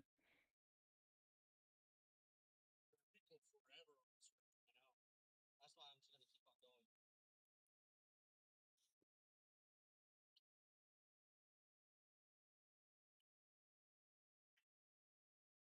But look at that, it's getting well defined there.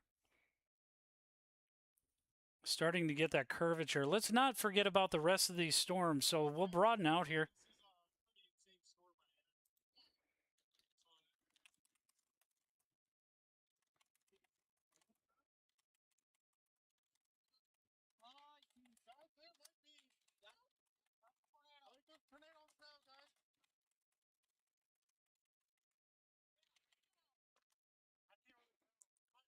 All right, folks, we're going to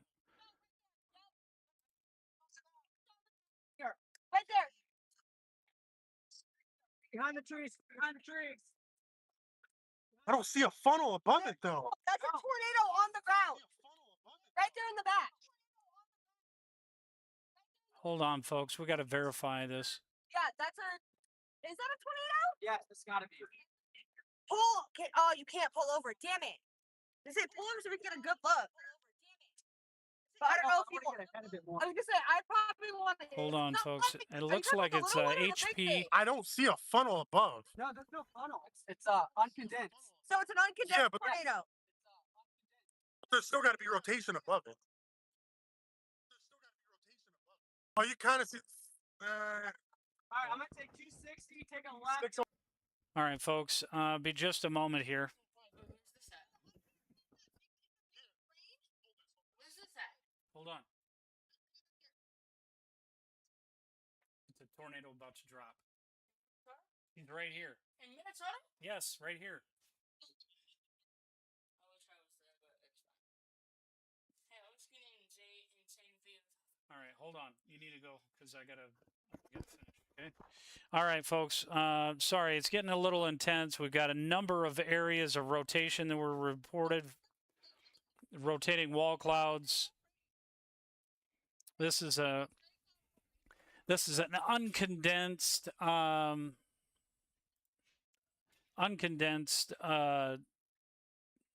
funnel, basically. I did not see it touch the ground.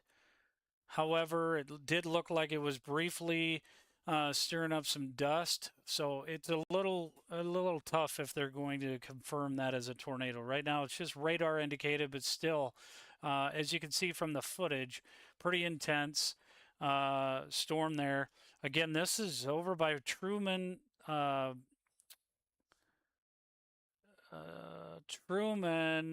Whoops, I have Truman, Minnesota. I believe it's right across the border, so it might actually. No, that is Truman, Minnesota, yes. So there's a.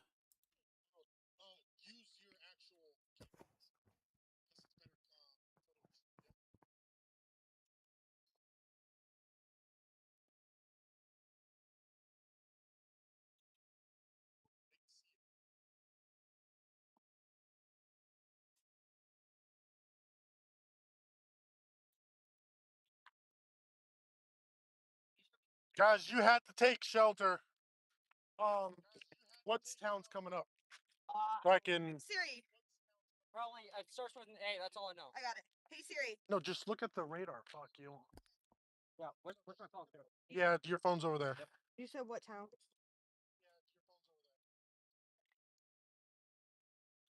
Amboy.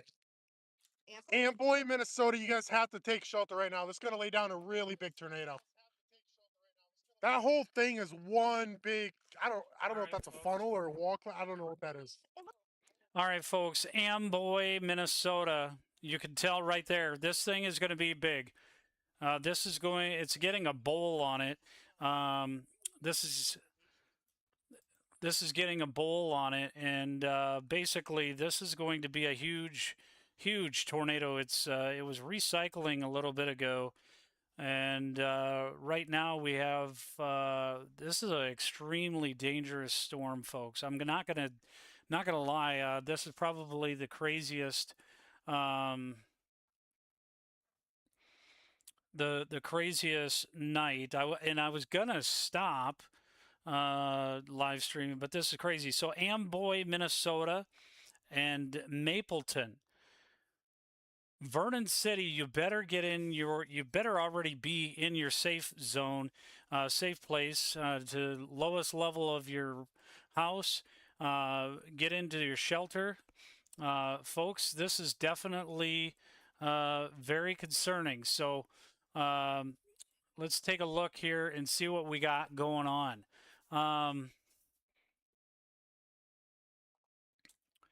Let me make sure that our footage is not lost. There we go. Central Iowa Chasers at the top. But folks, this is a perfect time. Your friends, family, take a look at these storms. You know, wouldn't you want to be warned of this when severe weather is happening? for just $15 a year, less than 4 cents a day, or about 4 cents a day, you can have Weather Call Next Gen contact you, and it'll be my voice on the end of the line, or on the line, that will be alerting you.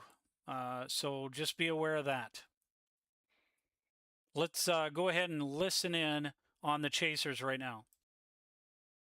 All right, watch out so this truck get around. Is it Central Iowa Chasers. Central Iowa Chasers? Yeah.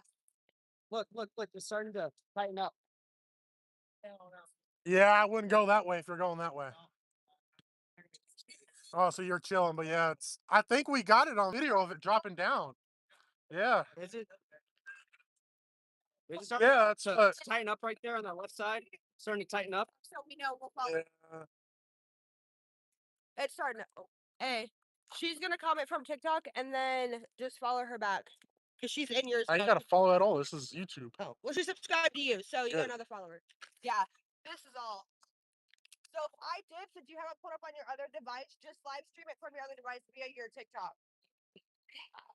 And then just tell everyone the name so they can follow too, because we usually aren't on TikTok.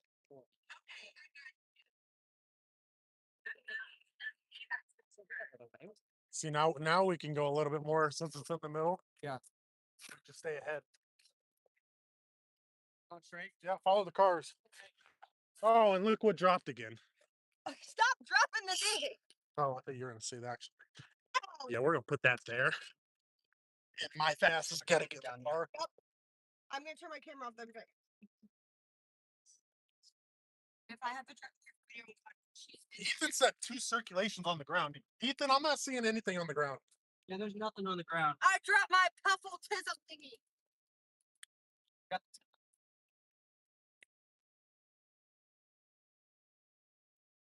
All right, folks, I'm going to just mute this for a brief moment here. Again, this is an extremely intense, ever-changing situation here, but I want to kind of show you how this has evolved. Take a look.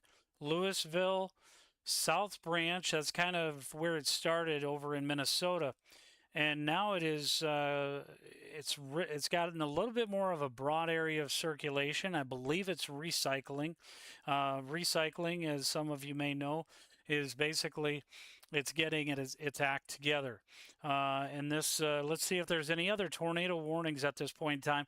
Wyndham, there now is a new area of concern. Tornado warning over by Wyndham. So this would be Wyndham, Minnesota. This is radar indicated at 6:21. So a couple of minutes ago, this is going to be impacting to Mountain Lake, Bingham Lake around 6:25. So you better take cover now, move to the basement or an interior room on the lowest level.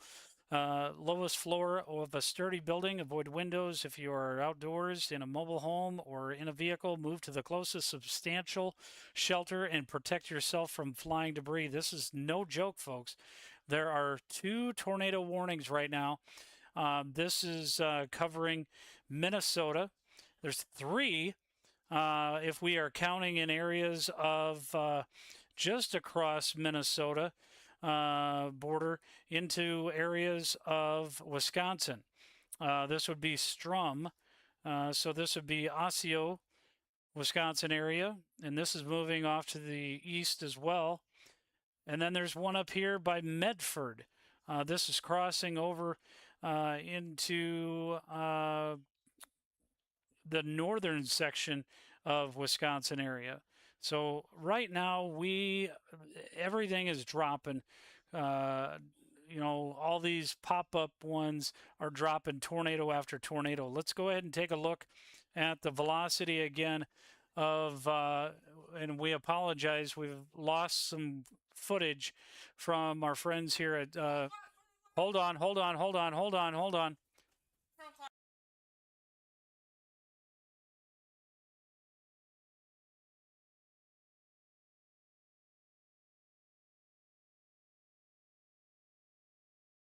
All right, folks, we have lost footage from Central Iowa Chasers briefly. It should come back here shortly. Here we go. We got a fully condensed tornado. Hopefully, you guys can see it if it comes up here.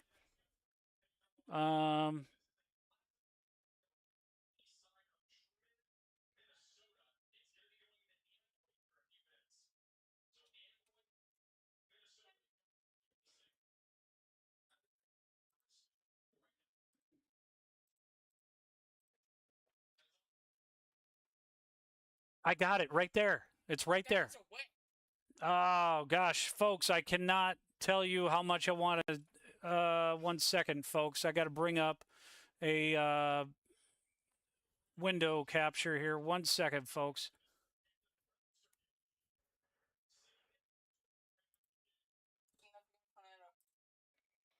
All right, folks. This is what you're seeing, hopefully, right now. I'm going to just kind of bring this down a little bit. Holy crap! It's right in front of Brandon.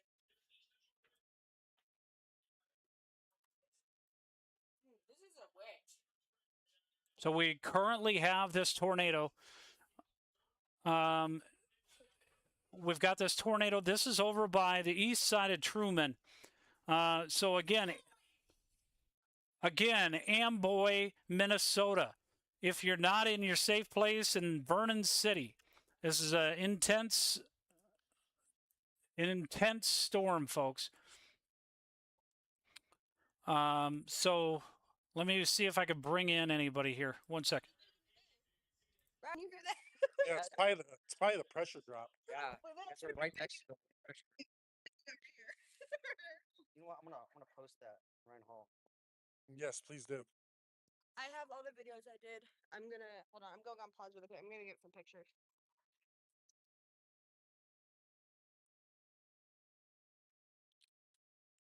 Oh. All right. Guys, this tornado's still on the ground. It's really hard to tell because it's raining a lot in the storm. What's that over there? Is that gonna make another one to the side? Oh, it looks like Is that gonna be? I don't think the tornado's on the ground, but it's. Is it making another? Ryan, one? look at it. Yeah, It's making another one, correct? it's kind of like sideways. It It's, looks. it's horizontal. Yeah. All right. So I don't know if it's necessarily on the ground still. I It's can't like really tell. standing out though. I don't think it's on the ground, Ryan. I don't think so either. It looks like the rest is rain and that's debris because it's moving. All right, folks, we're going to It's going east. hold on one moment, folks.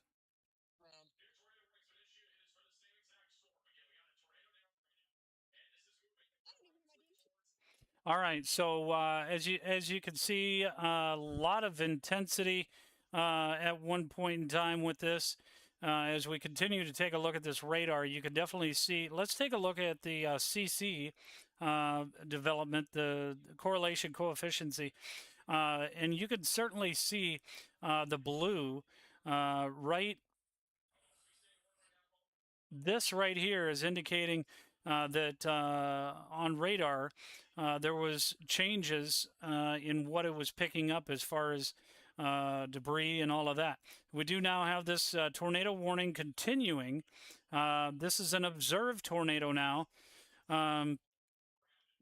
So at 6:28, a confirmed tornado was located 7 miles southeast of Louisville. That would be Minnesota, or 19 miles northeast of Fairmont, moving at 25 miles per hour. The weather spotters confirmed that. So again, Vernon City, Winnebago, Amboy, Delavan, and Mapleton, all the areas that I was discussing, these areas are being impacted by that. So get to your safe place, folks. Get to your safe place now. Let's listen in.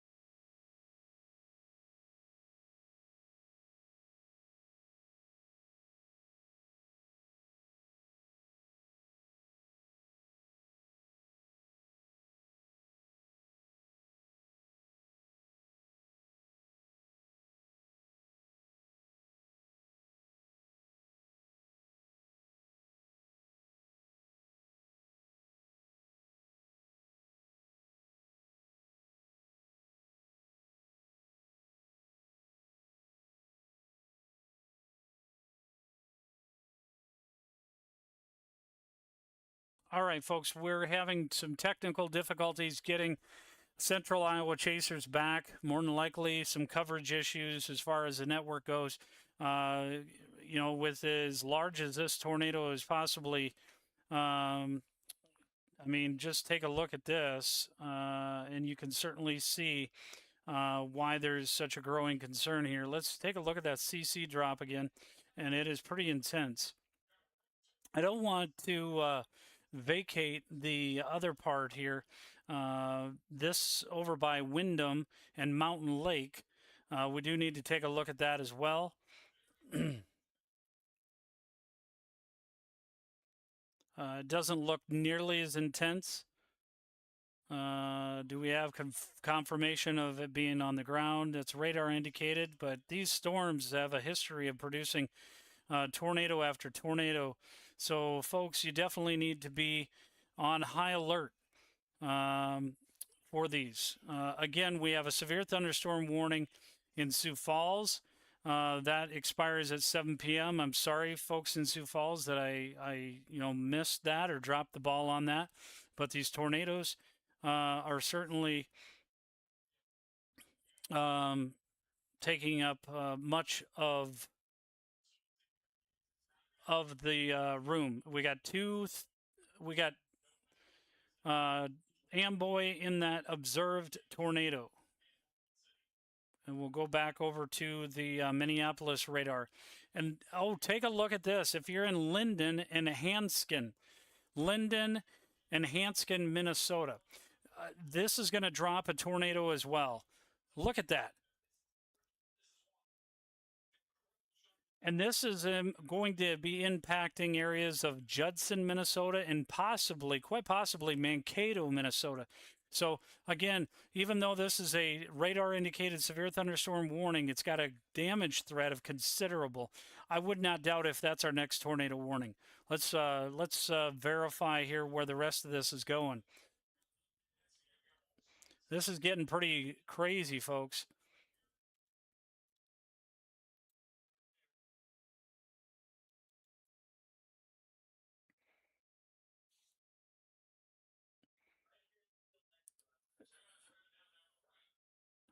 Hold on, folks. I'm going to verify here from my son. What do we got going on? Be one moment.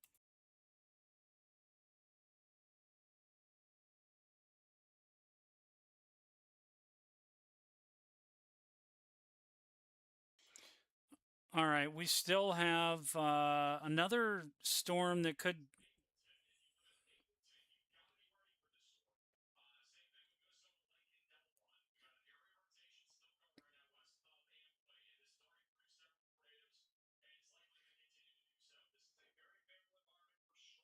We've got intense storms. Look at all these tornado reports. Each one of those tornado images is a tornado report. So this puppy has definitely gotten it. I wish we had the view from our chasers in the field, but unfortunately,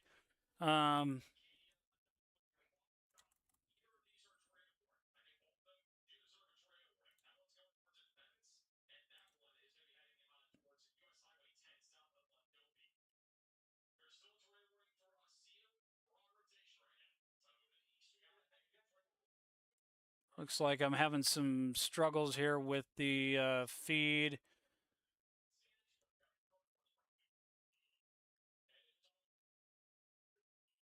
Not coming through, so we're having a struggle here.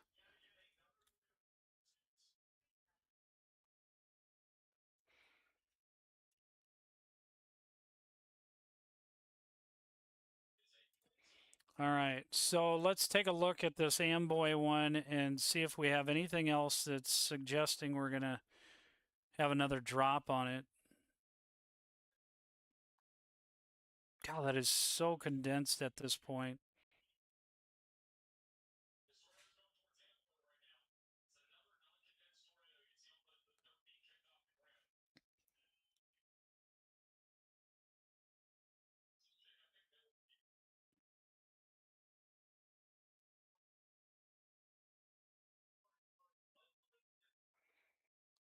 All right, so Mapleton, somebody's in Mapleton. Let's verify. Not one of our chasers.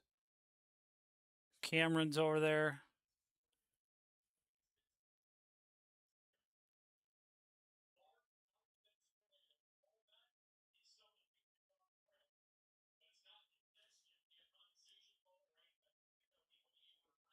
All right, let me back out of here and bring that back to a full view. This is insane right here, folks. Again, this one by Mountain Lake, Minnesota, is a tornado warning. So, folks in Butterfield, Minnesota, you need to get into your safe place, and even St. James, because I don't see this thing stopping. Even St. James, Arnold's Park, you got a severe thunderstorm warning. Look at all these that are down here, intense storms as well, down in areas of Iowa. But the biggest intensity is up here in Minnesota. We even have areas of Medford up in Wisconsin area that's got a number of tornadoes, and I don't want to discard our folks in Wisconsin, but we're focusing on this Minnesota one so much because it's so intense right now, and I wish we were able to get the footage here to show you guys that this is pretty crazy. Back to our velocity here. It still is pretty darn intense.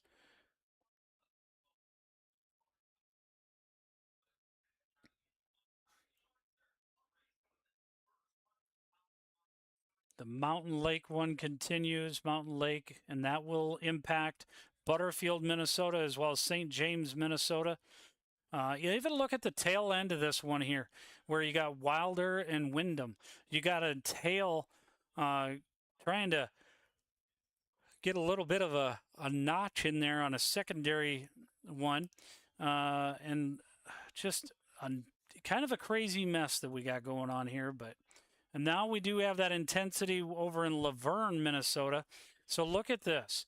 We're going to start seeing these storms here. If we bring this back up, now it's starting to intensify because over by Beaver Creek. So folks, Beaver Creek and Laverne, you expect to have big time hail for that. Let's take a look at the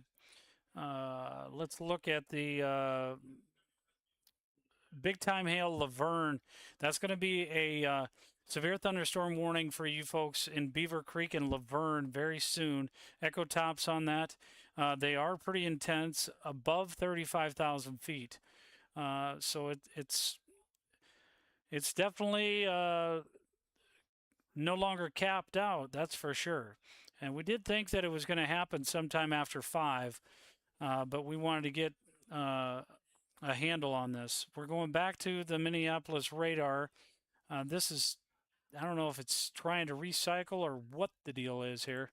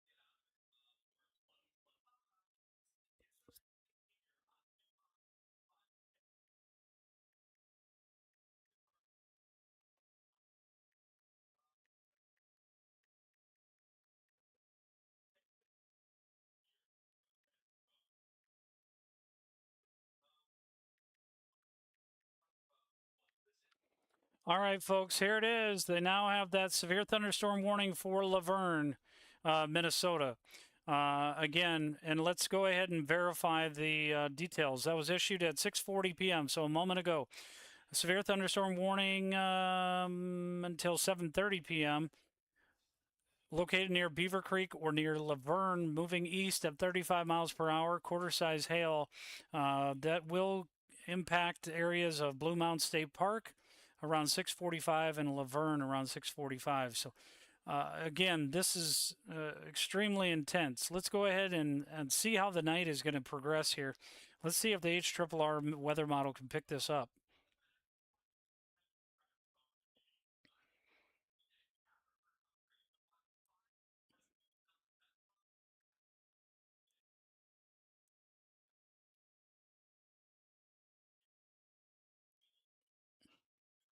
It did pick it up, so it looks like it's picking it up quite a bit here.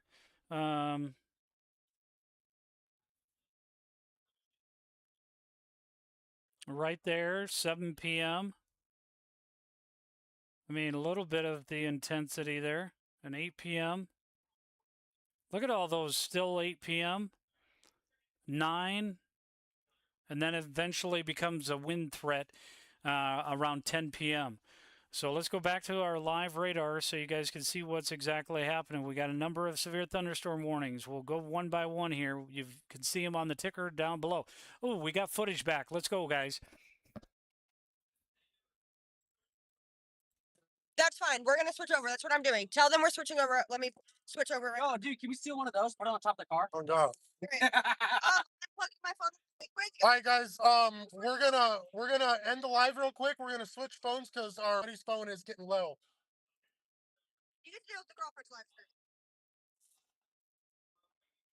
All right, looks like it's the coverage is going to be in and out for central Iowa chasers. That's likely because of the big time hail and how intense this system is. The coverage can be very, very spotty at times.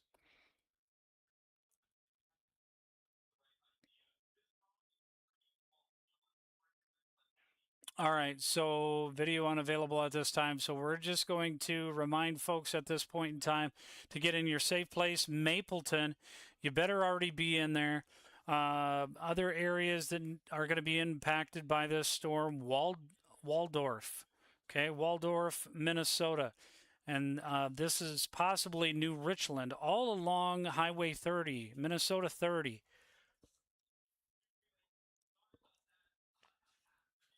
Again, as I was concerned earlier about St. James, Minnesota, that area is going to be impacted here by this tornado warning as well. Expect this to continue to intensify. You just saw the new scan. Guess it's not that bad right there, but still. Velocity, there is some rotation. It's getting a little less intense, but still there. The main one is this observed tornado that was issued, tornado warning that was issued at 6:28. Northeast of Fairmont, moving east at 25 miles per hour. There we go. Central Iowa Chasers is back. Let's find out what's going on with them. 1 second here, folks.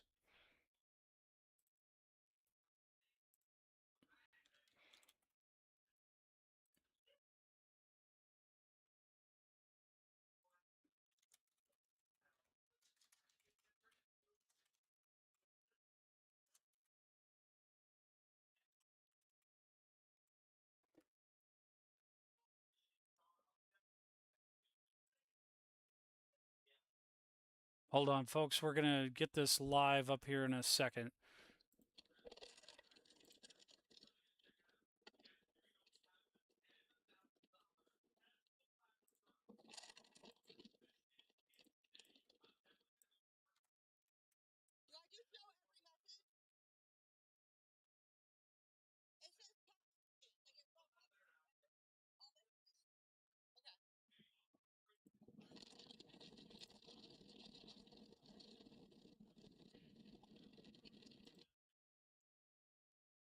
All right, folks, let's take a look and listen in here.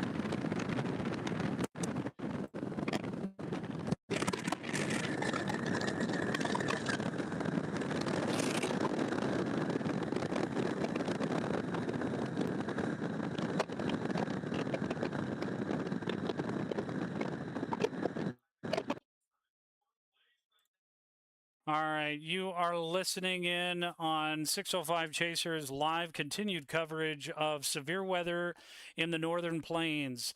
We've got a heck of a mess here, but we're trying to get it all and tracking chaos and delivering some clarity.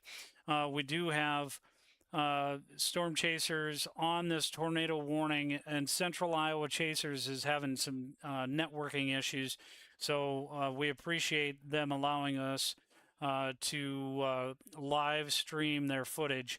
They are very well trained in what they do, and we appreciate it very much. But the struggle is real. Sometime in the field, it gets really difficult to get things networking wise to go. We do still have a tornado warning for Mountain Lake, and that's going to be impacting very shortly to Butterfield, Minnesota. Windham, Minnesota still has a severe thunderstorm warning. You can see them all in the ticker below. Like and subscribe. Make sure that you share the live. If you've been watching on Facebook, the main thing that I want to tell you is you need to share the live so other people are aware. You may have friends and family that are going to be impacted by some of these storms, and you know, you never know when these storms are going to impact you. But the nice thing and the beauty about storm alert from Weather Call Next Gen, they will contact you through your phone by giving you a call. So it doesn't matter, landline or a cell phone, get signed up. They will call you and let you know if weather is going to be impacting you. There is now a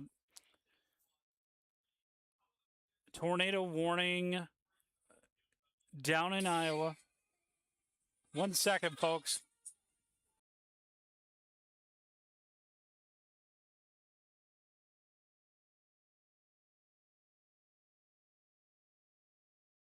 All right, folks. We do have a tornado warning down here in Iowa. I apologize, I missed that. It was just issued 2 minutes ago. That should have the coverage. There it is. This is northwestern Iowa, northeastern, so it's southeastern Emmett County in northwestern Iowa, northeast Palo Alto County in northwestern Iowa. Severe thunderstorm capable of producing a tornado was located over Gradinger, or 7 miles north of Emmetsburg, moving east at 15 miles per hour. Ringstead around 7:15.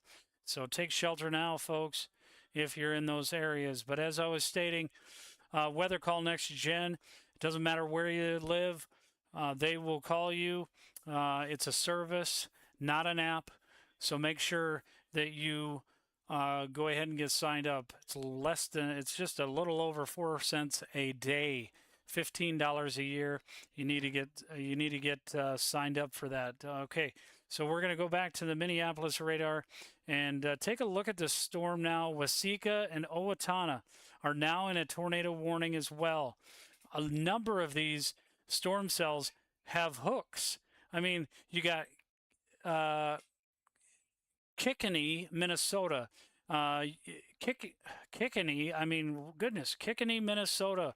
That has a hook there as well, and that could end up spawning. I wouldn't doubt if that's going to be a tornado possible in a little bit if it doesn't merge with these other storms, because it's starting to get a little messy. I'm not going to lie. This is all starting to get a little bit messy. But again, folks over in St. James, Minnesota area, you need to be aware of this one over by Mountain Lake, that tornado warning there. That is going to continue to move to the east and the north. It's just a smidge, and that's going to impact those areas. Hang on one moment, folks. Hi there.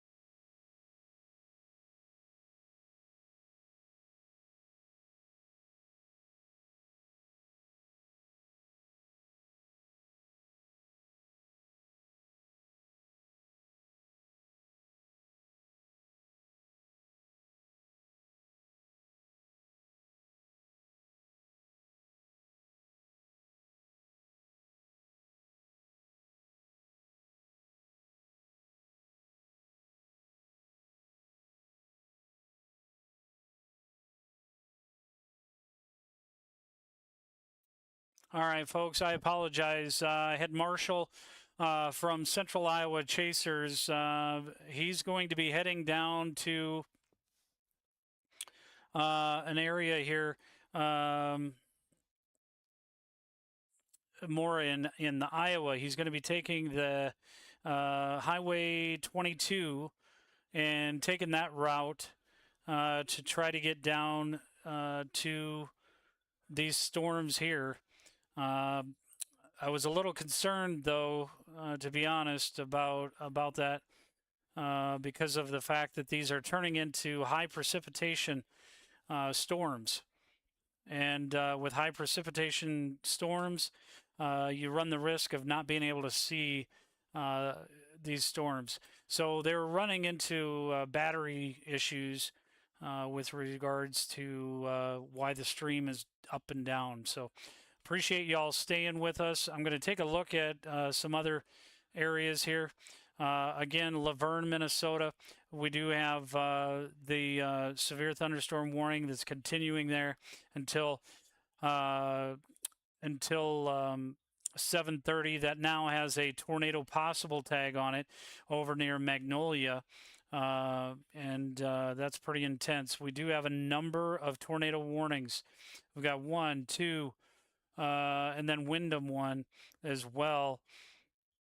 Like I was telling Marshall, that my biggest concern at this point is that these are all going to merge, and it's going to become more of a wind threat and than a tornado threat. And with that wind threat, definitely becomes more of a growing concern because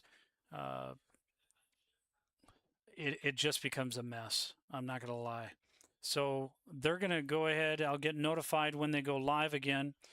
But man, the Chasers over here is just nuts. We're going to take a brief break.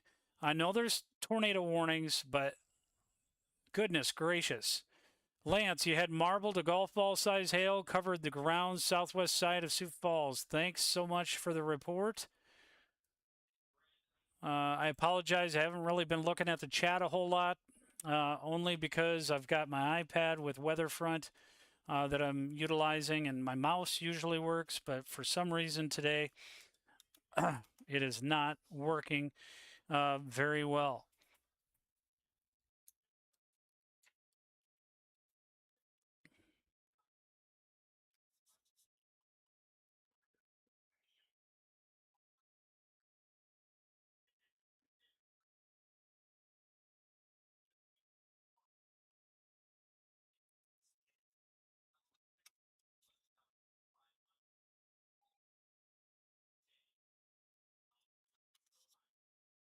Trying to get my mouse to work over here, but it's having difficulty on that. So I'll be right back, folks. I appreciate your patience. We've got plenty of things going on here, so we do have to step away for a brief moment. And when I get notification that Marshall is back live, we'll bring you that coverage live from Central Iowa Chasers.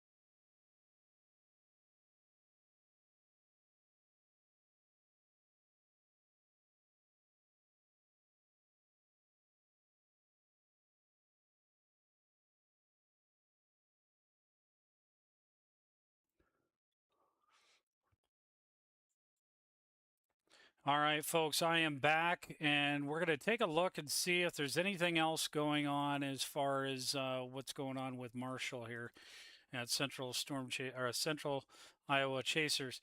Let me see if we've got his footage back. There might be some issues with that. Bear with me one moment.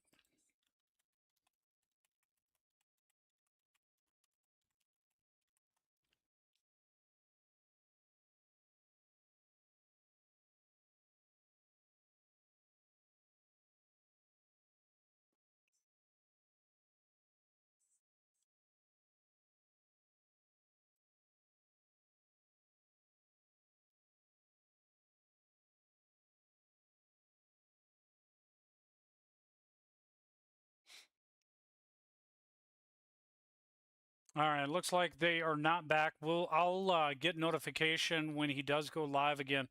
But we're gonna take a look here. I'm gonna shut off these spotters. It's just too clouded, and let's shut off the storm reports. We do have a number of tornado warnings. This Mapleton. We're gonna go ahead and pull that in here and bring in the velocity at this point. As you saw earlier, the tornado that dropped over Truman and Amboy was pretty intense. Yes, it rained here. Yeah, marble size hail and yeah. Oh wow. All right, so Mapleton right now, Mapleton, Minnesota does have a observed tornado, no radar indicated, so we don't have it observed. Let's take a look at the CC on that. Can't really tell at this point. This is when it'd be nice to be able to have a chaser available to take a look at.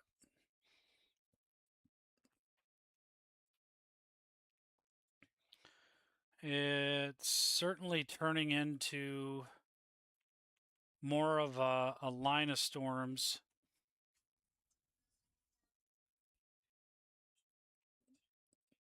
More of a QLCS eventually. Let's go back to our weather models and let you guys see how this may end up playing out. We got a new update here at 23Z, so we're only 39% of the way done with that. So let's just take a look and see how these storms may progress for the rest of the evening. You can take a look at there.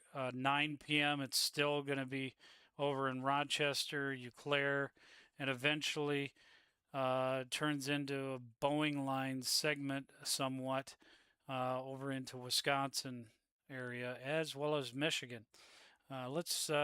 Goodness gracious, I was not aware that we were going to have tornado warnings in Kansas, but nonetheless, there is.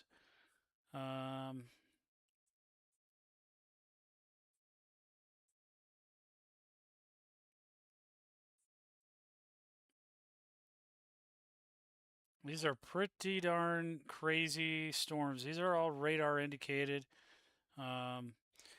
There was that indication that we were going to have possibility of some tornadoes down there, but look at that. Further to the south is what it was expected, and doesn't look like we've had any there. So interesting. But man, it's been a crazy day in Minnesota today.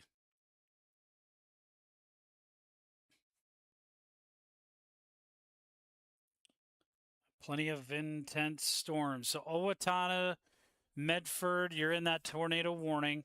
Mapleton, it's right on top of you yet. And as you can see with velocity here, we can definitely see the rotation there. This is going to be impacting to Minnesota Lake, Waldorf, Minnesota. And we do have hopefully some chasers. One moment, folks. What's that? Where? Oh, that looks beautiful. All right. Make sure you get some food. All right.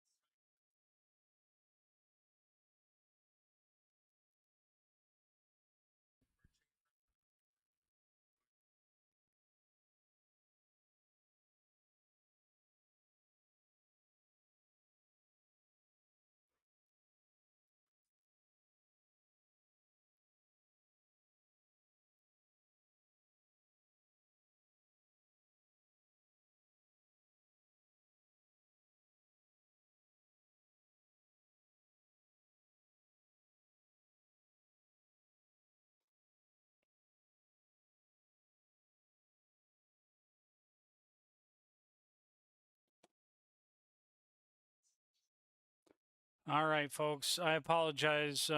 Just was trying to verify what was going on here with some of our other chaser groups. Uh, Again, Mapleton, Waldorf, you've got the tornado possible tag on that severe thunderstorm warning.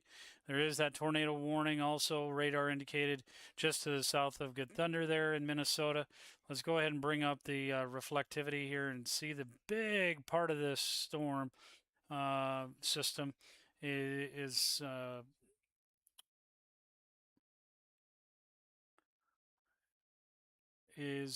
all of these here. It looks like, I don't know, it looks like these are pretty crazy. Not gonna lie, this is kind of a mess.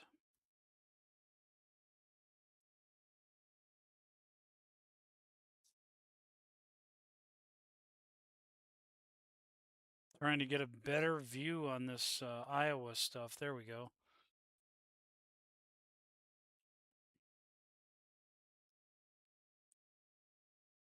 It's HP. A lot of high precipitation storms now happening. And this one here is radar indicated. This is radar indicated. We no longer have visual confirmation because these are all becoming more high precipitation storms. If for some reason central Iowa chasers would happen to go live again, we'll cover them. But I don't know if they're going to.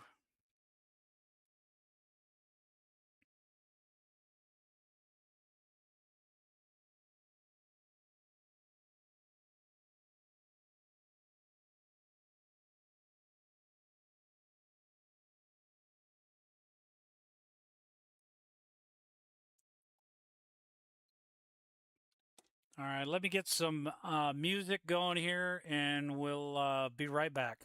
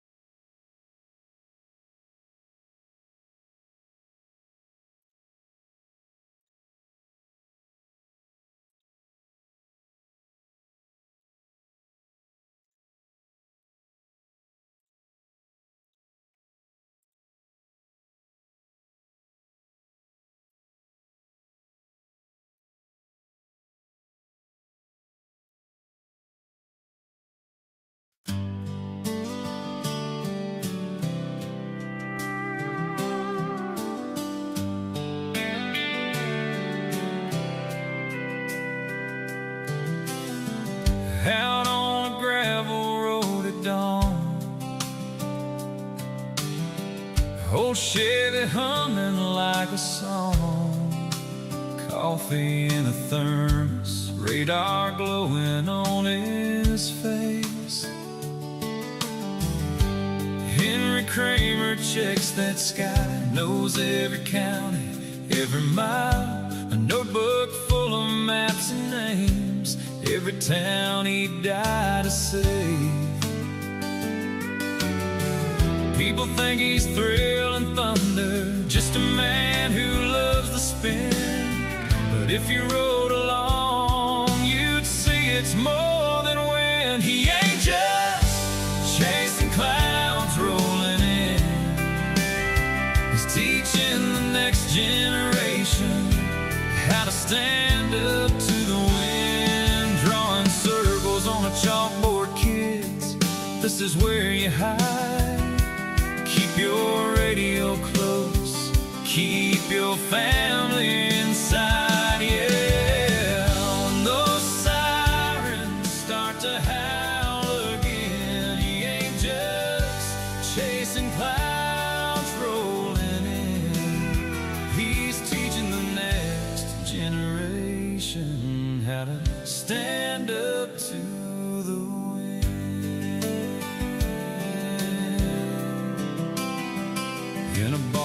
classroom Tuesday night, ball cap off under the lights. He shows them grainy cell phone clips, the ones that shook his soul. Says, I've seen highways disappear, but fear don't get you anywhere. You learn the signs, you learn the plan, that's how you keep control.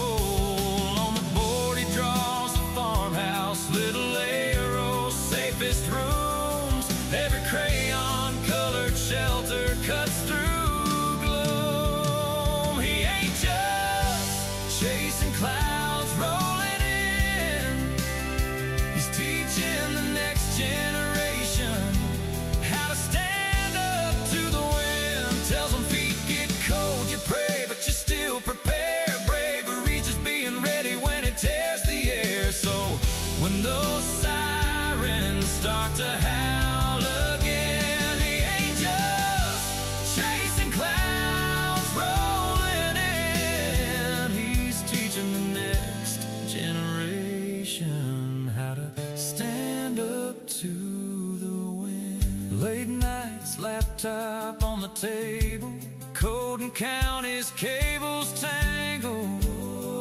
He's building roads you only see on a screen, little arrows through the black, leading chasers there and back, so the ones who run toward danger come home clean. He ain't just chasing clouds rolling in, he's helping every small town learn to stand up to the wind.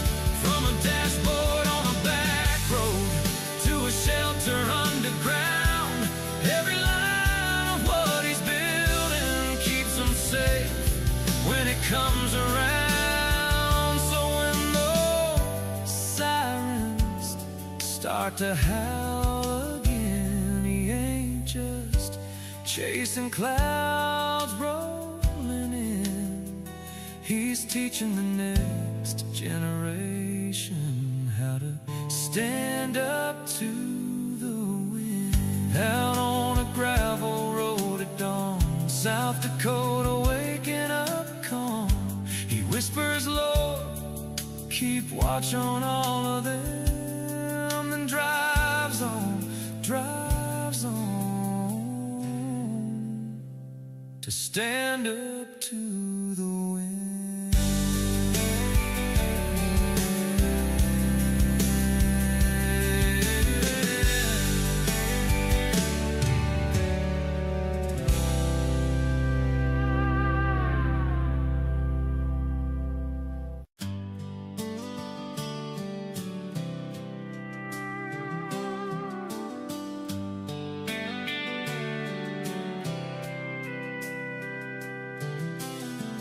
Out on a gravel road at dawn, old Chevy humming like a song, coffee in a thermos, radar glowing on his face. Henry Kramer checks that sky, knows every county, every mile, a notebook full of maps and names, every town he died to save. People think he's thrill and thunder, just a man who loves the spin. But if you rode along, you'd see it's more than wind. He ain't just chasing clouds rolling in.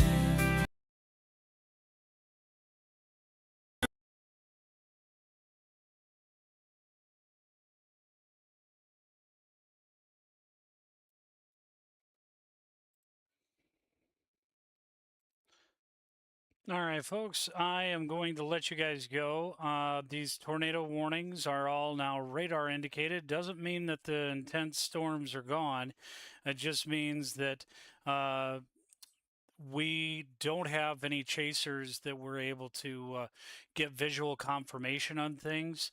I mean, I would love to bring continued coverage even later into the evening, but let me remind you all that 605 Chaser and Weather Call Next Gen have teamed up this season to bring nationwide life-saving weather alerts. So make sure that you take your phone out.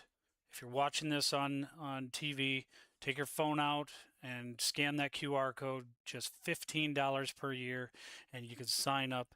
It's about 4 cents a day to help save somebody's life. And you can gift it to somebody. I mean, get them signed up and you can pay for it yourself. Gift it to somebody. So that would be a great option as well. They're going to continue to have severe storms for the evening over into areas of Iowa as well as areas of Wisconsin. Let me do a last review of what is expected here over the next several hours. As you can see, 8 p.m. It still pretty much stays stationary. Rochester, Minnesota will be impacted again by much of this. Appleton, Wisconsin, Madison, Wisconsin, Milwaukee, and then eventually even into areas of Grand Rapids, Michigan, and Lansing, although those are not going to be nearly as intense as the storms, and that's going to be like in the overnight hours. So again, thank you all for joining. I want to thank our group of chasers, Anglin Storm Intercept out of Vermillion, South Dakota. Make sure you like and subscribe his page on Facebook as well as his YouTube channel. Also, I would love to thank the amazing Marshall from Central Iowa Chasers for allowing us to live stream his footage with his crew of experts with Central Iowa Chasers, allowing us to kind of build that relationship a little bit more for getting people aware of what is coming for severe weather. Leaving you with this, there are still tornado warnings, but this is going to turn into more of a wind threat. We're talking 80 plus mile per hour winds. These are going to be impacting overnight to areas to the east, so that would be in Wisconsin and into Michigan. Not so much into Michigan, but just to the west of Michigan, so the eastern portions of Wisconsin and Iowa. You should be done with this by 10 p.m. Iowa, you should be done with this. Let's go ahead and bring up this Blue Earth tornado warning. That is for another 45 minutes. It's mainly because these are moving so slow, moving northeast at 15 miles per hour. So very, very slow moving storms. Lots of rain has fallen with these storms. And the ground has been, needing that, but we're getting it all at once. And that's always a fear as well.